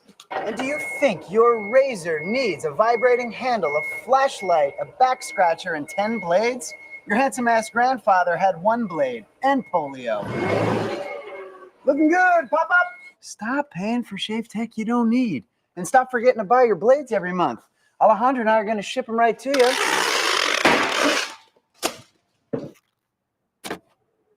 We're not just selling razors, we're also making new jobs. Alejandro, what were you doing last month? Not working. What are you doing now? Working. I'm no Vanderbilt, but this train makes hay. So stop forgetting to buy your blades every month and start deciding where you're going to stack all those dollar bills I'm saving you. We are DollarShaveClub.com, and the party is on. I know karate, I know jiu-jitsu, I drive like a gangster when I'm coming to see you. See you, see you, see you. Oh, O'Reilly. This is Derek's O'Reilly Auto Parts story. After the third time jump starting my car, I finally realized my battery was dying. So I stopped by O'Reilly to have it checked. They tested it right there in the parking lot. It was bad, real bad. But they helped me find the right battery for my car and even installed it for free. Now my car starts like new. O'Reilly Auto Parts. Hi, everyone. This is JJ, the co-founder of Good Pods. If you haven't heard of it yet, Good Pods is like Goodreads or Instagram, but for podcasts. It's new, it's social, it's different, and it's growing really fast. There are more than 2 million podcasts, and we know that it is impossible to figure out what to listen to. On Good Pods, you follow your friends and podcasters to see what they like. That is the #1 way to discover new shows and episodes. You can find Good Pods on the web or download the app. Happy listening. The following program contains coarse language and adult themes. Listener discretion is advised. I always do. How was I to know? She was with the Russians too.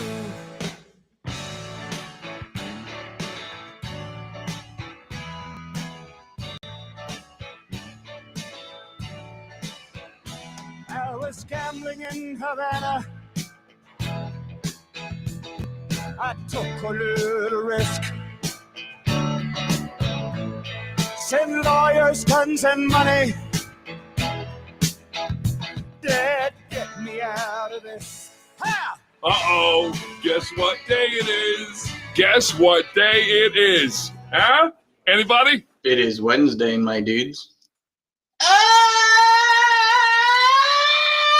It is also Chat Lives Matter night right here live on KLR Radio. It's also Wednesday, April 2nd, which is also National Peanut Butter and Jelly Day, as well as, apparently, according to Donald Trump, Liberation Day. Those two being on the same day. Coincidence? Probably not. I'm Rick. He's Ordy, and you're listening to The Rick and Ordy Show. And good evening, Mr. Ordnance Packard, sir. How are you? Hello? There I got you are. meat sweats. You got? Did you say you have meat sweats? I've got the meat sweats. I put down like 4 pork chops tonight, and I'm just Dude, that's funny because we had pork steaks for dinner, and I had 2 pretty huge ones myself. So right, yeah. I So, understand. I'm good, though. I'm good. You know, the fire's moved on. Snowed a little bit today, and yeah, just California weather. Snowed in April. What the fuck, California? Come on now. When I was a kid in band, we got snowed on the 4th of July parade. Now that's just some end of the world shit right there. Oh, so yeah, I was a band kid. It's been a fun day because everybody's like, all the left is like, ha, Elon Musk couldn't buy Wisconsin. I'm like, that's okay because Spooky Dude did, so it doesn't really matter. Soros had about 27 out of state fucking PACs did. So Mazel tov. Dude, I'm being honest. I don't care which side of the aisle it's on anymore. I'm really tired of all of these out of state interests getting involved in state level politics, no matter which flavor it is, because that's the whole point of us being what we are, is each state is supposed to be able to pick and choose their own destiny. And that is being taken from us on so many different levels. And I guarantee you, half of what happened last night in Wisconsin was not what the voters actually wanted. No, I mean, well, getting Republicans out for special elections used to be the easiest thing on the planet, and getting them out for general elections was hard because of voter disenfranchisement. Now it's the other way around. But here's the thing. Voter ID pass. Figure that one out. Explain that one to me. Well, so here's my thing, and I don't live in Wisconsin, so I don't know. Candidate. Maybe it had nothing to do. Yeah, there's 2 schools of thought there. One, this was supposed to be a nonpartisan thing, so I don't think anybody really realized who was on what side, except for the ads. The other thing that I'm hearing, and this is from somebody that I was reading in the comment section today, that's actually from Wisconsin, who said, my 2 boys who voted in this last election that voted for Trump stayed home this time because they had no idea what this election was actually about, because nobody was getting out a clear message about what the difference was between the 2 candidates. And I will say that that's one thing that Donald Trump does really, really well, is he talks to people on their level in a way that they can understand him. Now, not today's press conference not necessarily being withstanding, because I understand why today being the exception of the rule. Yeah, I mean, I do understand why Stacey is as frustrated as she is, but at the same time, we kind of got to give time to see if, I understand it's not exactly what everybody thought he meant by reciprocal, but even the basic meaning of reciprocal is you take your tariffs off, I'll take mine off. So let's see if that's what happens before we just start, grabbing. I mean, I know you're looking forward to it because there's a good chance there might be a run at the Emporium soon, but let's not go there yet. You're going to be like, I can't do a show. Everybody's buying pitchforks and torches. I'll be back next week. Yeah, I've always been one to say Trump generally has the most retarded messaging when he's like, I don't want to say the tariffs are above his head, but when he's just kind of like out of his element, when he's just talking to people, he's in his element. When he's trying to, convince you to vote, that's his element. When he's talking about tariffs are fucking boring. Probably bored him to fucking death. So he just read, whatever Cliff's notes they gave him. And then started riffing on everything else. I'm not a fan of that spreadsheet you put up because words have meaning. But on the other hand, I've been wrong about his retardation in the past. Which is So why I'm saying. Now, don't get me wrong. If I find out that we're actually starting to levy tariffs against Israel, actually after he actually said, if you deal with your tariffs, we'll deal with ours, then I might start being a little upset. I'm not gonna lie. But at the same time, this whole idea that we can't, use tariffs to either completely offset or maybe get rid of taxes eventually, I don't agree with that assessment because we didn't have an income tax for a long time. yeah, And the first 150 years of our country, we didn't have income taxes. because it was direct taxation, and that's why they had to do an amendment to make it work because it was illegal until the amendment. But this goes back to one of the things that I was talking about before we went, "Ooh, look, squirrel." What confuses me is after talking to people that live in Wisconsin, they're now terrified that the new liberal-leaning Supreme Court is going to figure out a way to strike down the voter ID law. I don't know how things work in Wisconsin, but once something is enshrined in the Oklahoma Constitution, it's impossible to make it go away. So maybe Wisconsin If has they're like something to do. California when it's a ballot initiative, yeah, we can vote for it, and then the assembly goes, "Eh." I mean, I don't know. I know in Oklahoma that if they put something on the ballot like that and the language specifically says this will be added to our state constitution, once it's voted for, there's no mechanism. That's just it. It becomes part of the constitution. That's why we always try to be really careful here for the stuff that we put up for direct ballot access voting because once it's enshrined, and there's not really much of a mechanism to make it go away. But at the same time, even if the Supreme Court tries to do something about that, I don't know if they'll be able to pull it off before the midterms. So it may be a moot point, at least for the upcoming election. I don't know. So, getting to the judge thing real quick. I don't know how it is in your state, but in California, the judges don't have party affiliation. I'm pretty sure that's universal because they're not supposed to. I mean, it's not supposed to be overt. But here's Orty Packer's handy dandy trick for voting for state level judges on your state ballot. If they're an incumbent, and it's really easy in California, find out who nominated them to the bench. It says right there. You can go online and find that on Ballotpedia or whatever. Like say, put appointed to this level of the court by George Deukmejian. Well, fuck yeah, I'm voting for them. Appointed to this level of the court by Jerry Brown. Fuck no. Appointed to this level of the court by Gavin Newsom. Set them on fire.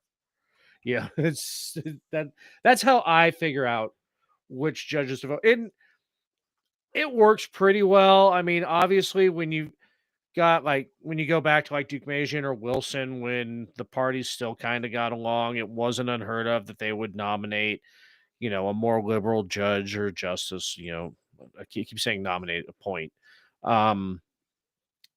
but it's generally a pretty good barometer.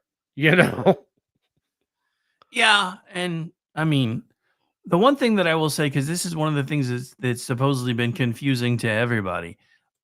What this proves to me, if there weren't some form of shenanigans, regardless of what else happened, is voter ID is actually very popular across party lines, which according to polling, it has been. But according to the left, it never had. According to the leadership in the left, it never has been.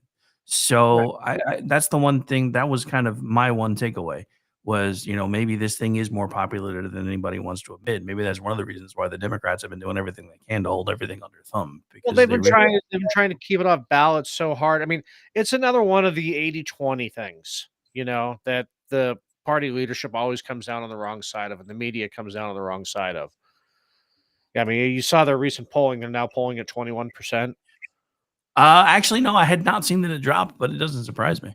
Yeah, but it was on CNN last night. They're at 21% right now. So they're actually the 20 and the 80-20. You can't just it's 25. Oh, well, fuck me. Okay. But no, when it's actually 21, you can't really split that hair. You can, but you look retarded doing it. Well, I mean, it is the left, so they look retarded. Yeah, it's a given. So, but yeah, so that had to be fun for CNN to report last night. They're trying to win out of a loss. I Well, think of the course. Whigs had better polling back before they just disintegrated and became the Republicans. I mean, I wouldn't necessarily be surprised if there isn't some sort of a major shift in a little bit because I don't remember the last time I remember a party polling anywhere near this bad was the Whigs. Yeah. I mean, so there may be some sort of a seismic shift coming. I mean, granted, all of the social media lefties have some wind in their sails again because they're like, yeah, there's no mandate. See, we got the Supreme Court in Wisconsin, and y'all tried to stop us, and yeah, you didn't flip either one of the seats in Florida that you swore to us you were going to do. So Yeah. whatever. Well, I mean, the 21%, you can kind of put that on Hogg, because he is the party vice chair, and I really couldn't tell you who the party chair is because they don't do anything, and Hogg's always out there being so fucking retarded. But also look who the head of the Democrats are in Florida. You know what? I've never bothered to look. Who is it? Nikki Friday. Oh my God! No wonder. Yeah. That explains. Yeah, you know what? She should have followed my advice. Instead of blocking me on Twitter, she should have followed my advice and started an OF because she's looking rough now. There ain't no way she's going to make money off that anymore. That explains so many. Mm-hmm. Anyway, so yeah, I mean, if you're actually losing in like Miami-Dade and Fort Lauderdale, and you're a Democrat, you're not. Yeah, but oh, so much craziness. Speaking of Florida, did you see DeSantis calling out the 2/3 majority of the GOP state legislature in Florida? I did not know. He's calling out, he's like, y'all campaigned on reciprocal carry. Where is it? Y'all campaigned on this. Y'all campaigned on that. You haven't done dick. What you are doing is being petty and taking an office and a parking space away from the state senator who replaced Marco Rubio because she sided with me over the amnesty bill.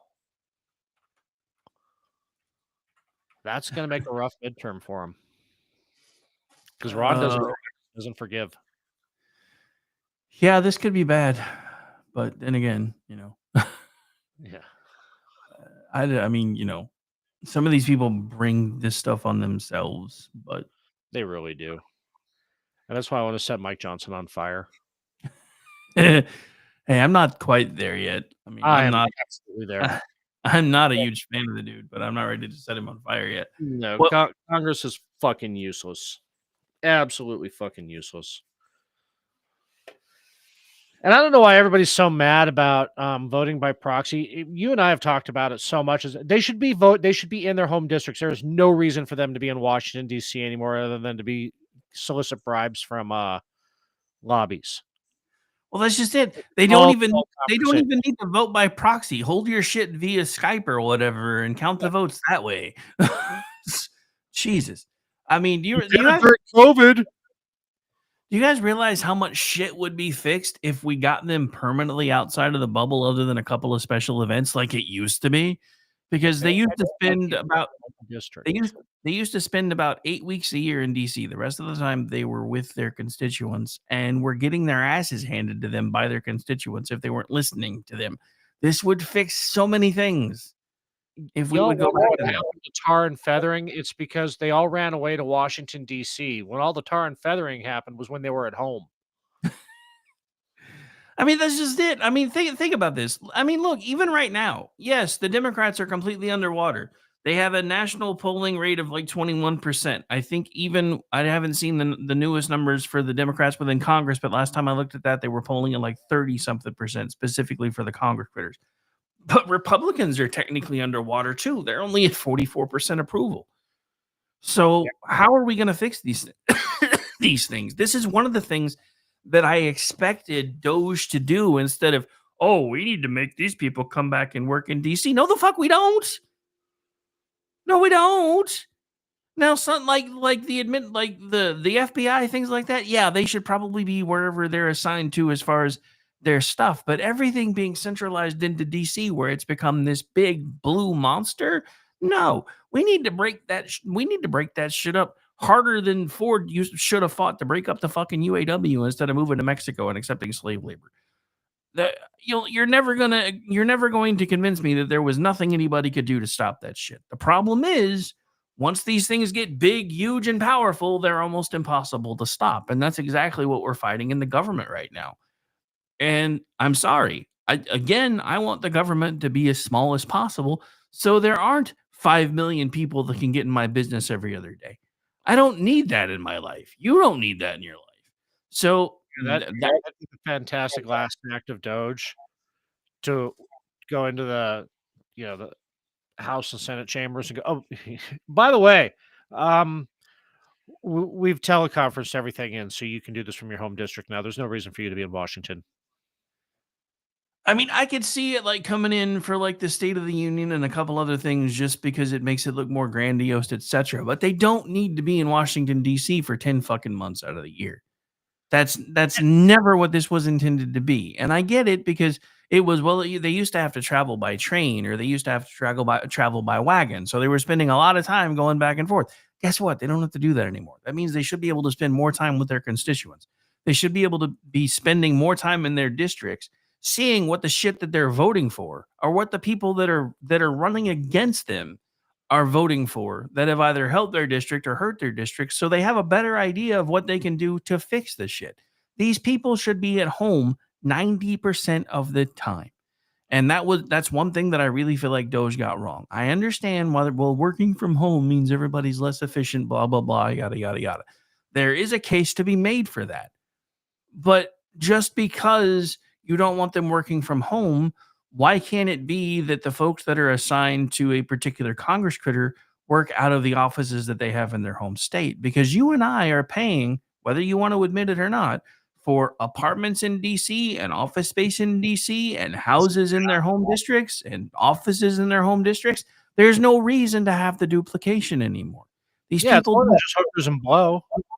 I mean, there's a whole logistical support team we're paying for that.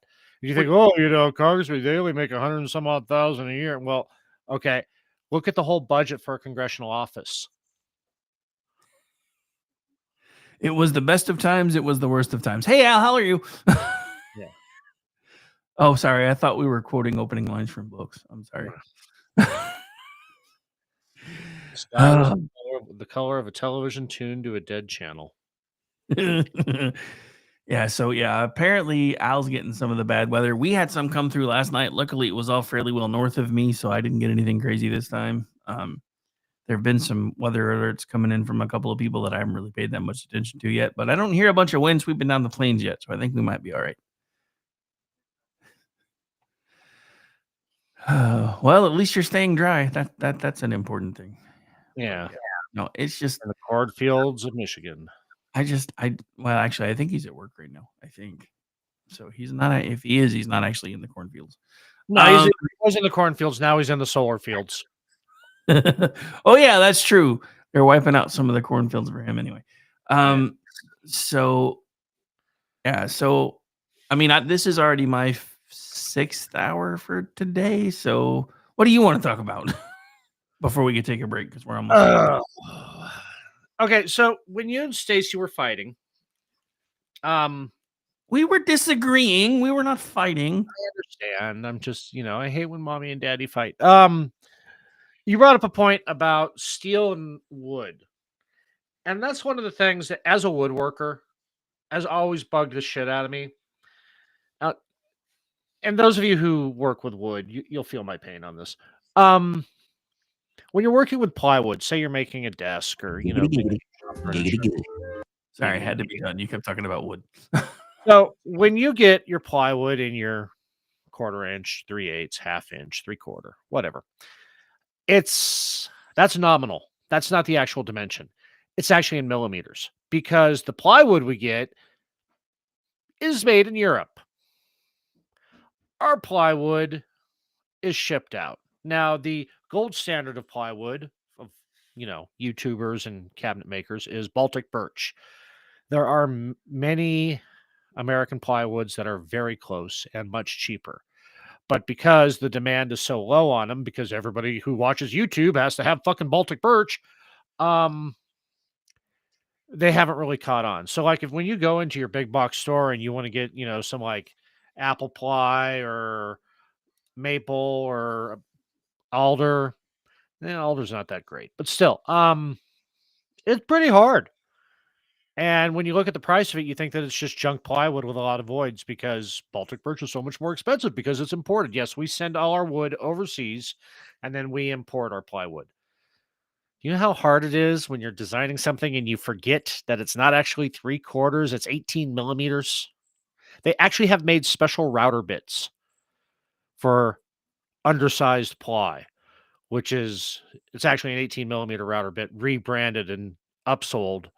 So, to make you think, oh, they made this special. No, they just rebranded some European router bits and made it undersized. Anyway, I just had to get that little rant off. No. I completely understand. But yeah, that's one of the things that drove me absolutely crazy when I started looking at some of this stuff that with our imports and our exports and everything else. I'm like, so wait a minute. We have all this wood and steel that because we don't make a lot of it here, but we make enough that if we were actually keeping it here, the industry would probably grow.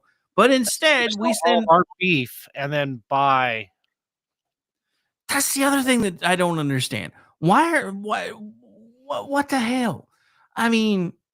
We're complaining about the label of origin stuff going away and everything else. We could fix that if we would just start selling our beef here instead of, let's ship all of our food across the world and then we'll buy food from somebody else because I'm pretty sure there's some FDA regulation that says, you can't buy so much American beef as you're a butcher, or you can't sell so much beef domestically, kind of like with the chicken tax that we always talk about, thanks to Fat Electrician. I'm sure there is some archaic regulation in the FDA through the Byzantine-like code. Mr. Kennedy needs to get on that. I'm just saying. Yeah. Not that I'm holding my breath. You see the other Kennedy, the good Kennedy, the one who I'm sorry. Sometimes when I'm listening to RFK, I think we lobotomized the wrong Kennedy. Anyway, the other one, the senator. Yeah, I know who you're talking about. I can't think of his first name right now. And I partially blame a friend of mine because I was playing a clip of his the other day, and the dude was in the chat and he's like, every time I hear him, I don't think of anybody but the old dude on fucking King of the Hill. And I'm like, I hate you now because now every time I hear his voice, I can't. The dad? No, that's not his name. No, is he talking about the dad? No, the really old dude that's like a perv with the lisp. Okay, yeah. On Family Guy or whatever. I think it was Family Guy. Yeah. All right. So I thought you said anyway. Shit, I can't find it on Twitch. Anyway, so he was talking about he had somebody in front of him and talking about the district court judges. And he's like, could you show me the legislation that says that district court judges have this power to have a national injunction? Because federal courts, they're just supposed to deal with plaintiff and defendant. Otherwise, that's a civil suit or class action suit. And those are the only ones that you can get an injunction, a nationwide injunction for, right? And he's like, well, yeah. Well, could you show me in the Constitution where the judges have the power to call for a national injunction? It's not in there. Is it in common law? British common law? No, I'm not sure. So these judges are acting so outside the authority of the Constitution that, watching him do it in his old kind of Matlock Southern, Southern wisdom sort of way, it was actually quite fun. Well, he does have a way with words, so that's one of the reasons why I like him so much. But yeah. Oh, that's amazing. He has actual 2x4s, not 1 3/4 by 3.5. That's amazing. All right. So fun times. All right. So I think it's about time for a break. What do you think? Yeah, I think so too. All right. So we may talk about this a little bit on the other side of the break, but in honor of a certain someone passing yesterday, which I was really hoping was an April Fool's joke, but yeah, that sucked. Considering his weird sense of humor, it was kind of appropriate that he passed away on April Fool's Day. I'm just saying. But anyway, The movie that I first remember seeing him in had this song in it. And we'll be right back. Rest in peace, Val Kilmer. Sam. We will find you acting on your best behavior. Turn your back on us. You are listening to KLRN Radio, where liberty and reason still reign. I'm Jordan Klinger, an attorney at McIntyre Law. The decision to hire an attorney after you've been injured is important. The decision on who to hire is even more important. At McIntyre Law, we will settle a case if the offer to our client is fair. Partial justice is no justice at all. At McIntyre Law, we are committed to obtaining full justice for our clients. Contact McIntyre Law at 405-917-5200 or visit us at mcintyrelaw.com. KLRN Radio has advertising rates available. We have rates to fit almost any budget. Contact us at advertising@klrnradio.com.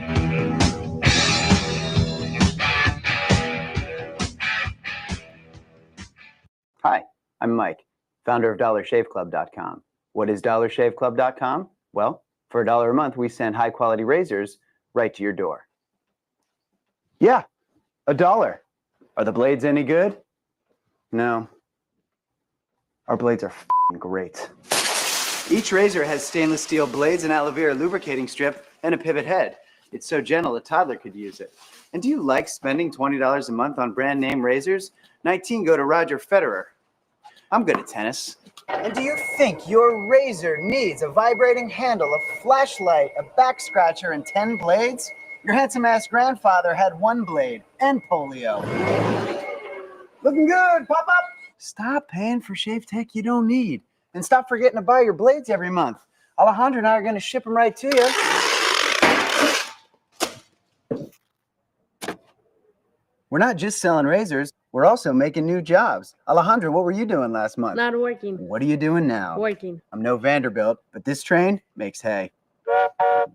So stop forgetting to buy your blades every month and start deciding where you're going to stack all those dollar bills I'm saving you. We are DollarShaveClub.com, and the party is on. I know karate, I know jiu-jitsu, and drive like a gangster when I'm coming to see you, see you, see you, see you.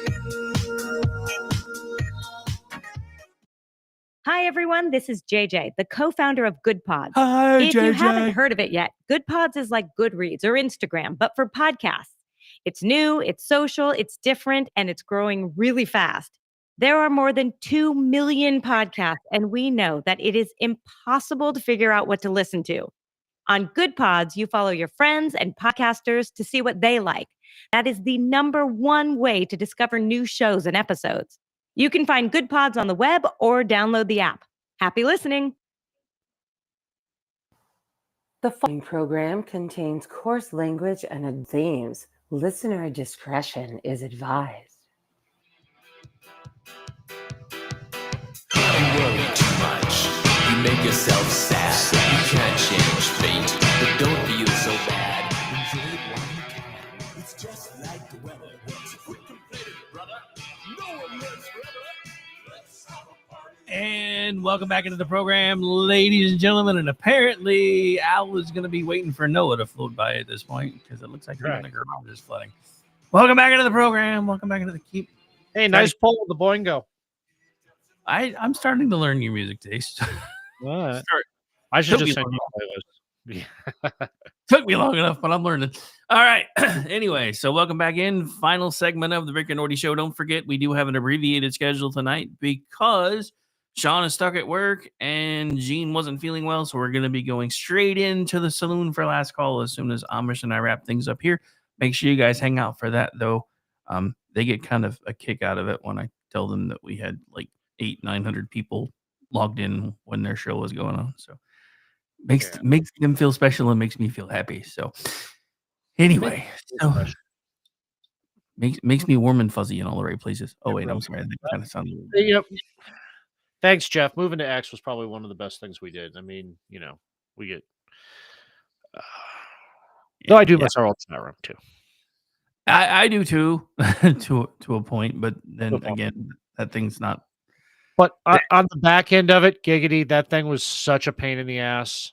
It was always breaking, and not through any fault of your own. Just Yeah, always breaking. They were always changing things, and then with all the changes Spreaker was making, it became even more of a pain in the butt. And I'm just like, you know what? I kind of like the fact that we can just fire things up, and it's in like 5 different. I mean, honestly, if we could ever get things set up, we could literally stream to everywhere all at once if I had the budget to pay for it. 'Cause this what thing, I don't miss? What?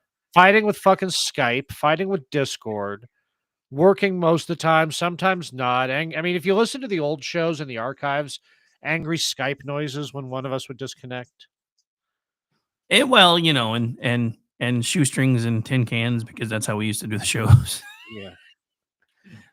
Like there was a time a couple months ago that it was when we decided to do one of the CIA shows again, and we were going to finally move forward with one of the parts that we had promised we were going to do. So I played one of the really ancient ones before I got this new setup, and I was like, holy crap, I didn't realize how bad I sounded till I got this new equipment.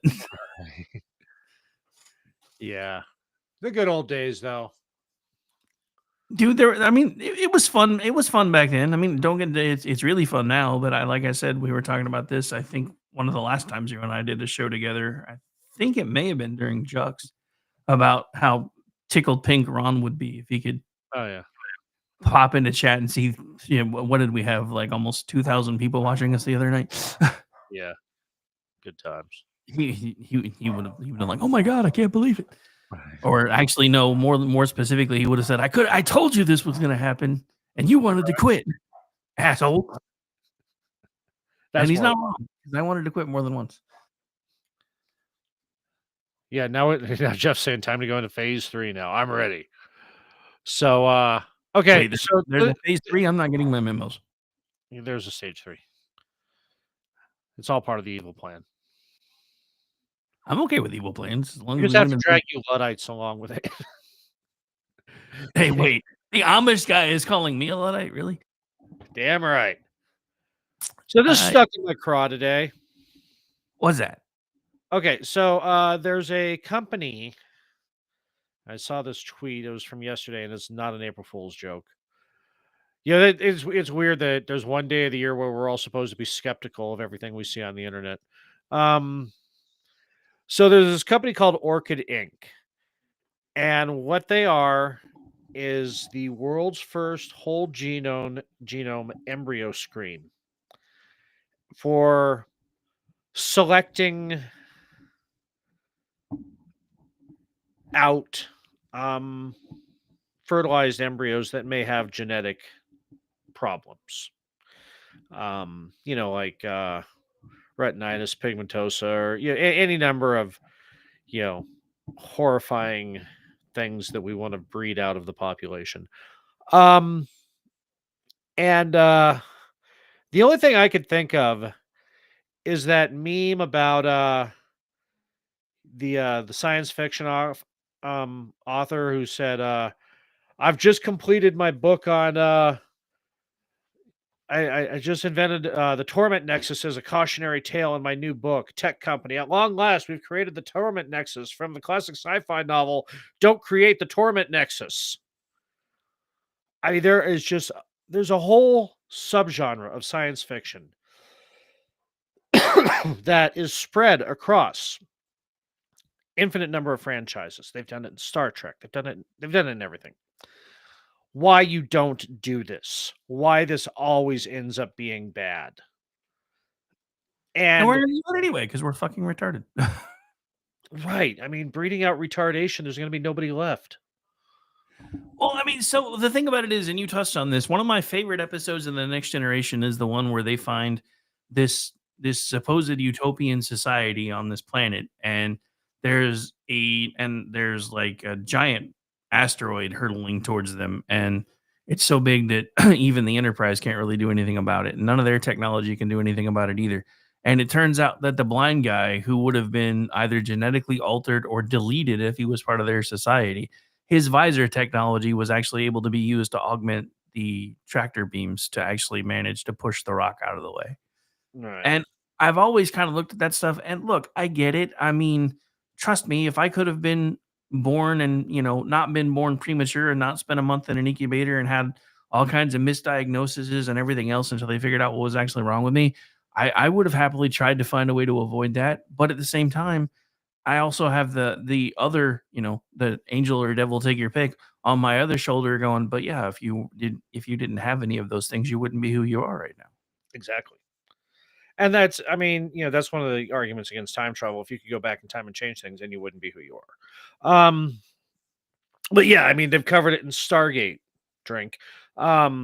With the population that was getting wiped out by the, you come to find out, breeders, because they were all genetically perfect. Not like clones, but eugenics program. You've got, I mean, Julian Bashir and Deep Space Nine. There was a mini story arc about him, and then when they had the other um, genetically altered people come and fucking con eugenics. Yeah, the eugenics program. But I mean, that's the thing. We've done all of these things where our imagination is trying to tell us, hey, these things are really, really bad ideas. And we're hurdling. The thing that scares me the most about where we are right now is we are hurtling full on into every bad sci-fi movie all at the same time. Because we have AI that is becoming crazy good. And part of it, and it was talked about a little bit today, because Bezos has actually decided he's going to try to see if he can wrestle TikTok away from ByteDance, because that's what happened with X and Grok. Is Grok had 24-hour a day, 7-day a week access to X and was able to start learning things exponentially well enough that now the entire concept of Grok is spun off into another company and now actually owns X. So Bezos is wanting to try to do the same thing with their Alexa program because it's struggling and very expensive. And he's like, if we can get TikTok and manage to get a hold of that algorithm, Alexa would then be able to start competing with Grok and at some point maybe even surpass it. You've got the robotics stuff. Dot's going to become a K-pop girl.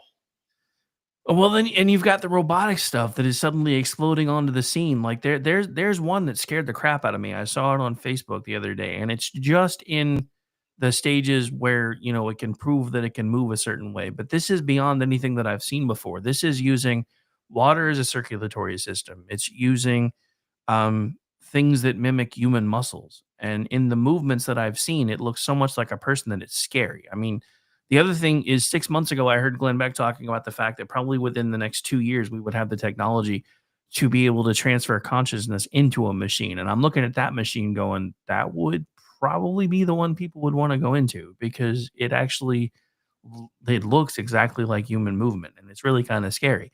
And then I saw Musk's little Optimus today. There was a side by side of how jerky and ganky it was when it first started, and now it's actually more and more starting. That was okay. Musk's tweet was extraordinarily bad phrasing.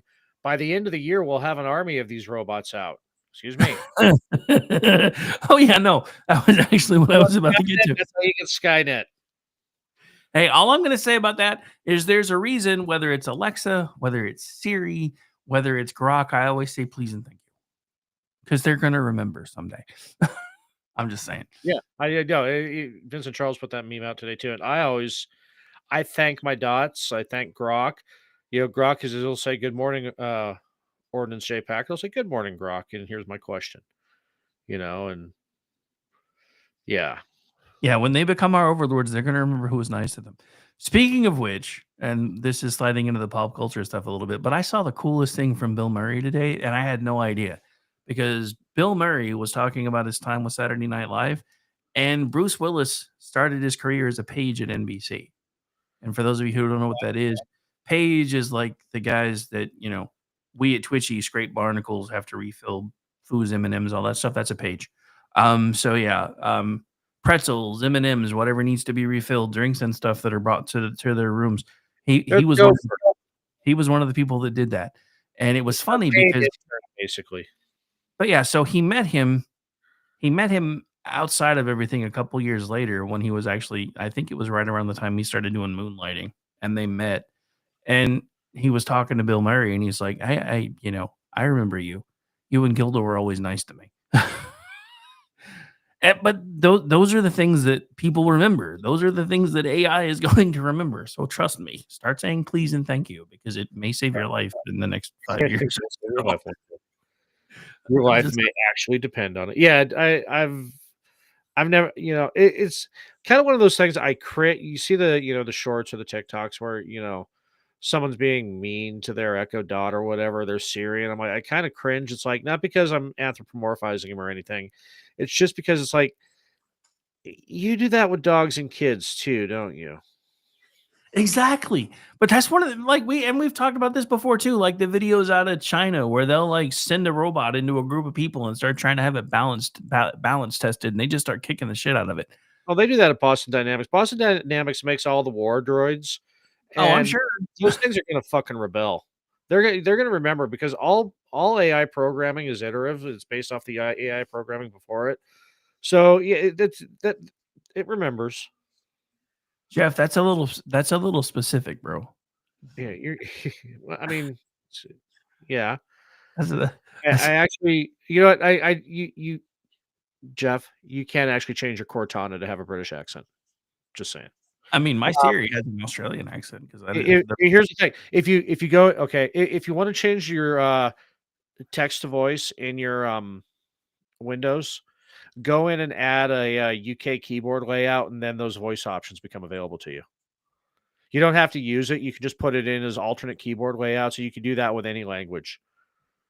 I think he's already done that before because remember he used to have it say it's his disclaimers and stuff for the British accent way back in the day. I told him that trick on for Lost Wanderer. Well, yeah, for those of you who don't remember me laying that out on Cyberchill, if you want to change the voice of your Cortana, if you use Cortana, or if you just use text to speech on your computer. Actually, I think you can do it. I think the settings take with Copilot too. I'll have to check that later. I've been using Copilot against Grok, and it's Copilot is good for Microsoft stuff, but getting outside the Microsoft environment, it starts to get a little wonky. Cyberchill. Now that is a name I have not heard in a long time. Had to be done. Guilt Lou and wanted to bring that back. Yeah. Oh. All right. So, any other final points you want to make before we move into the what we're watching segment? Because we're nearly there. I was going through my notes, and oh yeah, this one. So, you know how California is naming that bill after the dude who gunned down the Oh yeah, that's insane. But yeah, I know what you're talking about. So, a guy went into a Walgreens and executed a Walgreens employee in California today in the same style because he's mad at Big Pharma. Because he wants a bill named after him.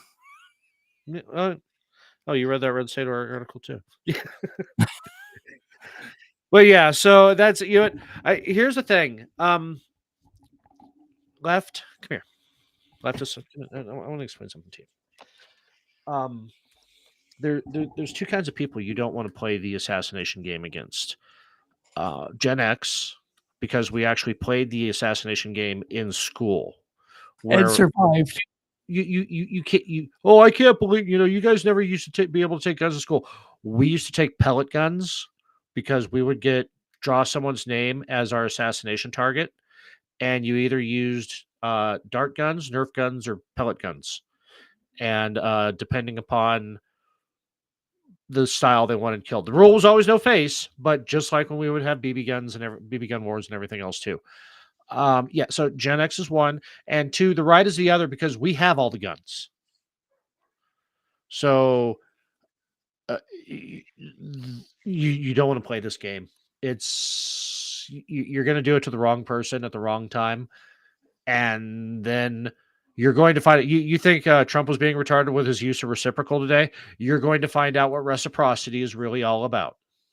Well, that's the thing, right? So the biggest thing that I find ironic about them, bowing up against Tesla is 85% of the people that they're harassing were on their side of the argument. I love people who write that in grease pens on their Teslas. I bought it in 2020. I'm with you. I'm on your side. That ain't going to save you. I'm just thinking, if Elon Musk, bought some sort of company like Harley Davidson or something that actually people that were conservative paid for, I guarantee you they would not be doing that shit because they would be dead. It wouldn't matter. Yeah. I mean, you just spent the last 8 years telling everybody they had to buy a Tesla, and now you're setting them on fire. And now all of Europe that's even bigger into the climate-hard bullshit than we are is suddenly starting to boycott Tesla. Now you've got leftists buying SUVs. I'm like, wait a minute, does it mean the world is healing, or are you guys just that fucking retarded? Yeah. I'm going to stick it to Elon, and I'm going to get myself a Suburban. Okay. So what you're telling me is climate change. So what you're telling me is climate change was all a lie. That's what you're telling me. Pretty much. Oh, and for the third year in a row, California has met or exceeded our average snowpack on the April 1st reading. So don't let them tell you there's a drought. Climate change is not real. Yeah. Oh, and the thing I found interesting about it too, because you've heard me talk about this a lot on the show. When the last time we had 3 years in a row of equal to or greater snowpack on the average? 22 years ago. What is that? 2 solar cycles? Exactly? Uh-huh. Okay. Just funny checking. how that works. For those of you keeping score at home. That's what happens when you understand maths. Yeah. When you understand math and cycles. I mean, anybody who's married should understand cycles. I'm just saying. Right. Anybody who's ever dated a woman for more than 30 days should understand. Or at least, no, we'll give it 90 days. We'll understand cycles. All right, man. So we're down to about 8 minutes. What you watching these days? Anything cool? Anything new? I'm getting back into the YouTubing. It's like I've taken a break from all media for a while just because I don't know why I'm so tired, but I am. But I'm getting back into the YouTubes and just dozing off to that shit. Are you trying to say you don't like this show, Jeff? Because it kind of feels like you're trying to say you don't like this show. Yeah. So YouTubing, huh? So yeah, YouTubing. And in the final minutes, I'll throw on some, before I sack out, I'll throw on some SG1 or Deep Space Nine, just because I'm not getting into a program. I keep meaning to get into Daredevil, but I know I am not mentally in the place where I could watch for more like 15 minutes of it without falling asleep. And then after I watch the same 15, 30 minutes more than like 5 times, I've lost interest. So I'm saving myself that disappointment. But if you'd rather be scoring than listen to us, that means you don't really like us. So I'm taking it personally. No, not really. I'd rather be scoring too. I mean, I'm just saying. I don't even know if we're talking about the same thing, but I'm kind of there with you. All right. We're talking about TCC. All right. So what are you watching? What you got going on? Well, I just realized that I had not watched the last couple of episodes of the Zachary Quinto show on NBC, Brilliant Minds. And I'm kind of upset because I don't think it's getting renewed, and it finally hooked me on the last couple episodes. It's been one of those slow builds for me, but it actually threw me enough of a curveball that even I got hooked. And I mean, don't get me wrong, it was a slow build curveball, and I still figured it out right before the reveal. But usually I can see things like that coming like 3 or 4 episodes ahead, and I didn't. So I was kind of hooked. And now I found out it went on what was supposed to be its winter break, and it hasn't come back yet, and there are no other episodes scheduled. The other thing that irritates me about this is I normally do everything I can to not get involved in shows that have, lead characters that are exploring their sexuality or gay or lesbian. And I watched it anyway just because it was Zachary Quinto. And they actually started making me care about the dude's relationship, which has never happened for me before. I'm like, so wait, you sold me on a gay relationship. You got me hooked on it, and you're about to cancel the shit. Thank you, NBC. You're doing what you always do. I fucking hate it. Goes down. And the other thing in the same vein is one of the shows that my ex and I used to watch that I basically steered clear from for the longest time because we used to watch it together. And for the longest time, I was like, I can't watch it anymore. Was 911 back when it was on Fox before it changed over to ABC. So I finally, because it was the week that I was sick and barely doing anything. So I turned that back on for a little bit. And I was like, fuck it. It's been 5 years. I can at least watch it. And I was enjoying it again. And then I got to, I think it's season 7, when all of a sudden Evan Buckley basically decides to start exploring his sexuality. And I'm like, just no. Just no. 1, it's awkward. 2, it's weird. 3, it's forced because we're in the 7th season of the show and dude has suddenly figured out he's attracted to men. No, fuck you. No. If there was even a hint of this at any point throughout the show, I would have probably been okay with it because it's been inundating our eyeballs in media now for 20 years. So I probably wouldn't have cared. But for it to come out of left field, no. I watched another 5 minutes and was just like, no, can't do it anymore. So yeah, that You one's look off. to just do that with a character. I mean, yeah, I mean, a lot of people figure out they're gay later in life. True. But there's at least there were hints. signs. Exactly. There are signs, and there has never been any indication of this dude having any feelings towards a dude until like left field. One episode is like, oh, all of a sudden he's like jealous, and I thought it was because his best friend was hanging out with another dude, and it turns out it's because apparently he was wanting this other dude to jump his bones, but now he's self-conscious about the fact that he wants this other dude to jump his bones, and I'm just like, 7 seasons in, no, thank you. There should have, if you would have dropped at least 1 or 2 hints earlier in the show, I probably would have been okay with it. But just out of left field, no. This was pandering. I mean, at least with Quinto's character in the show that I got into, he started gay. I knew from like the jump, dude was gay, and I still decided to watch the show anyway because it wasn't about that. Because I don't really give a shit about sexuality. But when it becomes this trope that you're just like, oh, we're just gonna throw this out to no. But yeah, other than that, I watched. I guess I missed an episode of Daredevil, so I got caught up on that earlier this week too. There were 2 of them in a row. It's still kind of doing the slow build thing for me, so I'm not really digging it so far. I this may be one of those things, and it's kind of become a thing because I like the Netflix style of things, honestly, on streaming where they just drop it all at once and you get to watch it. They may split it up a little bit, drop 5 or 6 at a time, then come back with 5 or 6 more, and then 5 or 6 more a few months later, like they started doing with the Karate Kid. But it wasn't just this episodic weekly thing. I don't like that with streaming as much. Yeah, well, they figured out. I mean, you've heard Brad and I talk about it 100 times. That's how they stop the churn. Because when you drop an entire season, people subscribe for 1 month, watch the whole season, and then bail. When you trickle out 8 episodes over 2 months, you're at least getting your. Well, yeah, I know, but I mean, in theory, if there's, and I do this still, if there's shows that are more important, I will either downgrade to the ad-supported version or completely shut it off for a few months and then come back when I'm done watching the other shit. So it doesn't really stop it. It slows it down for a lot of people. I get that, but it's the closest thing we have to water cooler topics anymore. I miss those days. That's another thing that went away with the 1999 anomaly. Speaking of water cooler topics, I have started rewatching Lost again while I sleep. So I'll usually watch an episode or 2 and then I'll doze off. And then since I've already watched it a million times, I don't even usually bother to back it up. But I have picked up a couple things I missed during my last run through. But I did avoid that one for a while because the last time I watched it was, I think, 2016 or 2017. It was one of the last times I went to CPAC. No, I'm sorry. I guess it was 2018. Because I was watching that and then got on an airplane and I was kind of freaked out for half the trip till I calmed down. I was like, dude, it's just a TV show. Calm the fuck down. Besides, it's not like you're flying to DC. You're not going to be over the ocean, dropped into a desert island or some shit. Calm down. But yeah, I was like, this was not a good series to watch right before I got on an airplane. Just saying. But yeah.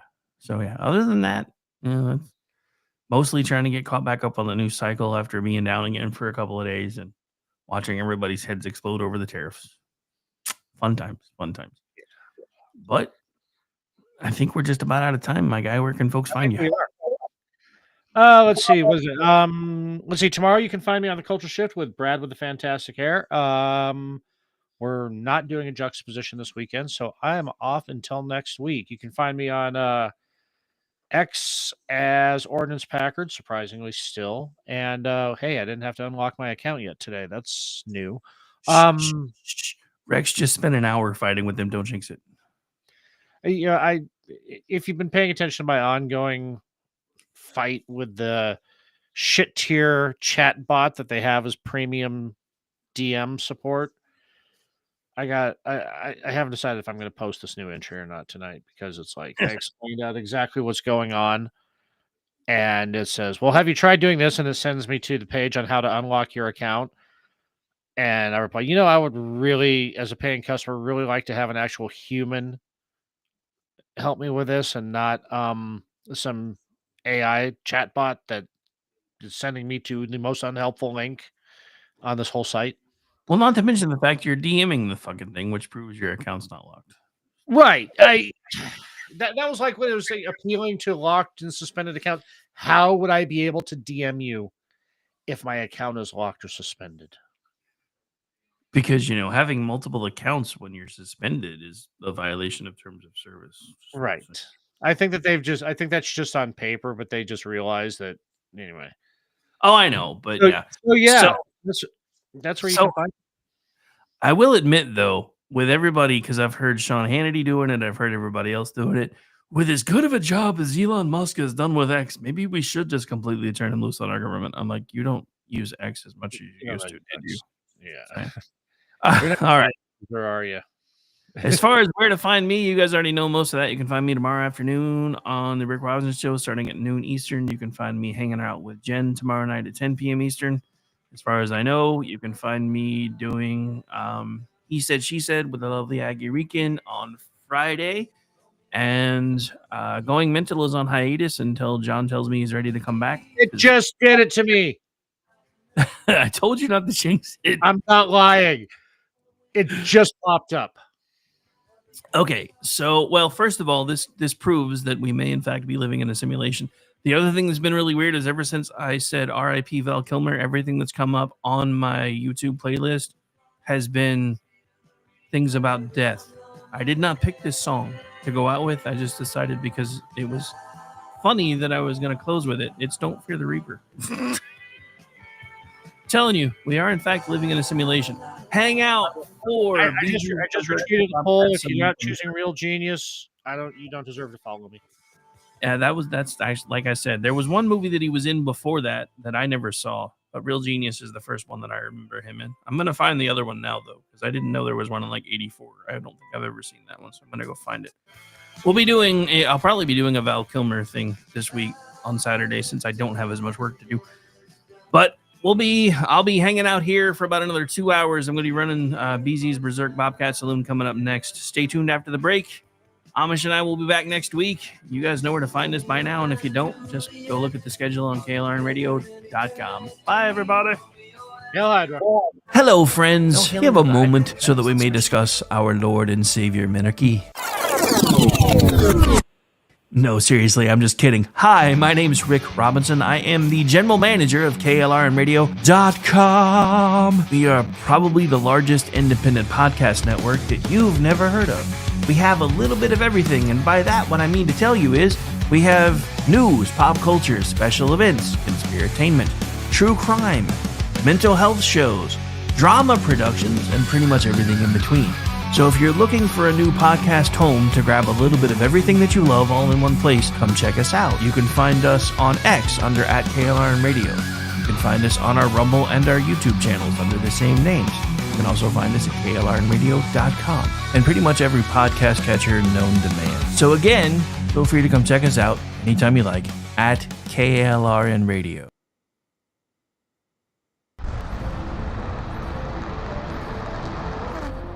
Are you ready to reach for the stars? Tune in to The Lost Wanderer, the #1 monthly podcast on good pods in astronomy. Join our host, Jeff, as he takes you on an interstellar adventure to explore the mysteries of space and the wonders of science.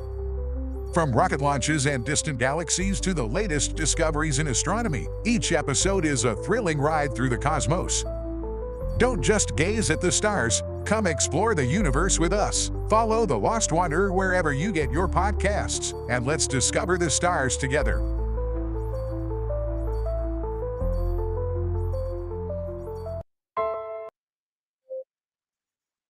Hi, everyone. This is JJ, the co-founder of Good Pods. If you haven't heard of it yet, Good Pods is like Goodreads or Instagram, but for podcasts. It's new, it's social, it's different, and it's growing really fast. There are more than 2 million podcasts, and we know that it is impossible to figure out what to listen to. On Good Pods, you follow your friends and podcasters to see what they like. That is the number one way to discover new shows and episodes. You can find Good Pods on the web or download the app. Happy listening. The following program contains coarse language and adult themes. Listener discretion is advised.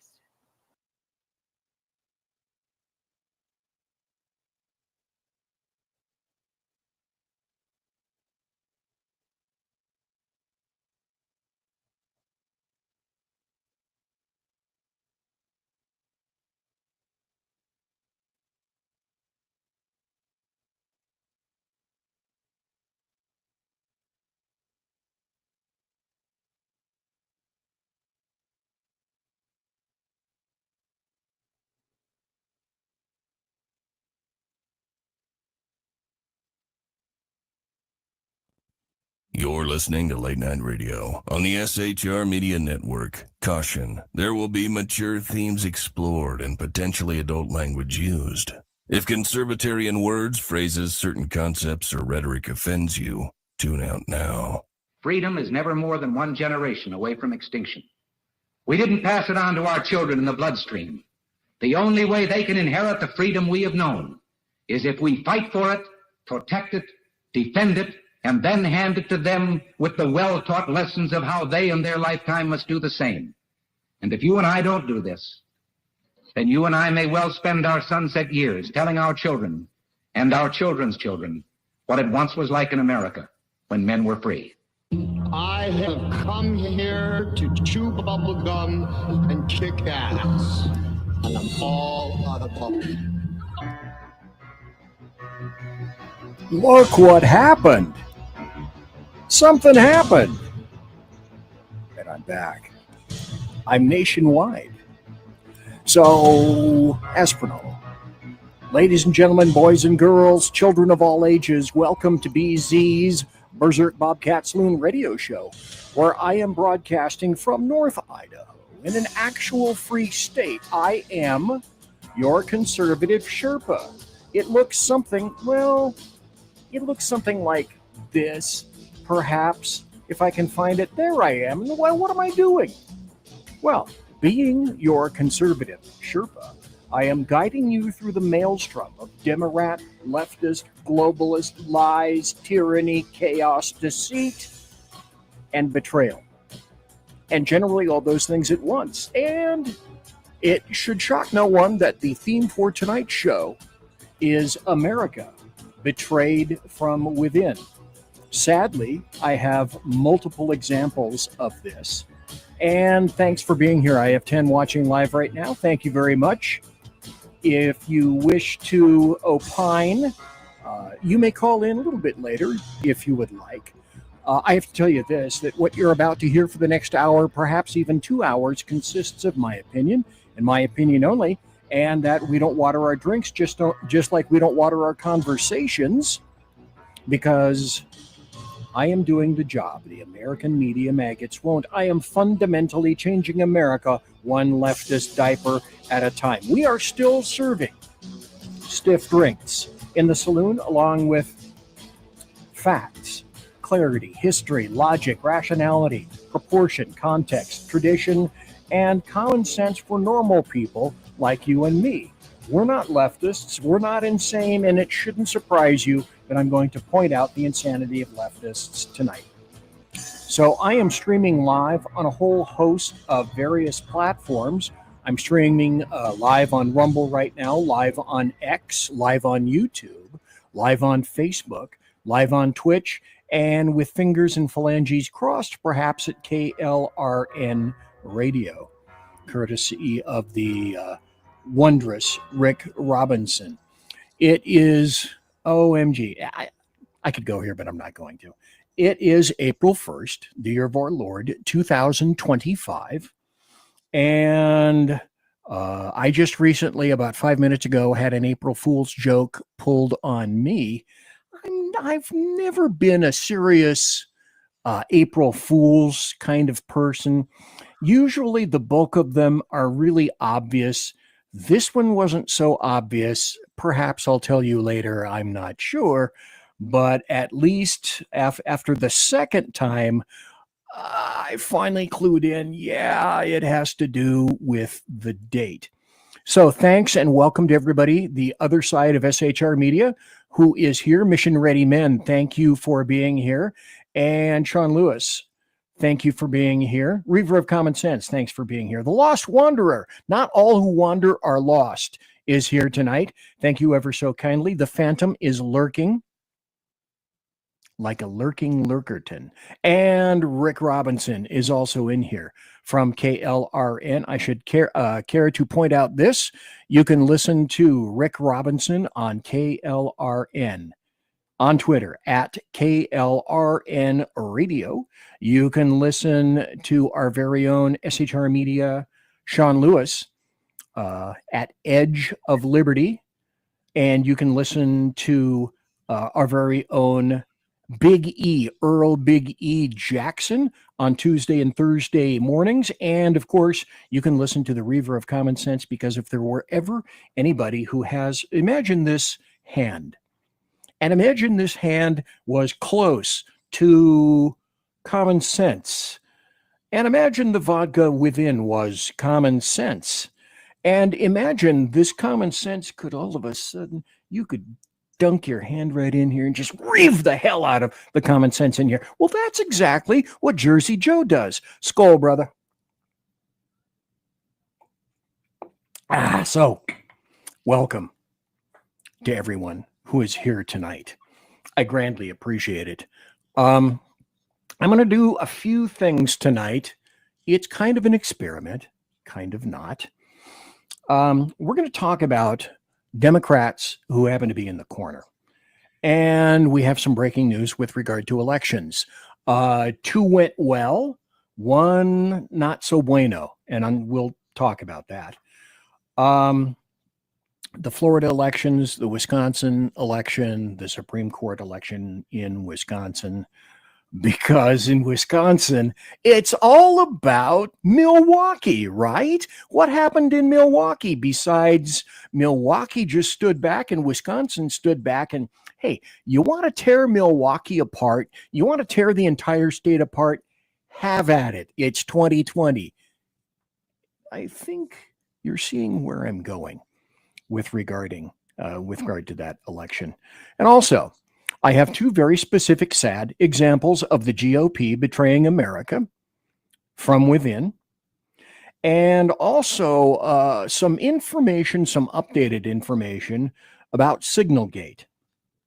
And it's a never-ending shitstorm, so to speak. It should, of course, not surprise you that I have happy stories and I have many examples illustrative of the fact that leftists are insane.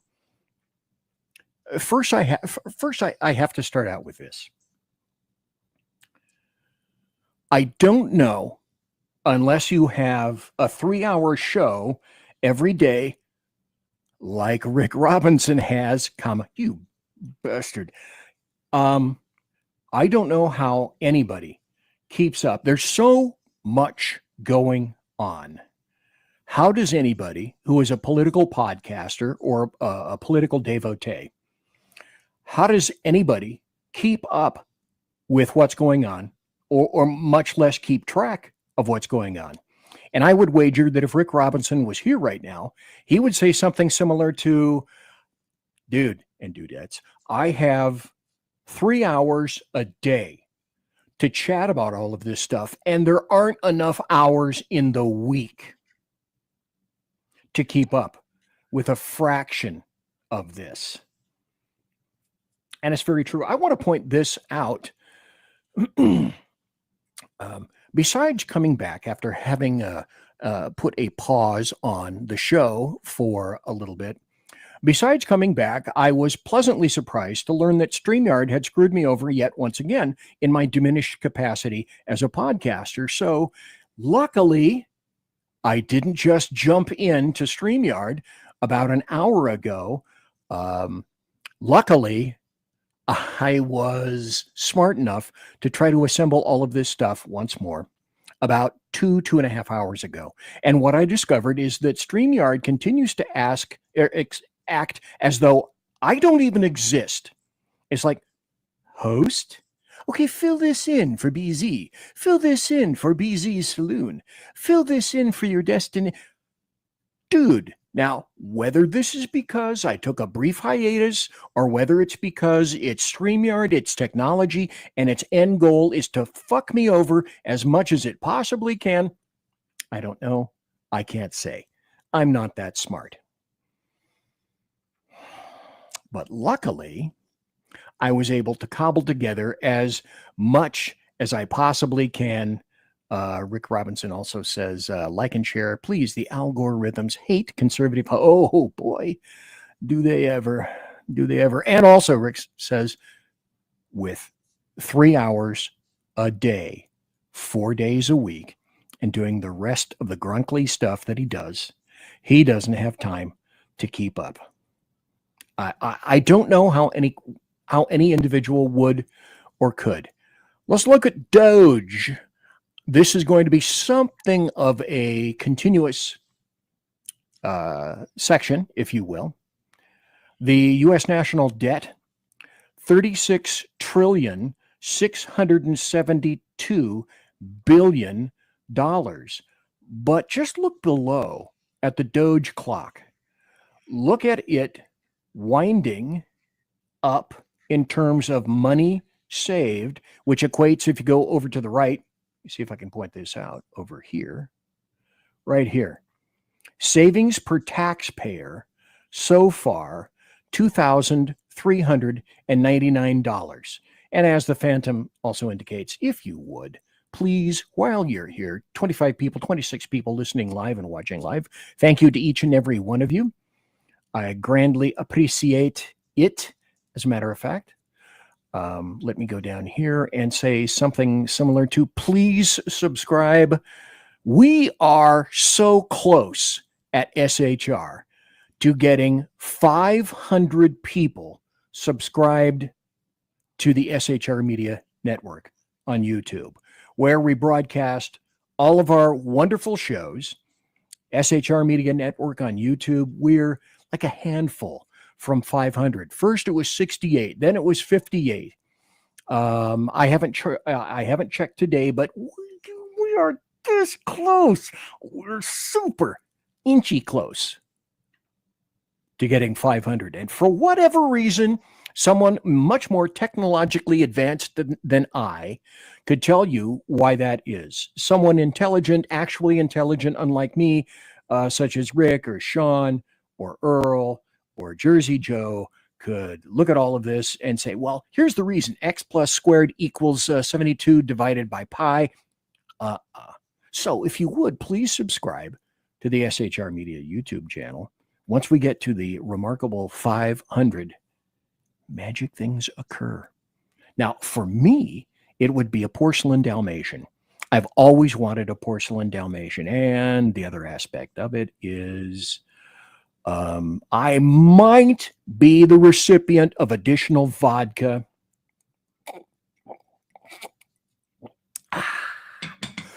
It's so good for you. And it's healthy too. It's clear. It has no additives, no heinous red, green, purple, burnt umber dyes in it. So God meant me to drink vodka because it's a health boon to myself and everybody else before I am issued I have my factory issued heart attack. Also, that was Debt Clock. Let me go over here before we continue. If you want to see it, go to usdebtclock.org, usdebtclock.org. And then that heinous Elon Musk, damn him. You want to see what's going on in terms of savings? Go to doge.gov, doge.gov. And then it's broken down additionally into savings. This is transparency. This is transparency in a government that we have never experienced before. It's the exact opposite of what Democrats, leftists, the DLG, Democrats, leftists, and globalists are indicating. Oh, it's so not transparent. Oh, it's so horrible. We'll get into Elon Musk just a bit later in the show if my brain will hold out. But looky here, estimated savings, 140 billion. God, who was it that said a few $1 billion here, a few $1 billion there, and pretty soon you're talking real money. Amount saved per taxpayer. Not even 100 days into his term, President Donald John Trump, OMB, Orange Man Bad, the guy with the dead orange cat on his head. Speaking of orange cat, maybe at the break, I'll show you the Bobcat. At this point, the Bobcat hat, I have a Bobcat hat, has only been worn on one show, not even mine. It was worn on the Jersey Joe show, who is the Reaver of Common Sense.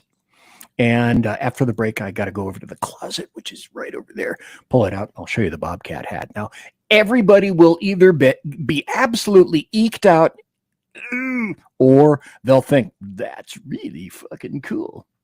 Anyway, what other government before this one has taken the burden amongst themselves to try to actually save the taxpayers some money? None of which I am aware. Let's go back to the comments, because the comments are, as Sean says, at least hit the like button to pay for the free show that you're getting. Ooh, free. Nice. And also, Sean makes an observation. I am customarily want to say something similar to, shut up, liver, you're fine, okay? I'm done with your complaints. But Sean says, BZ, if it weren't for vodka, you would already have had the factory issue. It sustains you first of the night because as, God, I can't even think of the band, but they used to say, you got to live on heavy, heavy fuel. And folks, I live on heavy fuel. Anyway. Also, it's more amazing if you know the history of Clyde the Bobcat. Yeah, I will show everyone the Bobcat hat. Oh, and Reaver of Common Sense, Jersey Joe. I haven't even gotten into the show yet. Just a bantering, a tete-a-tete between myself and the other individuals who are here. And thanks to everybody for being here and being in the chat room. Oh, also, speaking of, let me show you this. I have a couple of chat rooms, but the one which has the most individuals and the most cute and fuzzy persons there is the SHR Media chat room in YouTube. So please jump into my plush, sumptuous, and palatial and resplendent, because it is resplendent, chat room on SHR Media YouTube channel. That'd be a wonderful thing for you to do, and join all the rest of the individuals that are there in the chat room itself. Now, I have changed the chat room again, as some people saw last time. Not exactly spring, or is it spring yet? Spring is sprung, the grass is riz. I wonder where the birdies is. Is it spring yet? Well, it isn't spring around here because we're still getting some snow. So this chat room reflects what's currently going on in NOFE, N-O-F-E, Idaho. And you can jump into the chat room. And again, thanks to KLRN's Rick Robinson for simulcasting the show. And if he's not doing it live tonight, it's because he has no space, and or with luck, and perhaps a few Greckles, perhaps he will replay it either tomorrow or the day after.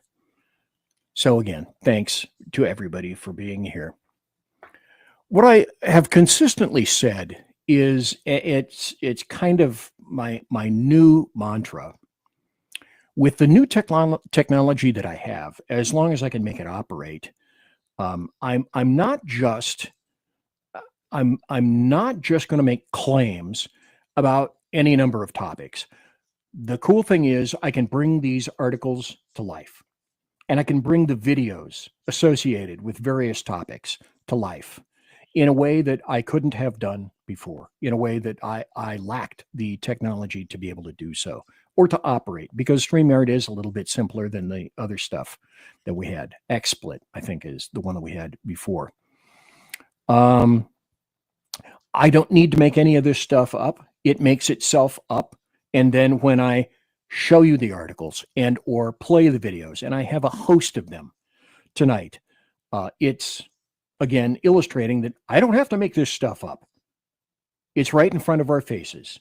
And like the rest of the folks, it's also in the faces of the American media maggots. And it's there to be picked up if they wish. Primarily, they don't wish, which is why you don't see a lot of information, because they are not interested in presenting these things to you. I typically do not present a lot of leftist type crap on this show because they have so many other media outlets in which to do that. Magazines, internet magazines, the American media maggots, the typical ones themselves, ABC, CBS, NBC, CNN, MSNBC, CNBC, blah, blah. And all the other places, all the other websites that they have. You want to read about that stuff, go there. You want to read about it, you want to read about an aggregator, go to Drudge Report. Drudge Report changed once Drudge was no longer favored by OMB 45. And so, by the way, I also recommend this. Let me see if I can show you this. I should have thought about pulling it up, but I used to go to Drudge Report, and people used to say, oh, Drudge Report, it's a terrible site. It shows all these terrible articles. Drudge Report, like this site, they don't write their articles. Matt Drudge wrote one article. It was about Monica Lewinsky and a semen stain on a dress. That is how Matt Drudge got to be Matt Drudge. And he built an empire behind it. I don't even go there anymore. It's an absolute waste of my time. I go to Citizen Free Press. You'll find a ton of stuff here that I customarily do not find any other location. And I think it's a great and wonderful place to go. I'm going to weigh in just a moment on Democrats generally being in a corner, a self-created corner, and also about how we've been betrayed from within. But these are just in, if I can put this up, this is the Wisconsin Supreme Court special election. And Susan Crawford has been declared the winner over Brad Schimel.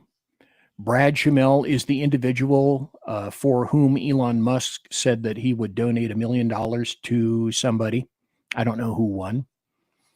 And you have to remember, so BZ, why would Wisconsin and a Supreme Court election in Wisconsin have anything to do with anything?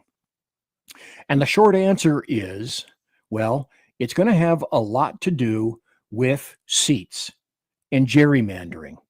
And it's believed that as a result of this, Democrats in Wisconsin will be able to gerrymander new districts, essentially creating 2 new seats in the House of Representatives. That is why, for example, that the Democrats would love to create D.C. as the 51st state, or say Guam. What's the first thing that occurs when a state becomes a state? It gets 2 new senators. If you go to D.C., you make it a state, or Guam a state, it automatically acquires 2 new senators each. And then the Senate gets flipped. Why else would they want D.C.? D.C. is a piece of shit. If you've ever been to D.C., it's psychotic. It is schizophrenic. There are all these wonderful... Here, let's jump out of this for a moment so that I may opine. I stayed in D.C. for a while. I was assigned there working for an agency. And while I was there, one of the first things that I discovered on my days off, because I first got assigned to New York, back then, super shithole. D.C., kind of not much better at all. But around the monuments that are there, It's a wonderful place, and everyone should experience DC at least one time. But it's schizophrenic in terms of, as I am wont to say, step, I don't know, half a block. What was it, if I recall correctly? East of the Supreme Court building. And it's as if there were an invisible wall there, and the neighborhoods turned to trash. Now, it should not shock you that the neighborhoods that have turned to trash are primarily inhabited by Black Americans, because DC primarily doesn't give a shit about Black Americans, but they still vote for Democrats, which is one of the strangest experiences. But if you step outside of the area for the monuments in DC, you'll find it's kind of a crazy, semi-scary place. I could go on about DC, but I truly shouldn't. In any event, the bad aspect of it, of the Wisconsin Supreme Court, is it's apparently fairly likely that there will be, after gerrymandered districts in the state of Wisconsin, it's surmised possibly 2 more Congress critters going into DC itself from Wisconsin. And then, of course, as I said before, it should actually be no surprise, because what's in Wisconsin? Milwaukee, one of the sort of northeast, mostly north, aspects and centers of insanity in the United States. It's just kind of a crazy place. Went there one time on an extradition, went to Lambeau Field, picked up some Lambeau grass, because I used to be, when I watched the NFL, a great Green Bay Packer backer, a great Green Bay fan. Purchased a cheesehead while I was there. And I had the guy that we were bringing back hold the cheesehead in belly chains. That was funny. I got a photo of that somewhere. In any event, that was, well, that's Wisconsin. We're going to have to deal with it as we deal with it. But I also want to address this, because the Democrats and the leftists were saying something similar to, don't count on holding any of these seats in Florida. And as it turned out, it looks like we held the seats, because there was one, oh,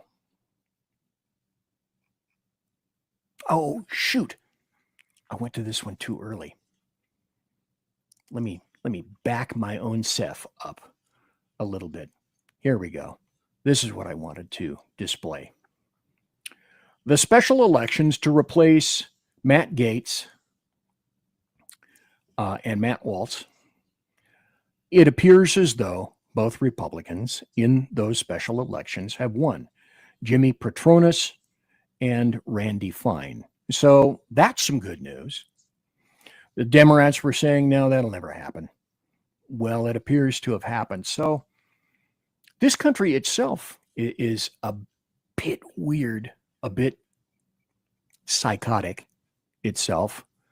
And when I get after the break, and when I go into the Republicans and what the Republicans did recently, because we have at least 9 that were anti-Trump, I'm going to begin to illustrate how Democrats are in a corner, and they think that they are basically sitting in the catbird seat in a number of issues, and they are not. And it turns out that the DLG, what I call the Democrats, the leftists, and the globalists, have all wonderfully managed to paint themselves into said corner. And it's definitely a petard upon which they are all being hoisted right now, of their own creation, as I indicated. It is, and we all have enjoyed watching it unfold directly before our eyes. It's actually fairly entertaining.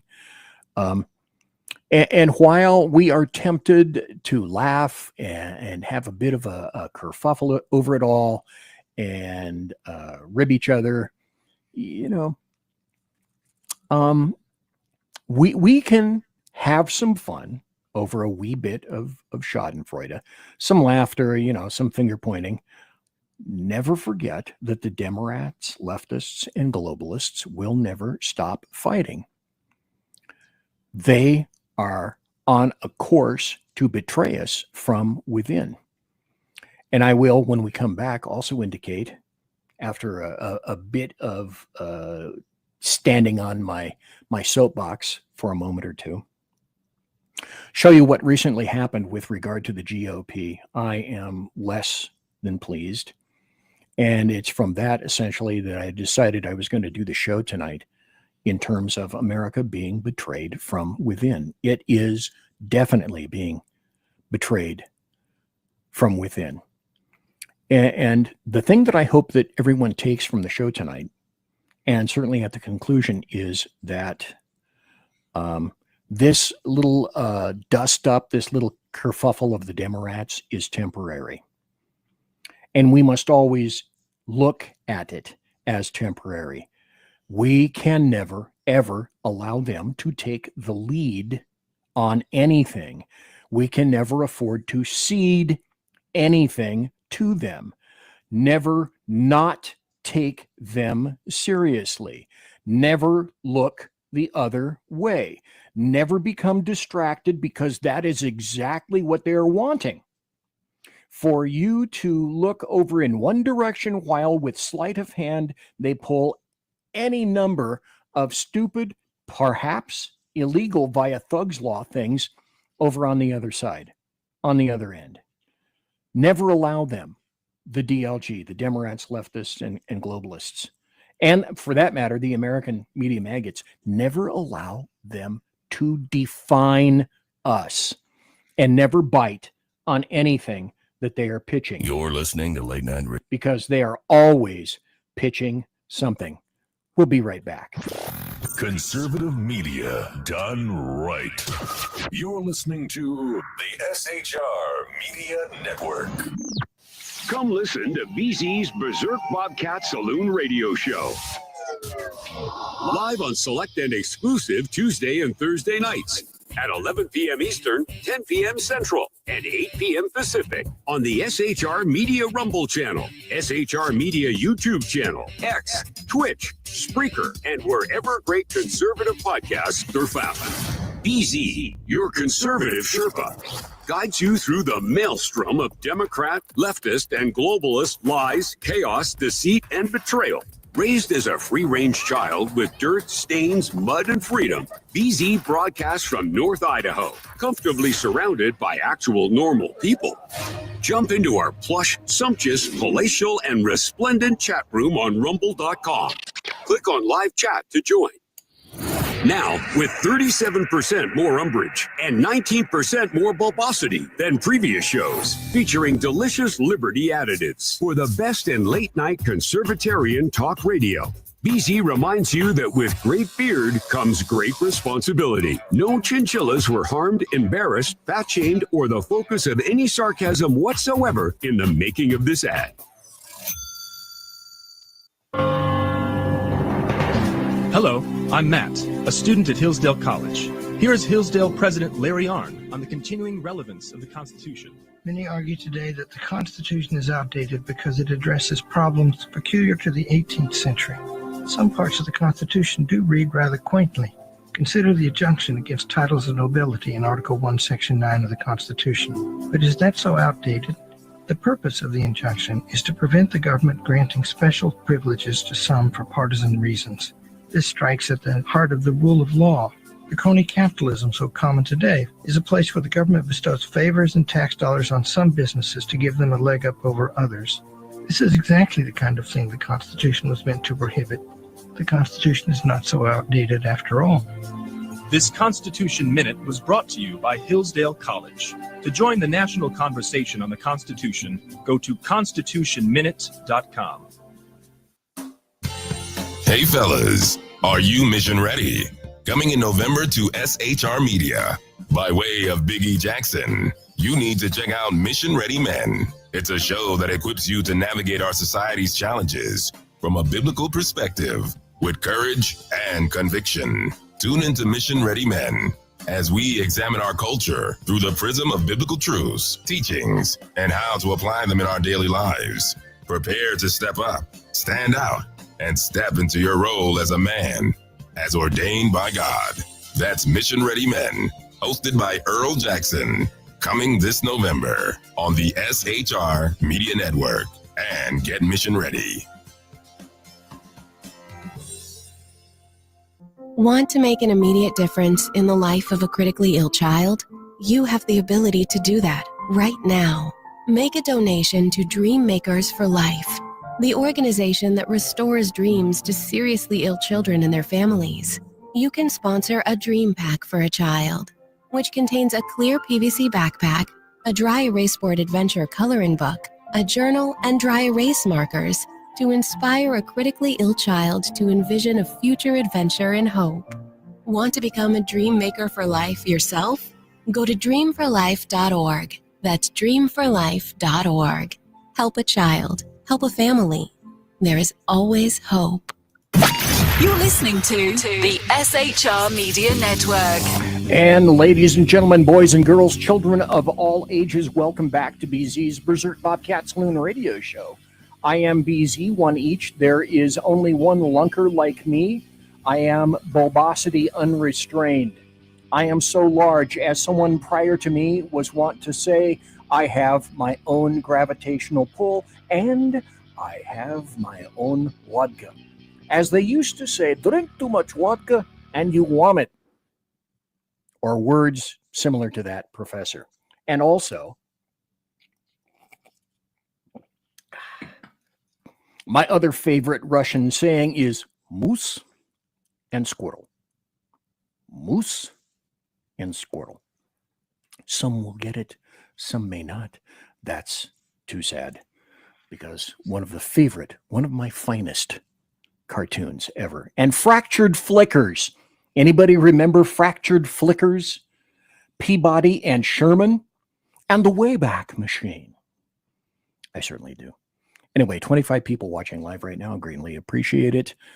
I said before that we can never cede anything to Democrats, to the DLG, Democrats, leftists, and globalists.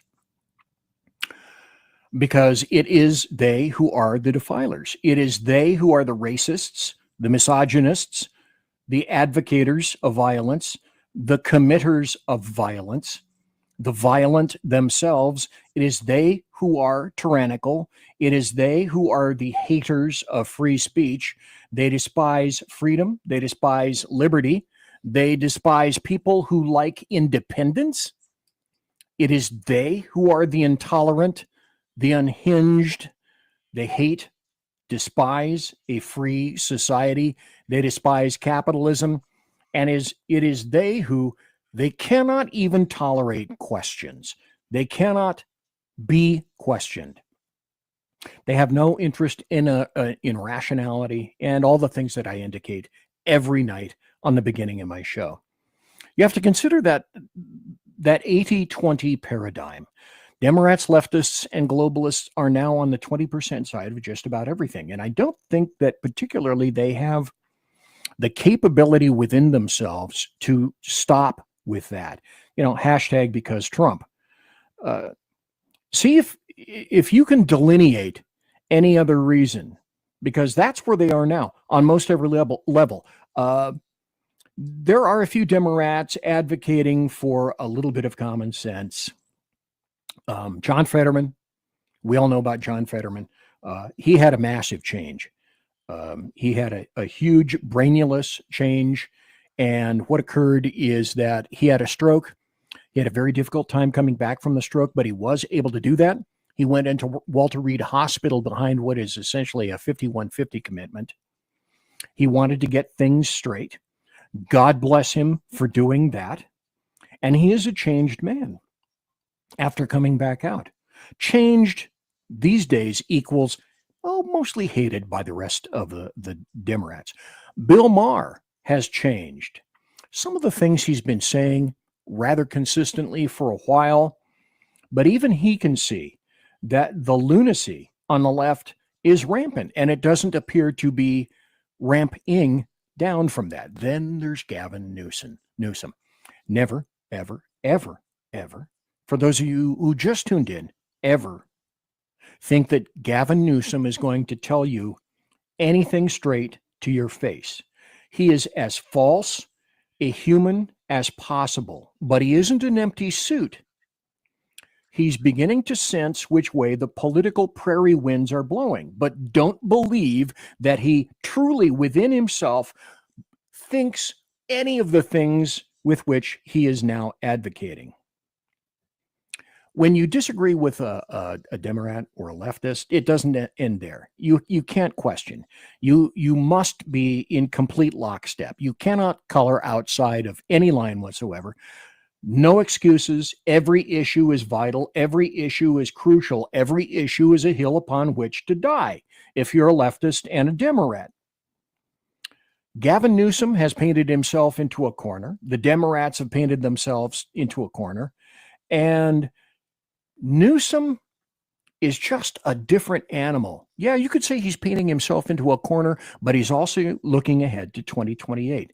The dude already measured the drapes in the Oval Office. He was there at one point during the Biden presidency. And I'm sure he had a DeWalt slide rule with him, or a DeWalt tape, and he was doing literally all the messaging back then. He's trying to figure out a way to kind of get himself off that 20% demanded path and still survive, because he'd said some terrible things about tranny units that the left are not in keeping with. In the air they currently breathe, they're finding it very difficult to exist outside of that 20% bubble. In their mind, the 80%, us, the 80%, those people with common sense, we're not just wrong, we're dead wrong. They'd like to see us dead. I have videos, if I get to them tonight, illustrating exactly that. And you must not be just dismissed. You got to be trashed. You got to be ruined. You got to demolished. You have to be demolished. You have to be eliminated. They have literally and are literally advocating for the death of any number of people. And of course, BZ's reversal role and the logical extension is what would be occurring had these things been said, or said now, by Republicans of Democrats, and or people that were perceived to be Democrats by Republicans. So they will brook no pushback, no dissonance. You are in either complete Stasi lockstep with them, or they're through. You know, the burning of Tesla vehicles, the burning of charging stations. I have videos, again, if I get to them, illustrating all of that. The American media maggots are, of course, complicit in this. But it's unique, and I've never seen this before, in terms of the American media maggots having their own little hands wrapped around their own throats and squeezing as hard as possible on their collective carotids. That's difficult to, it's a very difficult concept to grok, to see this. Now, we knew that they have essentially no believability left. They are the best indicators of who's lying. And again, more things if I get to them to make a clear illustration of that. The corner into which they have painted is going to be up to them to see if they can pull themselves out. They are beholden, we must admit, to their base, their 20% base, and the money that stems from that, from their activists in terms of fiscal support. George Soros, big money, big cash, only flows if the Democrats and leftists stay within kind of that 20 percentile bubble. At this point, they don't really have a chance of getting out of that bubble. But as I said earlier, make no mistake, don't count on them to be able to remain there. Though, as I've said any number of times, remember the rule of holes And when your enemy is killing themselves, let them. It's very simple. Screaming for gang members to stay in the United States of America is a nation killer. They don't care. Demanding a continuously open border is a nation killer. They don't care. Paying to support illegal invaders and demanding more going to their favorite black-robed leftist anarchist judges is a nation killer. They don't care. Why do you think these individual judges are chosen time and again for all of these lawfare, judge-fare, judicial fare against Donald Trump? They demand more radicals, more Islamists, more terrorists, more men in women's sports, more men in girls' bathrooms, and more throttling of those evil small businesses and large corporations simultaneously. The 2026 midterms have the propensity to be a true waypoint. This is where we are, conservatives. We have to ask ourselves, are our wins resonating with the populace? Or are they listening to the 20%? And again, this continues to be so regional. Milwaukee, the leftist capital of Wisconsin, which at one time was kind of a nice state. After 2020, that's been blown through the roof. Do not think that anything good is going to come out of Wisconsin. I wouldn't trust their cheese and I wouldn't trust their milk. How the conundrum is for some of these Democrats and leftists is, how do you go moderate without completely slashing your chances of winning, in Newsom's case, the 2028 election? Because, like I said, guaranteed, that's the prize upon which he is focused right now, like a laser beam. And the only customer base of the Democrats everywhere is that 20%. Those are the only people that they're really interested in talking to. They have to be forced and are being forced in their little newsrooms all across the fruited plain. They're being kicked out. They're losing jobs. And still, they're not reading the room. They're not reading the ticket. They don't see November. All they see is, in their minds, true evil that needs to be eliminated, period, end of statement. Does the 80%, this is a question that needs to be answered, and I'm not sure how Wisconsin deals with this. Does the 80% ever find it within themselves to go back to the 20%? Like comfort food. Is that what happened in Wisconsin? Did Elon Musk piss him off? Did abortion piss him off? Because as we all know, leftists demand hot and cold running abortion 24/7. There are no two ways about it. There is no moderate position on abortion. Yeah, the baby comes out dead, or the baby stays in the womb. There's not real much in between. And this is where I return to emphasize emphasizingly with emphasis tonight. We can never stop fighting, ever. It's got to be daily, weekly, monthly, yearly, because President Donald John Trump thankfully sleeps about 35 seconds a night. And I think Elon Musk is pretty much in that corner as well. And I truly believe that they both are fighting for the much unheralded American taxpayer, you and me. We've never seen this before, ever. This is so unique. And that, I think, is why the bulk of Democrats are gobsmacked. They have never seen anybody with this ability before. This has never occurred in their time. They literally do not know what to do. And I would rather them keep on that course, but do not count on the fact that they're straying. Do not count on the fact that they will find it. They will find a way to circle the wagons. They always have. The disarray, count on it's being temporary. We can hope it's permanent.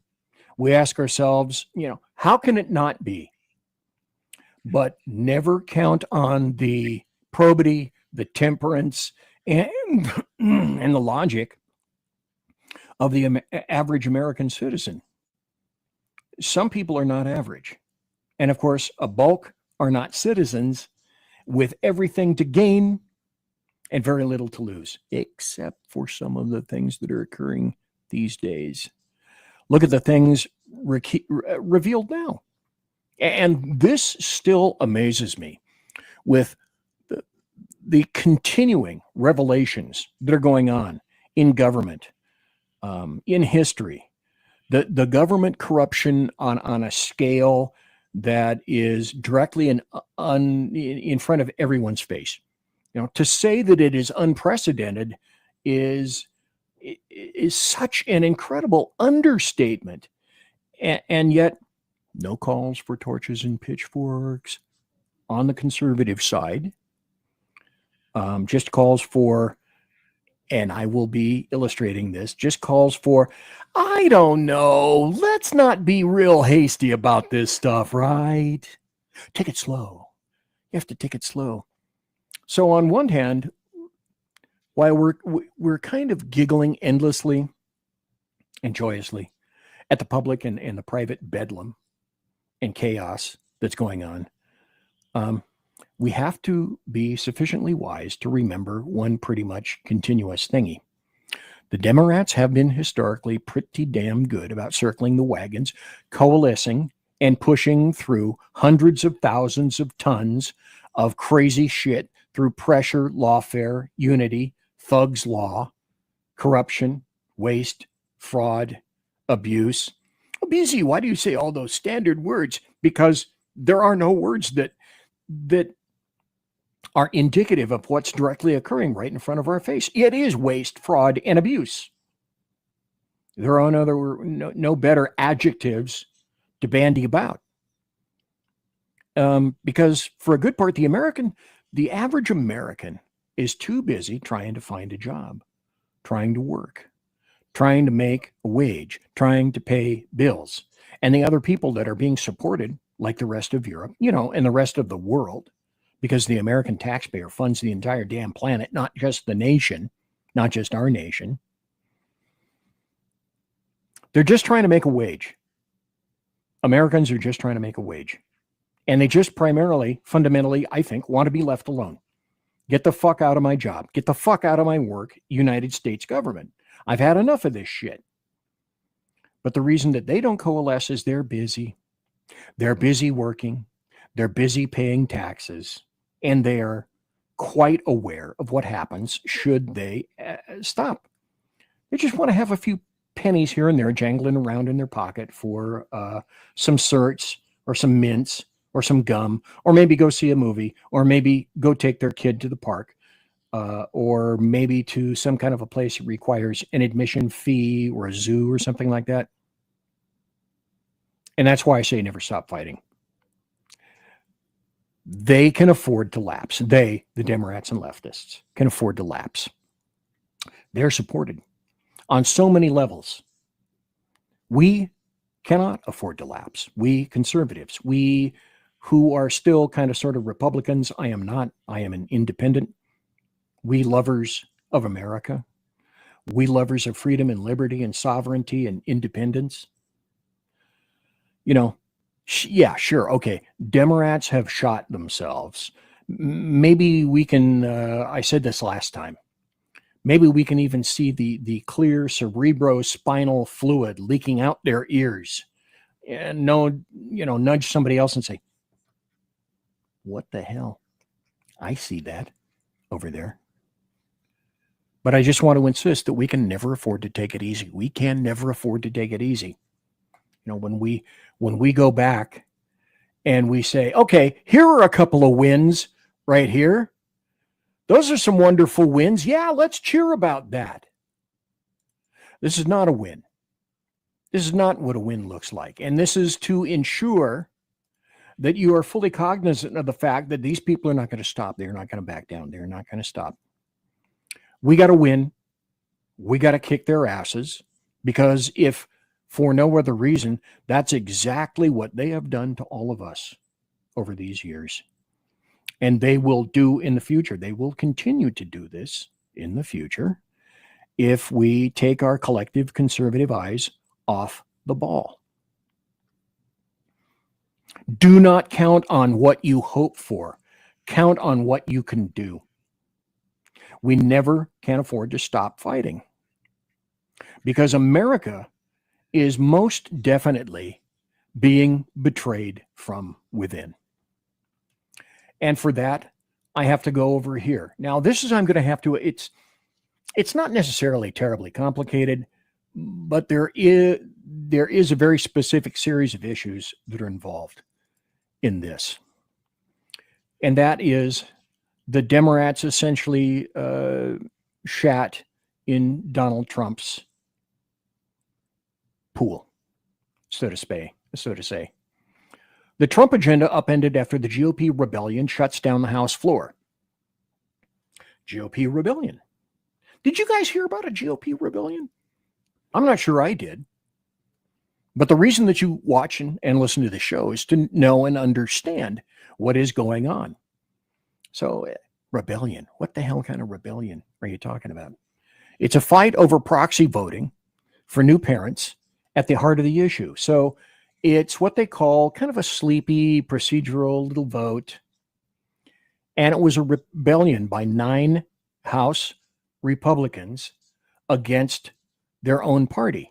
And chamber proceedings ground to a halt. And Speaker Mike Johnson said, you know what? Votes are going to be canceled for the rest of the week in comments condemning the mutiny. And he said, it's very disappointing. Down here on the floor, a handful of Republicans joined with all the Democrats to take down a rule. That's rarely done. It's very unfortunate. That rule being brought down means we can't have any further action on the floor this week. It's a procedural hurdle. And you're thinking, oh, well, the Democrats are nothing but process. They're about process. But it's process that you can shoot that can shoot you in the eye if you're not careful. And you have to realize who your friends are and who they are not. And I will name Republicans who are not your friend. And you will see them. Well, you won't see them, but you will hear their names. And I want you to understand who they are and where they come from. The rule would have allowed for debate and floor consideration of bills that would have limited district judges' ability to levy nationwide injunctions and would have mandated proof of citizenship to register to vote. Now, this wasn't getting down to a vote itself. This was just a discussion of a rule that would allow for debate on the floor. So it sparked a backlash among Republicans who supported Luna in trying to do this. And the Republicans who voted against this said that, well, we're not happy procedurally, and I will get to the meat of the matter, because I only have about 3 more minutes before the top of the hour break. Some Republicans that voted against, and make no mistake, this is a stab in the eye to Donald John Trump. They said they were frustrated with being kept in the dark by House leaders until the final moments before the committee vote on Tuesday morning. All Republicans on the committee voted for the rule, however. And who did this? Remember, I go back to this is a rule on just allowing a discussion, a debate on the floor about intemperate judges. Didn't even get there. Didn't even fucking get down to the floor. Representatives Tim Burchett, Tennessee, Jeff Van Drew, New Jersey. Greg Stoiber, Florida. Ryan McKenzie, Pennsylvania. Nick Lalata, New York. Max Miller, Ohio. Mike Lawler, New York, were among those who voted to kill the rule. So, House GOP leaders could still call an emergency session of the House Rules Committee to consider modified language that doesn't target discharge petitions. And I go back. This is procedural.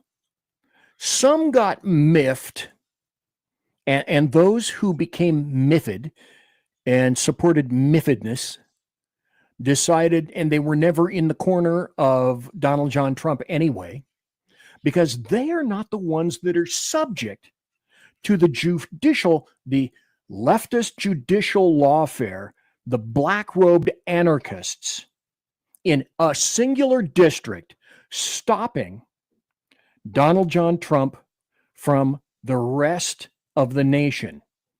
And people have consistently said, how can this happen? I don't know. Well, no, I do know. I absolutely know. It's lawfare. It's judicial fare. And it's anything, anywhere, anytime, all the time to get in the way of Donald John Trump. Period. End of statement. When people say, oh, it's not about Trump, it's about the process. Fuck it, fuck them. It's all about Trump. Conservative media done right. You're listening to the SHR Media Network.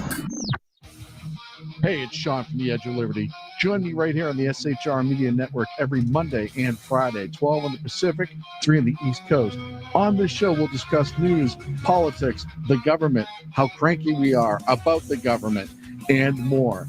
If you want to hear hard talk, good interviews, sarcasm, bad jokes, and oh God, that really is me in a nutshell. Either way, check me out right here on the Edge of Liberty every Monday and Friday, 12 Pacific, 3 on the East, on the SHR Media Network.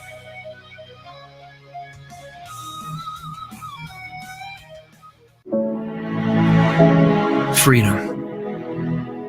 One nation in all of human history was built on that bedrock. Ours. A republic of the people, by the people, and for the people. Self-government requires freedom, just as freedom requires an individual willingness to self-govern. Freedom has made America exceptional, but it can only last as long as you and I seek the good, as expressed by the laws of nature and nature's God. It can only last if you and I choose to act as people of character. Forging character has been the pursuit of Hillsdale College since 1844.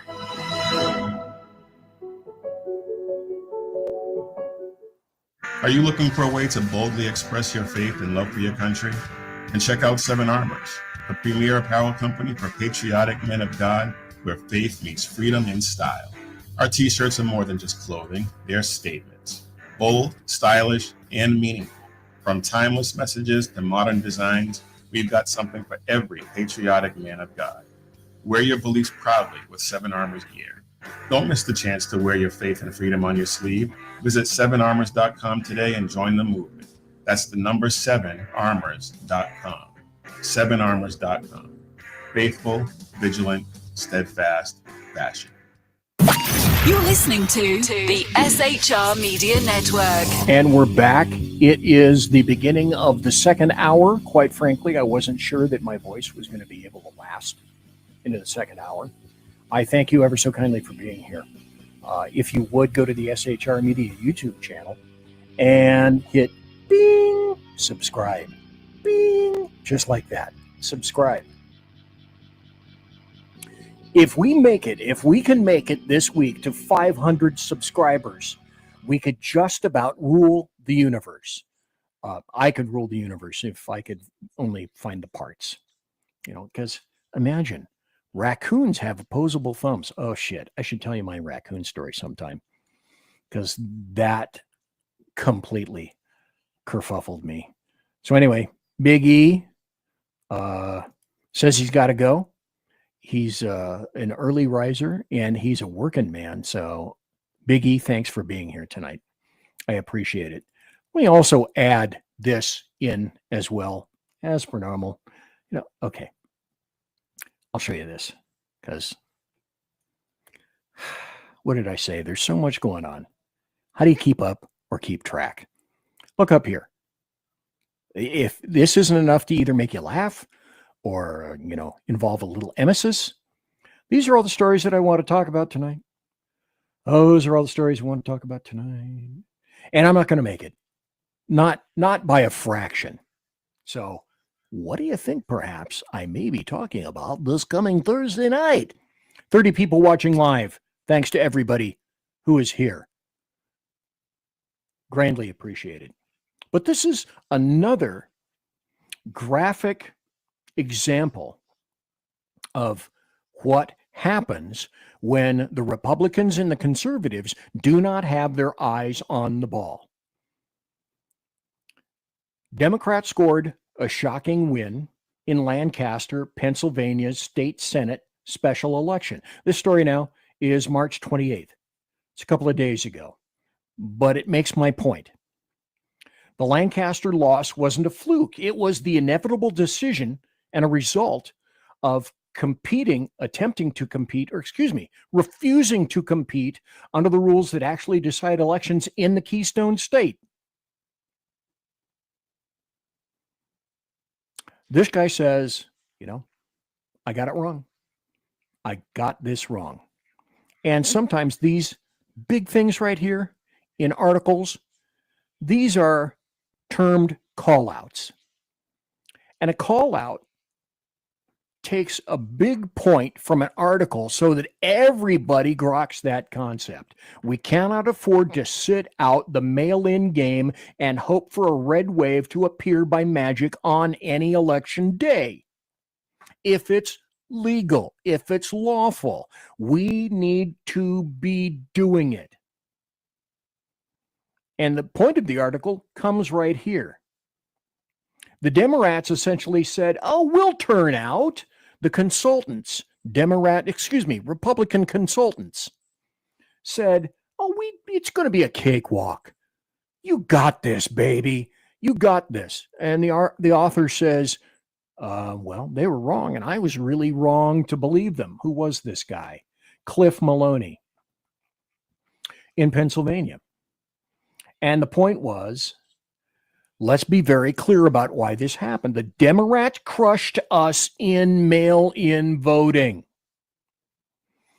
And Democrats, we can't do that. There can't be voting. And if it's legal, if it's lawful, we need to be doing it.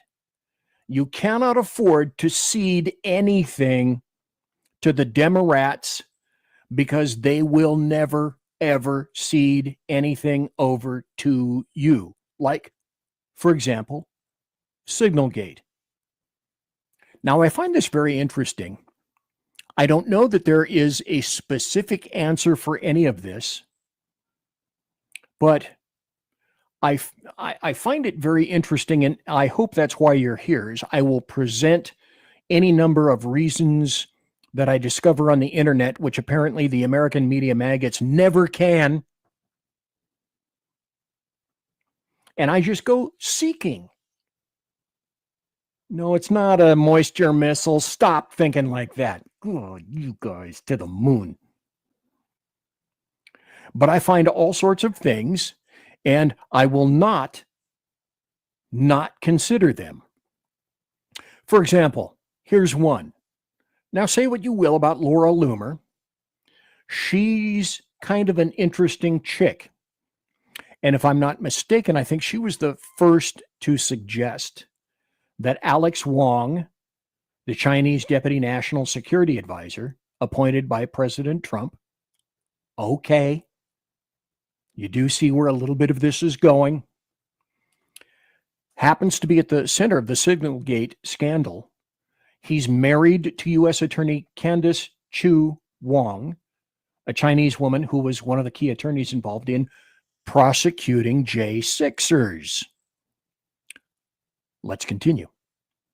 Alex Wong was appointed by Trump on November 22nd, 24, to serve as the assistant to the president and the principal deputy national security advisor under Mike Waltz.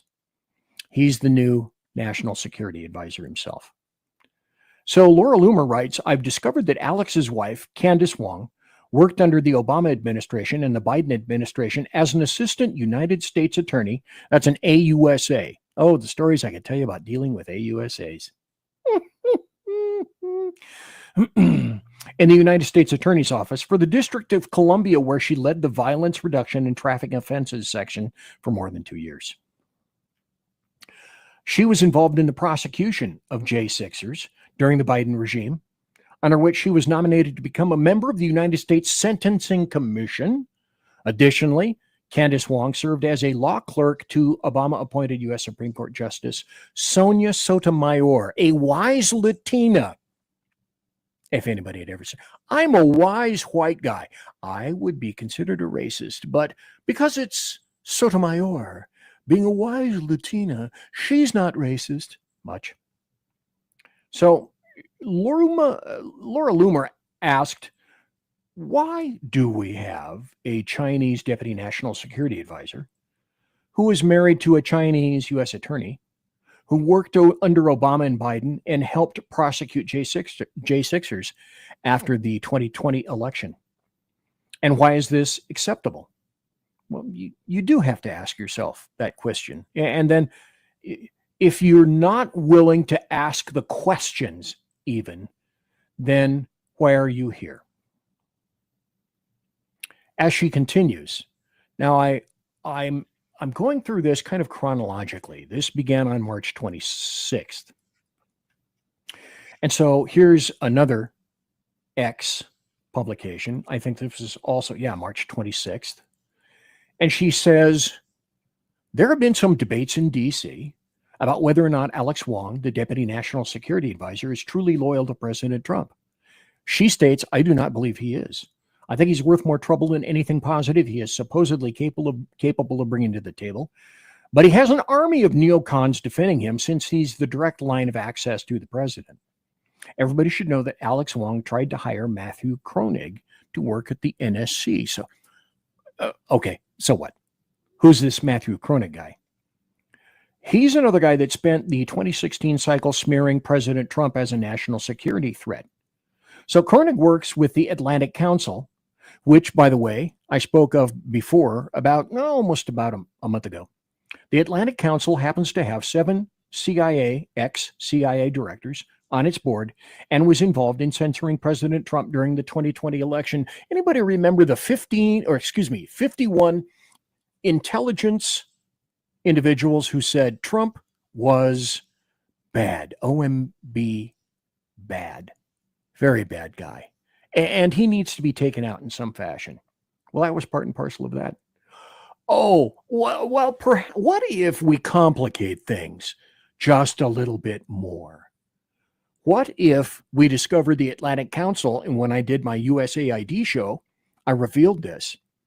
What if it turns out the Atlantic Council, which is staffed by 7 ex-CIA directors, and you know how they love Trump. What if I told you it was funded by USAID, the Pentagon, and the State Department? Who votes what direction in the State Department? About 95% Democrat. And then what about the controversy that was going on between the Atlantic Council and Burisma? That happens to be the same Ukrainian energy company Hunter Biden worked with. Burisma and the Atlantic Council signed a joint agreement January 19th, 2017, which coincidentally happens to be one day before President Trump became president for his first term. So following J6th, this guy Koenig co-authored an article titled, "Will the World Take the United States Seriously After the Capitol Invasion?" I don't know, seems to me that it's taking the United States of America these days very seriously. Very seriously. By the way, this guy Koenig, who was appointed by Wong, accused President Trump and his supporters of debasing themselves in the GOP, and he compared Trump to a dictator. Well, why not? You know, the H word should be in there next, should it not? Dictator, Hitler, Mussolini kept the trains running on time. So now he's trying to cover up his history of Trump hatred, and even penned an op-ed with Mike Waltz, the new NSC director, on November 2nd, 2025, 3 days before the 2024 election. So it seems like this guy Koenig has been trying to position himself as an important dude and was able to do that. So these are questions that, in my estimation, do in fact need to be asked, and they need to be answered. There are some questions about Mike Waltz. Now, would it be surprising that I happen to have a video regarding Mike Waltz where he speaks to his defense on video?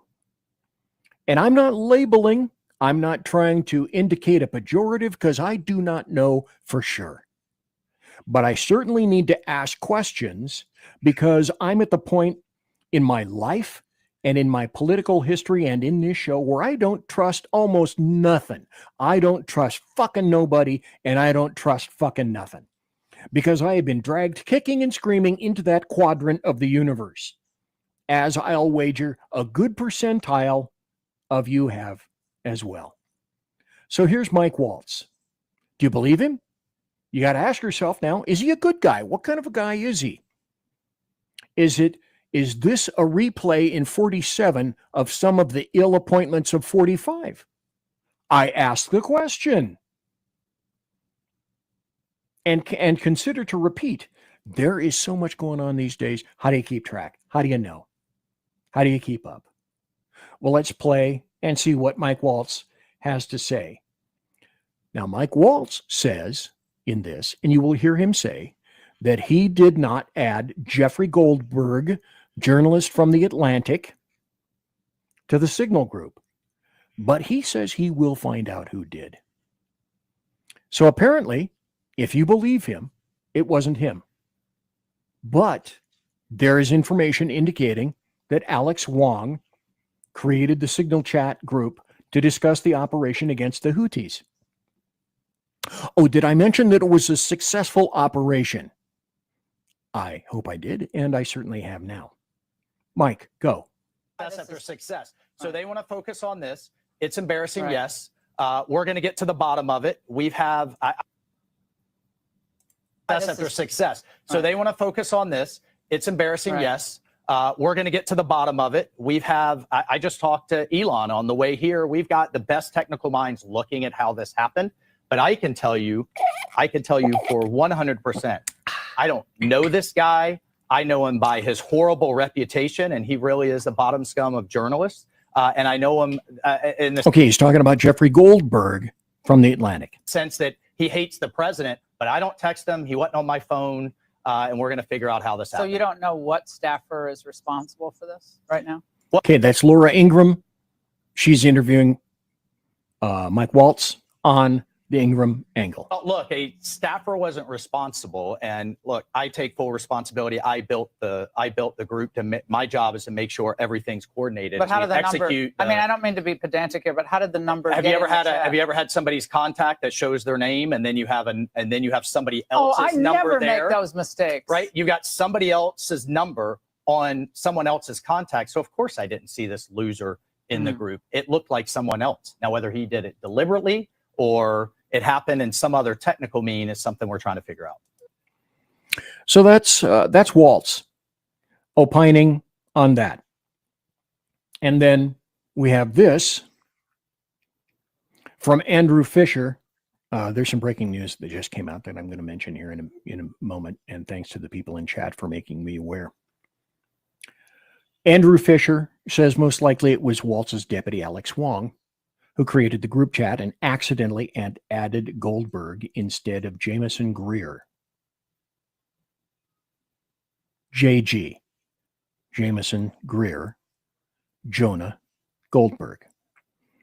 It was just a heads-up chat group for coordination among deputies and staff from different branches of Intel. Hard to believe anything sensitive would be shared, but of course, you have that hoax propagandist Goldberg spinning it. But you have to ask yourself, and you should be asking yourself, okay, was it an accident? Do you believe it was an accident, or do you believe it was intentional? I'm going to break here just for a second. Apparently, Val Kilmer has passed away. He's dead at the age of 65. He made it through the second Top Gun movie. I really historically enjoyed Val Kilmer movies. There are a number of them that I bet you guys have not seen.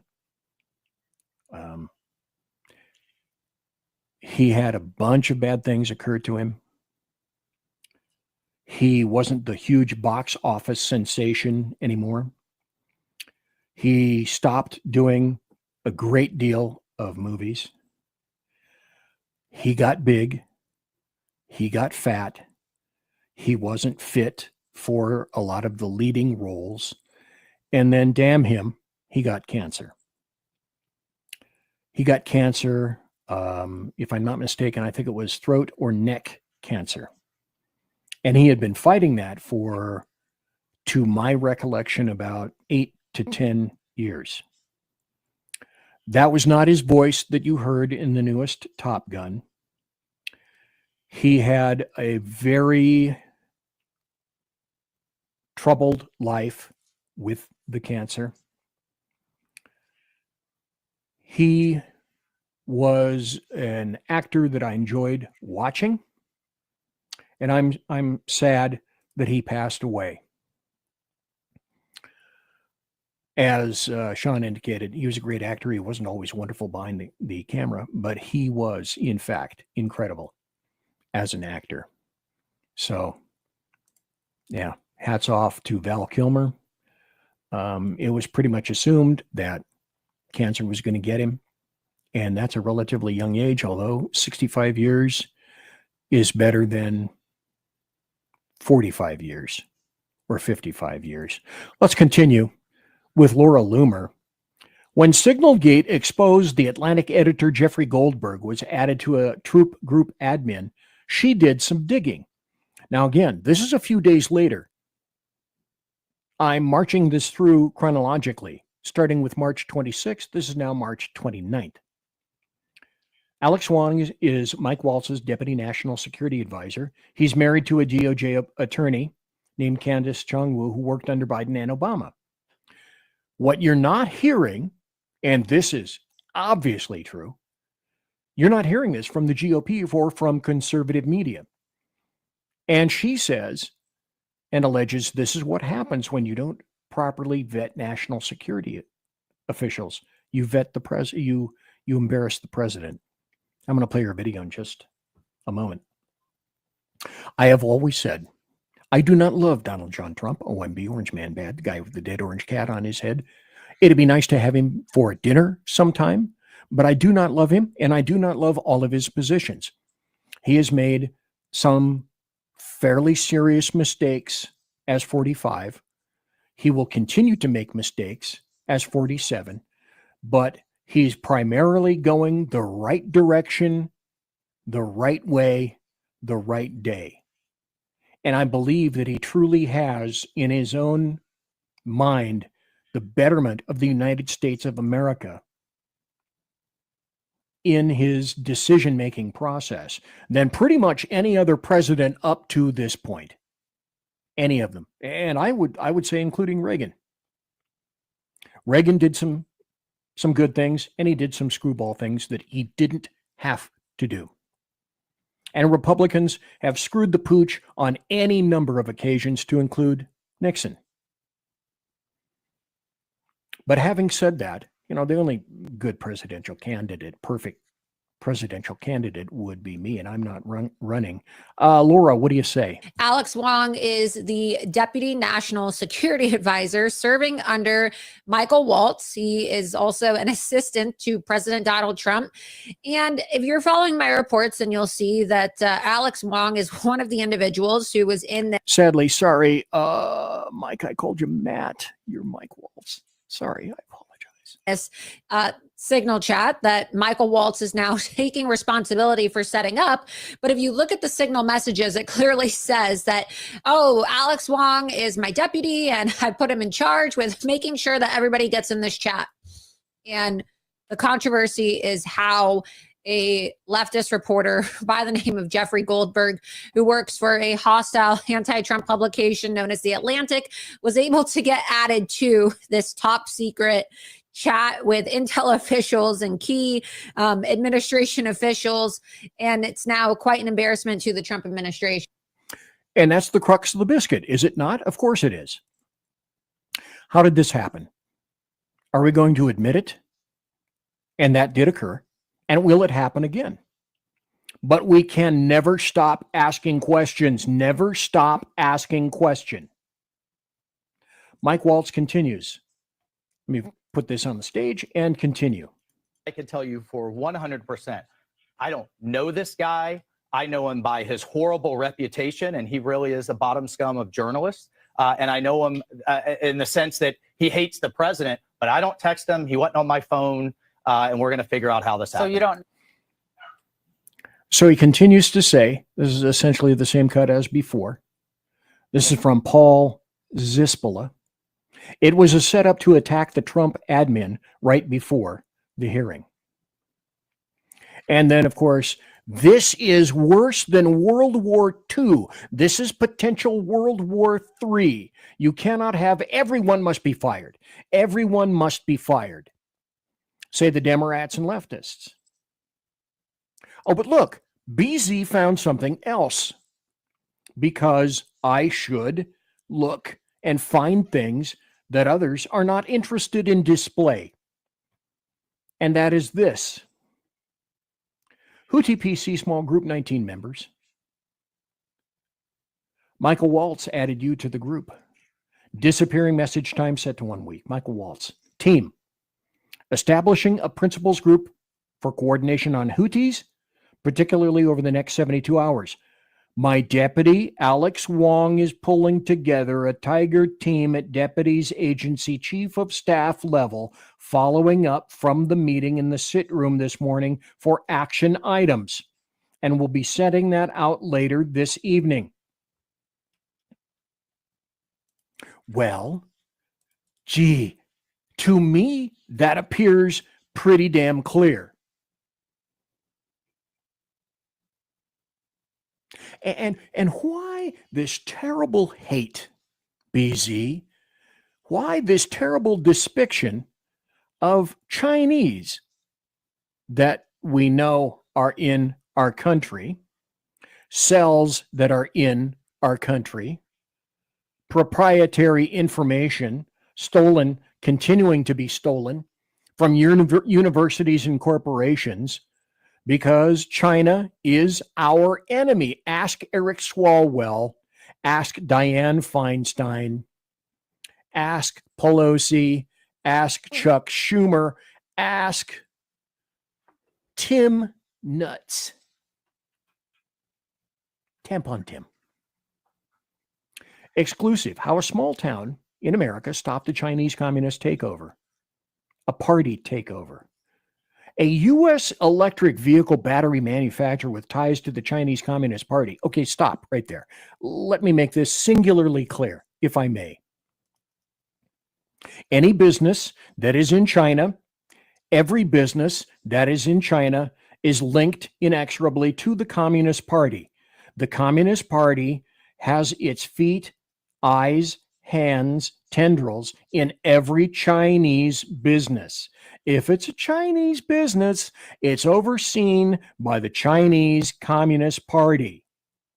Period. End of statement. So there isn't anything that occurs in corporate America regarding a Chinese corporation that isn't finagled by the CCP. So, a U.S. electric vehicle battery manufacturer has suspended its permit application to build a plant near a Michigan National Guard following fierce opposition. Well, wait, fierce opposition. Thank you. All of those things should be continued. So, this guy said, Chuck Thalen said the decision stemmed from the firm's ongoing breach of contract lawsuit against Green Charter Township, according to the Big Rapids Pioneer. The township soured on the $2.4 billion project in November 2023, after voters recalled numerous officials following a series of reports revealing Goshen and its Chinese parent companies tied to the CCP. America? You can no longer afford to be stupid. Silly, stupid, and fattening. Let me continue by saying China is our enemy. China has always been our enemy. China will always be our enemy. And by the way, did I happen to say that China is our enemy? Conservative media done right. You're listening to the SHR Media Network. Welcome to River of Common Sense, where we cut through the noise of news and politics with a sharp wit and clear discussion. Tune in every Monday and Friday at 9 p.m. Eastern Standard Time for a refreshing dose of reality as we fearlessly tackle the tough topics with no nonsense, just pure common sense. Visit shrmedia.com to discover where you can catch River of Common Sense in action. He's here to amplify your inner logic. He may not always be polite, he may not always be refined, but one thing's for sure, he always tells it like it is.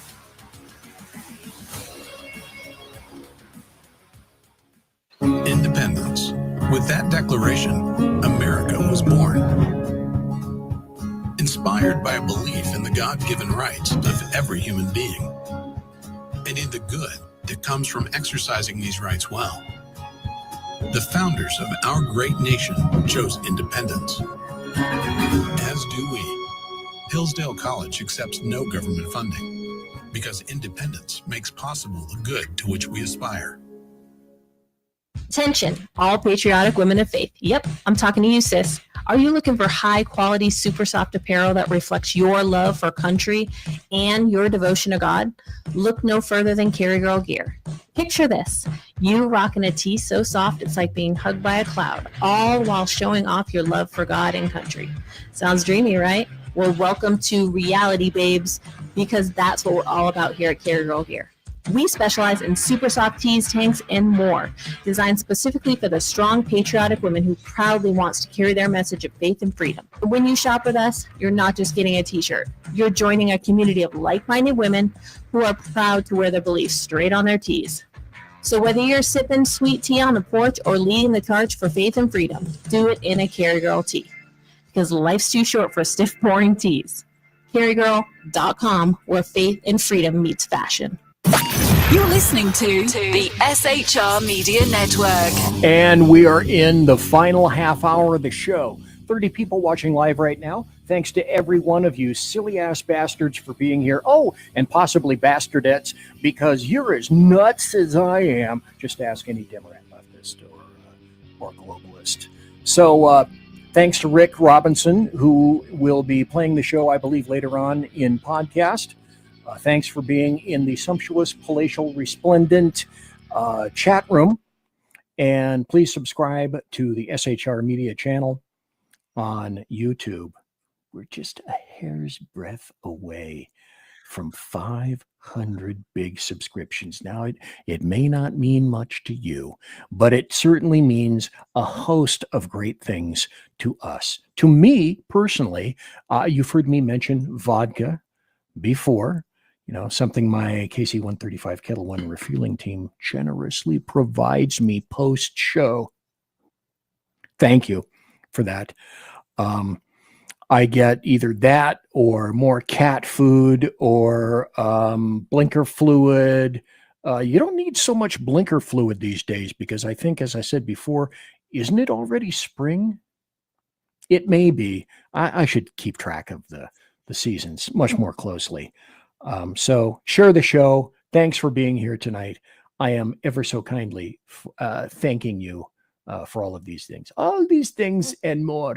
All of these things. Now, I could say something similar to this is, we might be ready for this. Are we? It's time for happy stories and good times. Maybe it is. This was a grand comeback, not dissimilar from Grand Funk Railroad, but let's watch and let's see. Do I have the sound on? Yes, I do. Go. Congressman Perry, do you trust Trump's national security team to keep our war plans top secret? You trust your mother every night to fix your hot pockets and make sure your Game Boy is turned on. Okay, stop. All right, that is so wonderful. I'm going to play it again. Congressman Perry, do you trust Trump's national security team to keep our war plans top secret? You trust your mother every night to fix your hot pockets and make sure your Game Boy is turned on. And that, oh, wait. If I only had a producer, you would have heard something similar to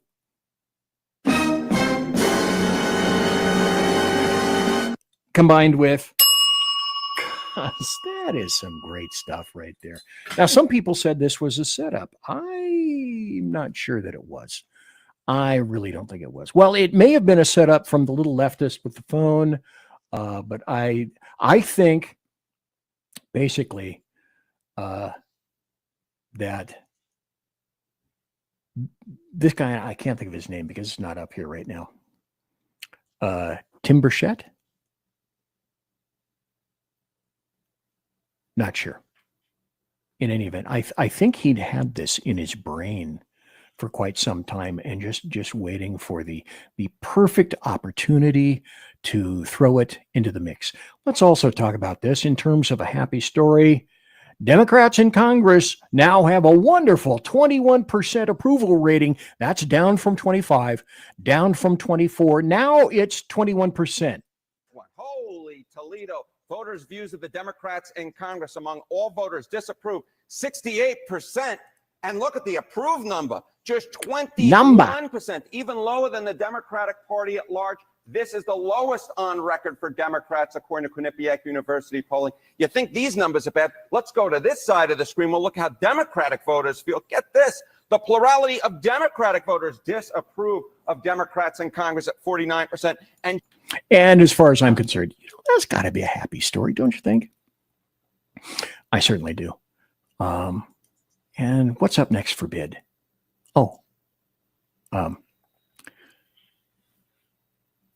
I have 2 points to make with regard to this. One of them, do you guys ever watch The Five? I don't watch nearly as much Fox as I used to. There are a few shows that I will still watch. The Five, occasionally one of them, I cannot stand to listen to Jessica Tarloff. And the only reason that I semi-tolerate that is because I listen for Greg Gutfeld.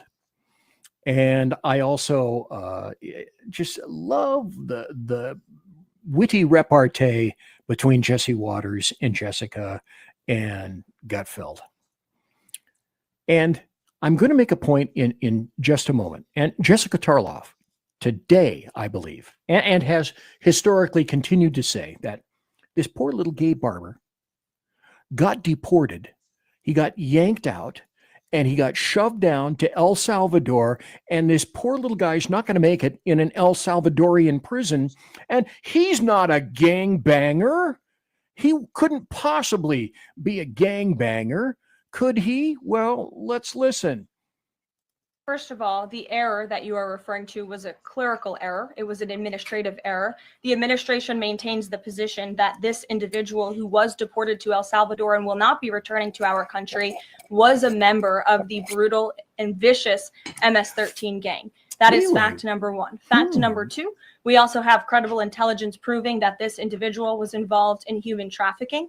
And fact number three, This individual was a member, actually a leader of the brutal MS-13 gang, which this president has designated as a foreign terrorist organization.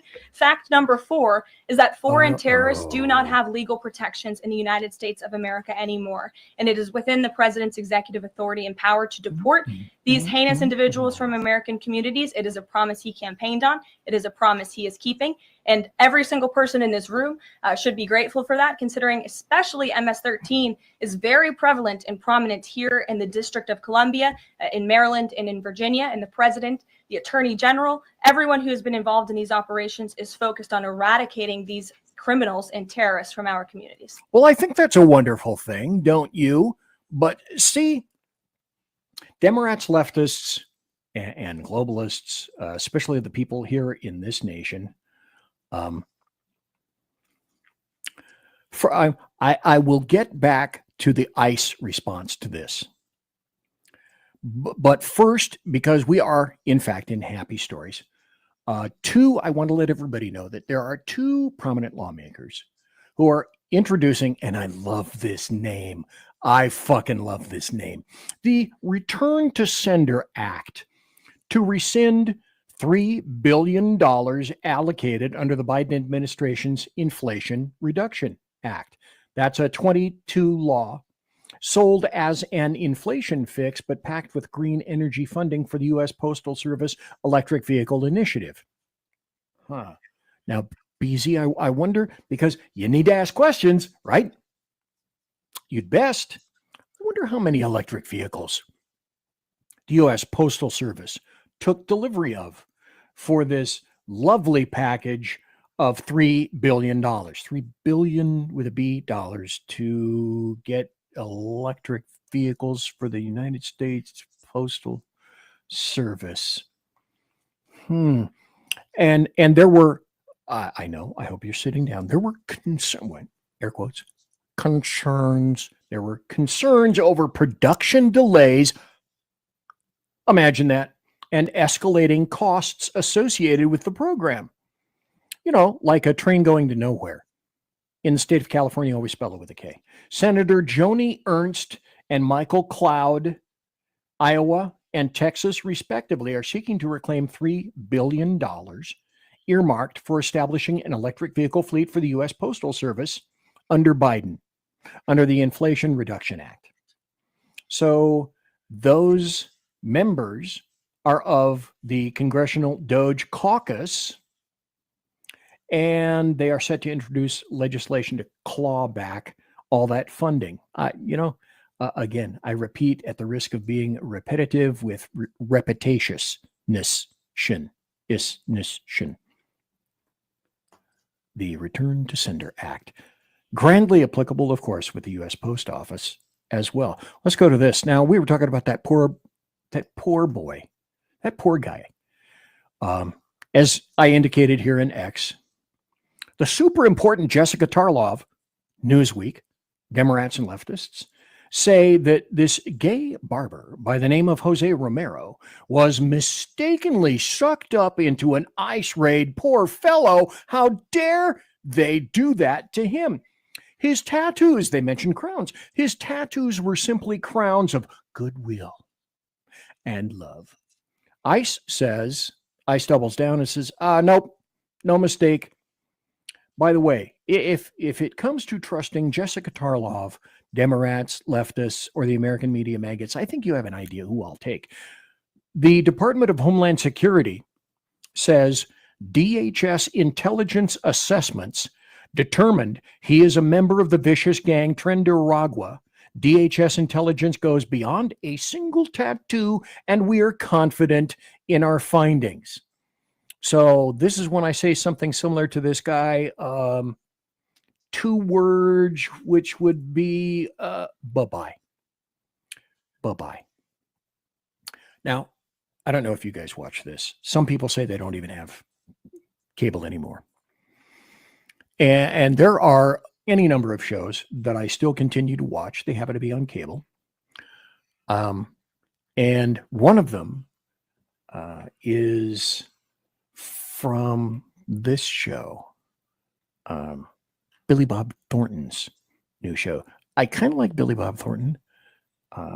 He had a great role in his last assignment as an actor. And this show is another Taylor Sheridan show. And Taylor Sheridan is all over the landscape these days. And I do enjoy his writing. And he writes most of his shows, most of the scripts thereof. But let's go back and let's enjoy this clip. I think directly aimed, although I think Taylor Sheridan leans left to moderate. Depends on the day. But this is a wondrous scene from his show, Landman. Take it away. Do you have any idea how much diesel they have to burn to mix that much concrete or make that steel and haul this shit out here and put it together with a 450-foot crane? You want to guess how much oil it takes to lubricate that fucking thing or winterize it? And its 20-year lifespan, it won't offset the carbon footprint of making it. And don't get me started on solar panels and the lithium in your Tesla battery. And never mind the fact that if the whole world decided to go electric tomorrow, we don't have the transmission lines to get the electricity to the cities. It'd take 30 years if we started tomorrow. And unfortunately for your grandkids, we have a 120-year petroleum-based infrastructure. Our whole lives depend on it. And hell, it's in everything. That road we came in on, the wheels on every car ever made, including yours, it's in tennis rackets and lipstick and refrigerators and antihistamines, pretty much anything plastic. Your cell phone case, artificial heart valves, any kind of clothing that's not made with animal or plant fibers, soap, fucking hand lotion, garbage bags, fishing boats, you name it. Every fucking thing. And he means it, and it's true. Examine what oil does for us, for everyone on the planet. That's a happy story. Now, there's an individual, and okay, she's nuts. Let me play this first. Anyone remember Nina Jankowicz? And some of you out there right now, what do I got? I got about 14 minutes to go in the show because I'm not going to do any overtime. I'm losing my voice. Nina Jankowicz, she sounds really familiar during the Biden administration.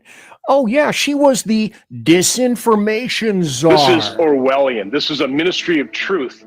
And the person they've appointed is a Democrat propagandist. She pushed the... Go with me on this because I'm taking this somewhere. I'm taking this somewhere to something that happened today. Go. Russian collusion with the Trump campaign hoax. She pushed the hoax that the laptop was some form of Russian information campaign. So they tried to create a disinformation governance board to combat disinformation online. Well, wait a minute. Stop right there. Hold the horses. Who decides what's disinformation? Disinformacja. Well, do you possibly think that it's going to be you? Do you think it's going to be me? Do you think it's going to be anybody except the Democrats? Let me see if I can get to this. Oh, yeah. Because once I remember what... Damn it, Jim. Okay. It's 9:47 on the far left coast, Pacific. It's 11:47 Central. It's 12:47 Eastern. And I know this is a late night show. And I recognize that it's late at night. And you're still up. Thank you for watching. There's still 30 people watching live right now that I can see through YouTube. So thanks to each and every one of you. But I'm about to put something in your head that you may not like me for. So let's put this back up onto the stage. And, well, let's just go. Laundering is really quite ferocious. It's when a huckster takes some lies and makes them sound precocious by saying them in Congress or a mainstream outlet. So disinformation's origins are slightly less atrocious. It's how you hide a little lie, little lie. It's how you hide a little lie, little lie. It's how you hide a little lie when Rudy Giuliani shared that intel from Ukraine. Okay, I think we've all had enough of that, haven't we? Because if that hasn't pierced your ossicles like a spearhead by now, and it's going to rattle around in your brain like a brainworm, like a sound brainworm. BZ, damn it, why did you do that?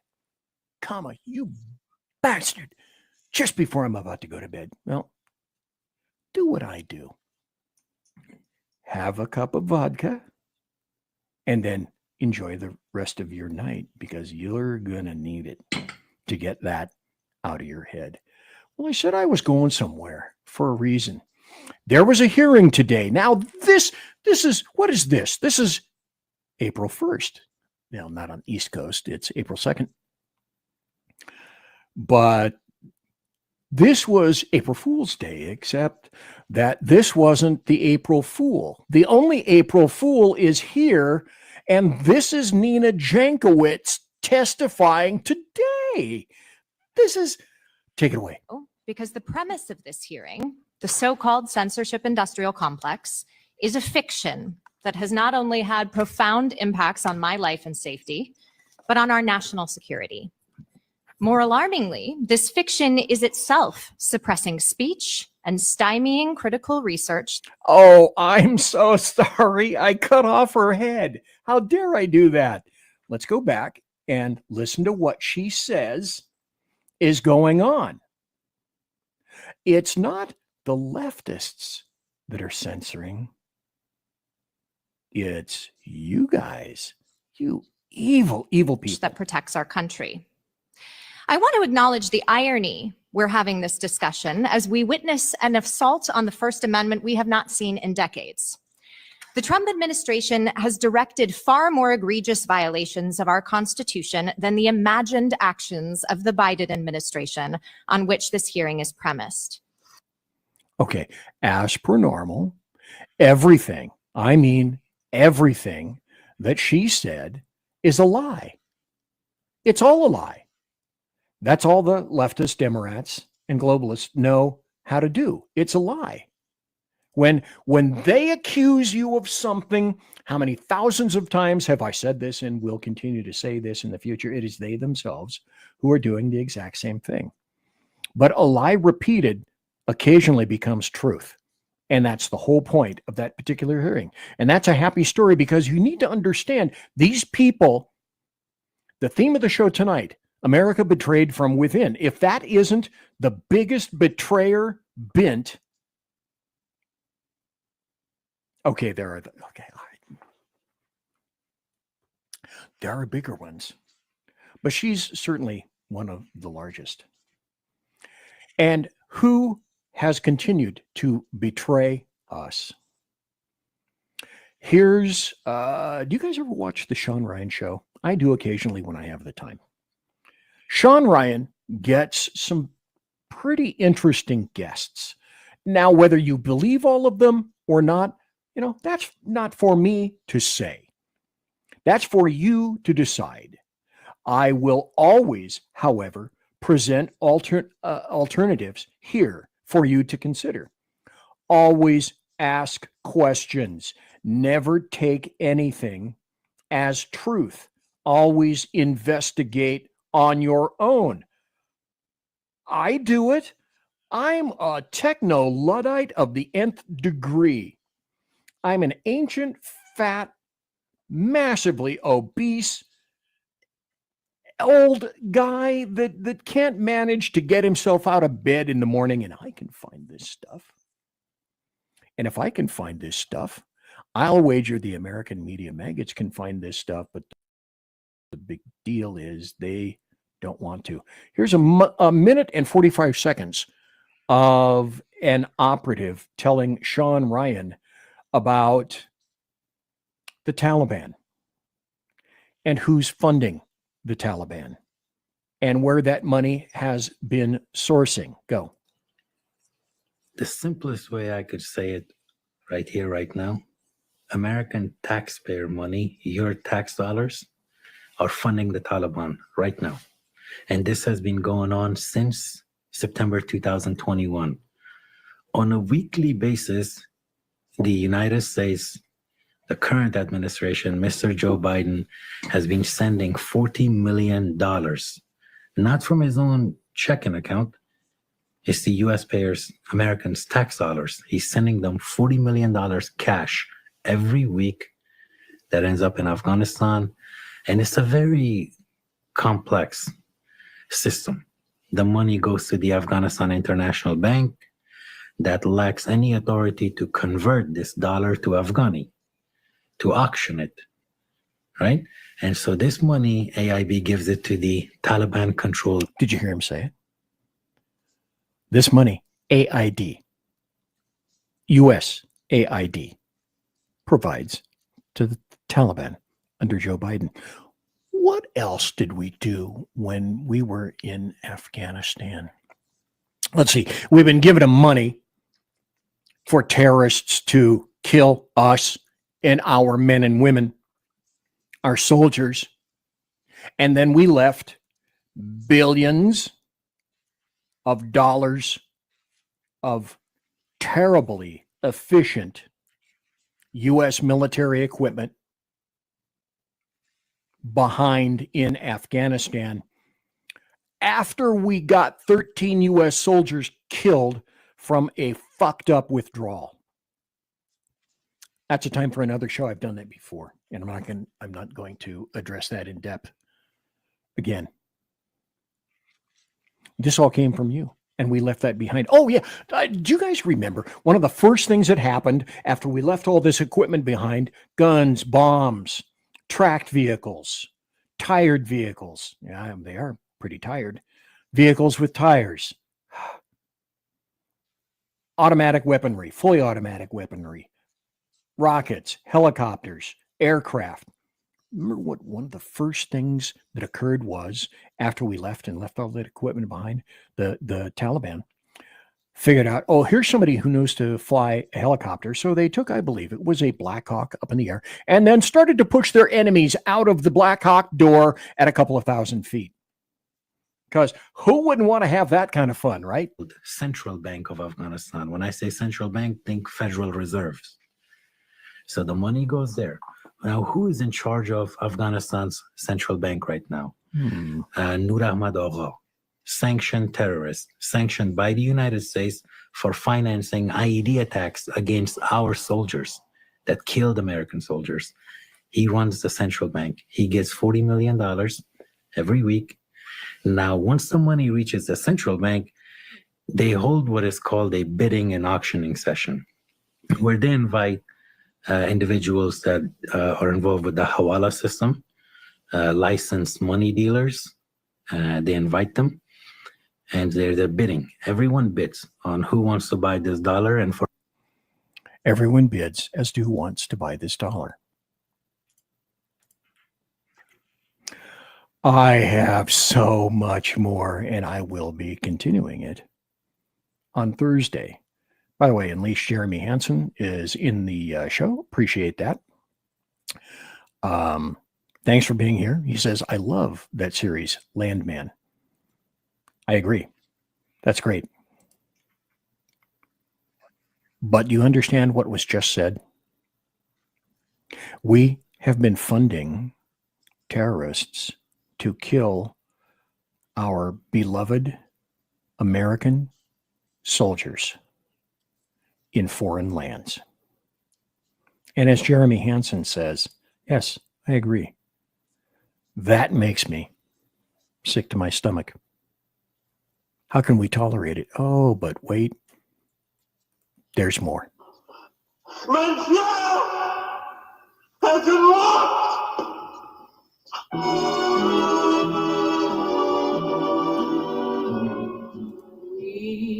So, ladies and gentlemen, boys and girls, children of all ages, thanks for listening to BZ's Berserk Bobcat Saloon radio show, live and direct right here tonight on the SHR Media Network, on the SHR Media YouTube channel, on the SHR Media Rumble channel, and, of course, the grandiose KLRN. Oh, my God. Now, remember I said in the past that I needed to have something made up for this wonderful individual. to give kudos to Rick Robinson of The Rick Robinson Show, and I did. I made up a graphic just for Rick. So thanks for carrying me. The grandiose KLRN, and you can listen to this later in podcast in a host of other different wonderful places. Promotional consideration is by the Lockheed Martin Skunk Works and by Shure and Electro Voice microphones, and also by the Arrakis board who make my mixer. And of course, Pratt & Whitney engines providing thrust you can trust.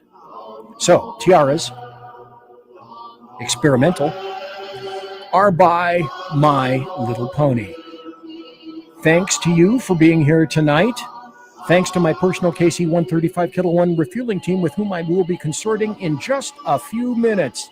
God bless, take care, everybody, be safe. Everybody quiet down now and get some sleep. Good night, everybody. Good night, Mama. Good night, Ben. Good night, everyone. Good night, Mama. Good night, Daddy. Good night, children. Good night, Daddy. Good night, Elizabeth. Good night, John Boy. Good night, Jim Bob. Good night, Jim Bob. Good night, Jim Bob.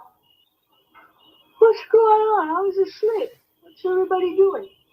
Good night, Jim Bob.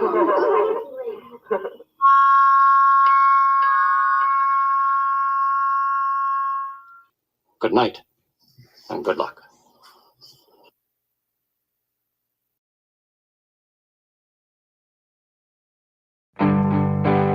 What?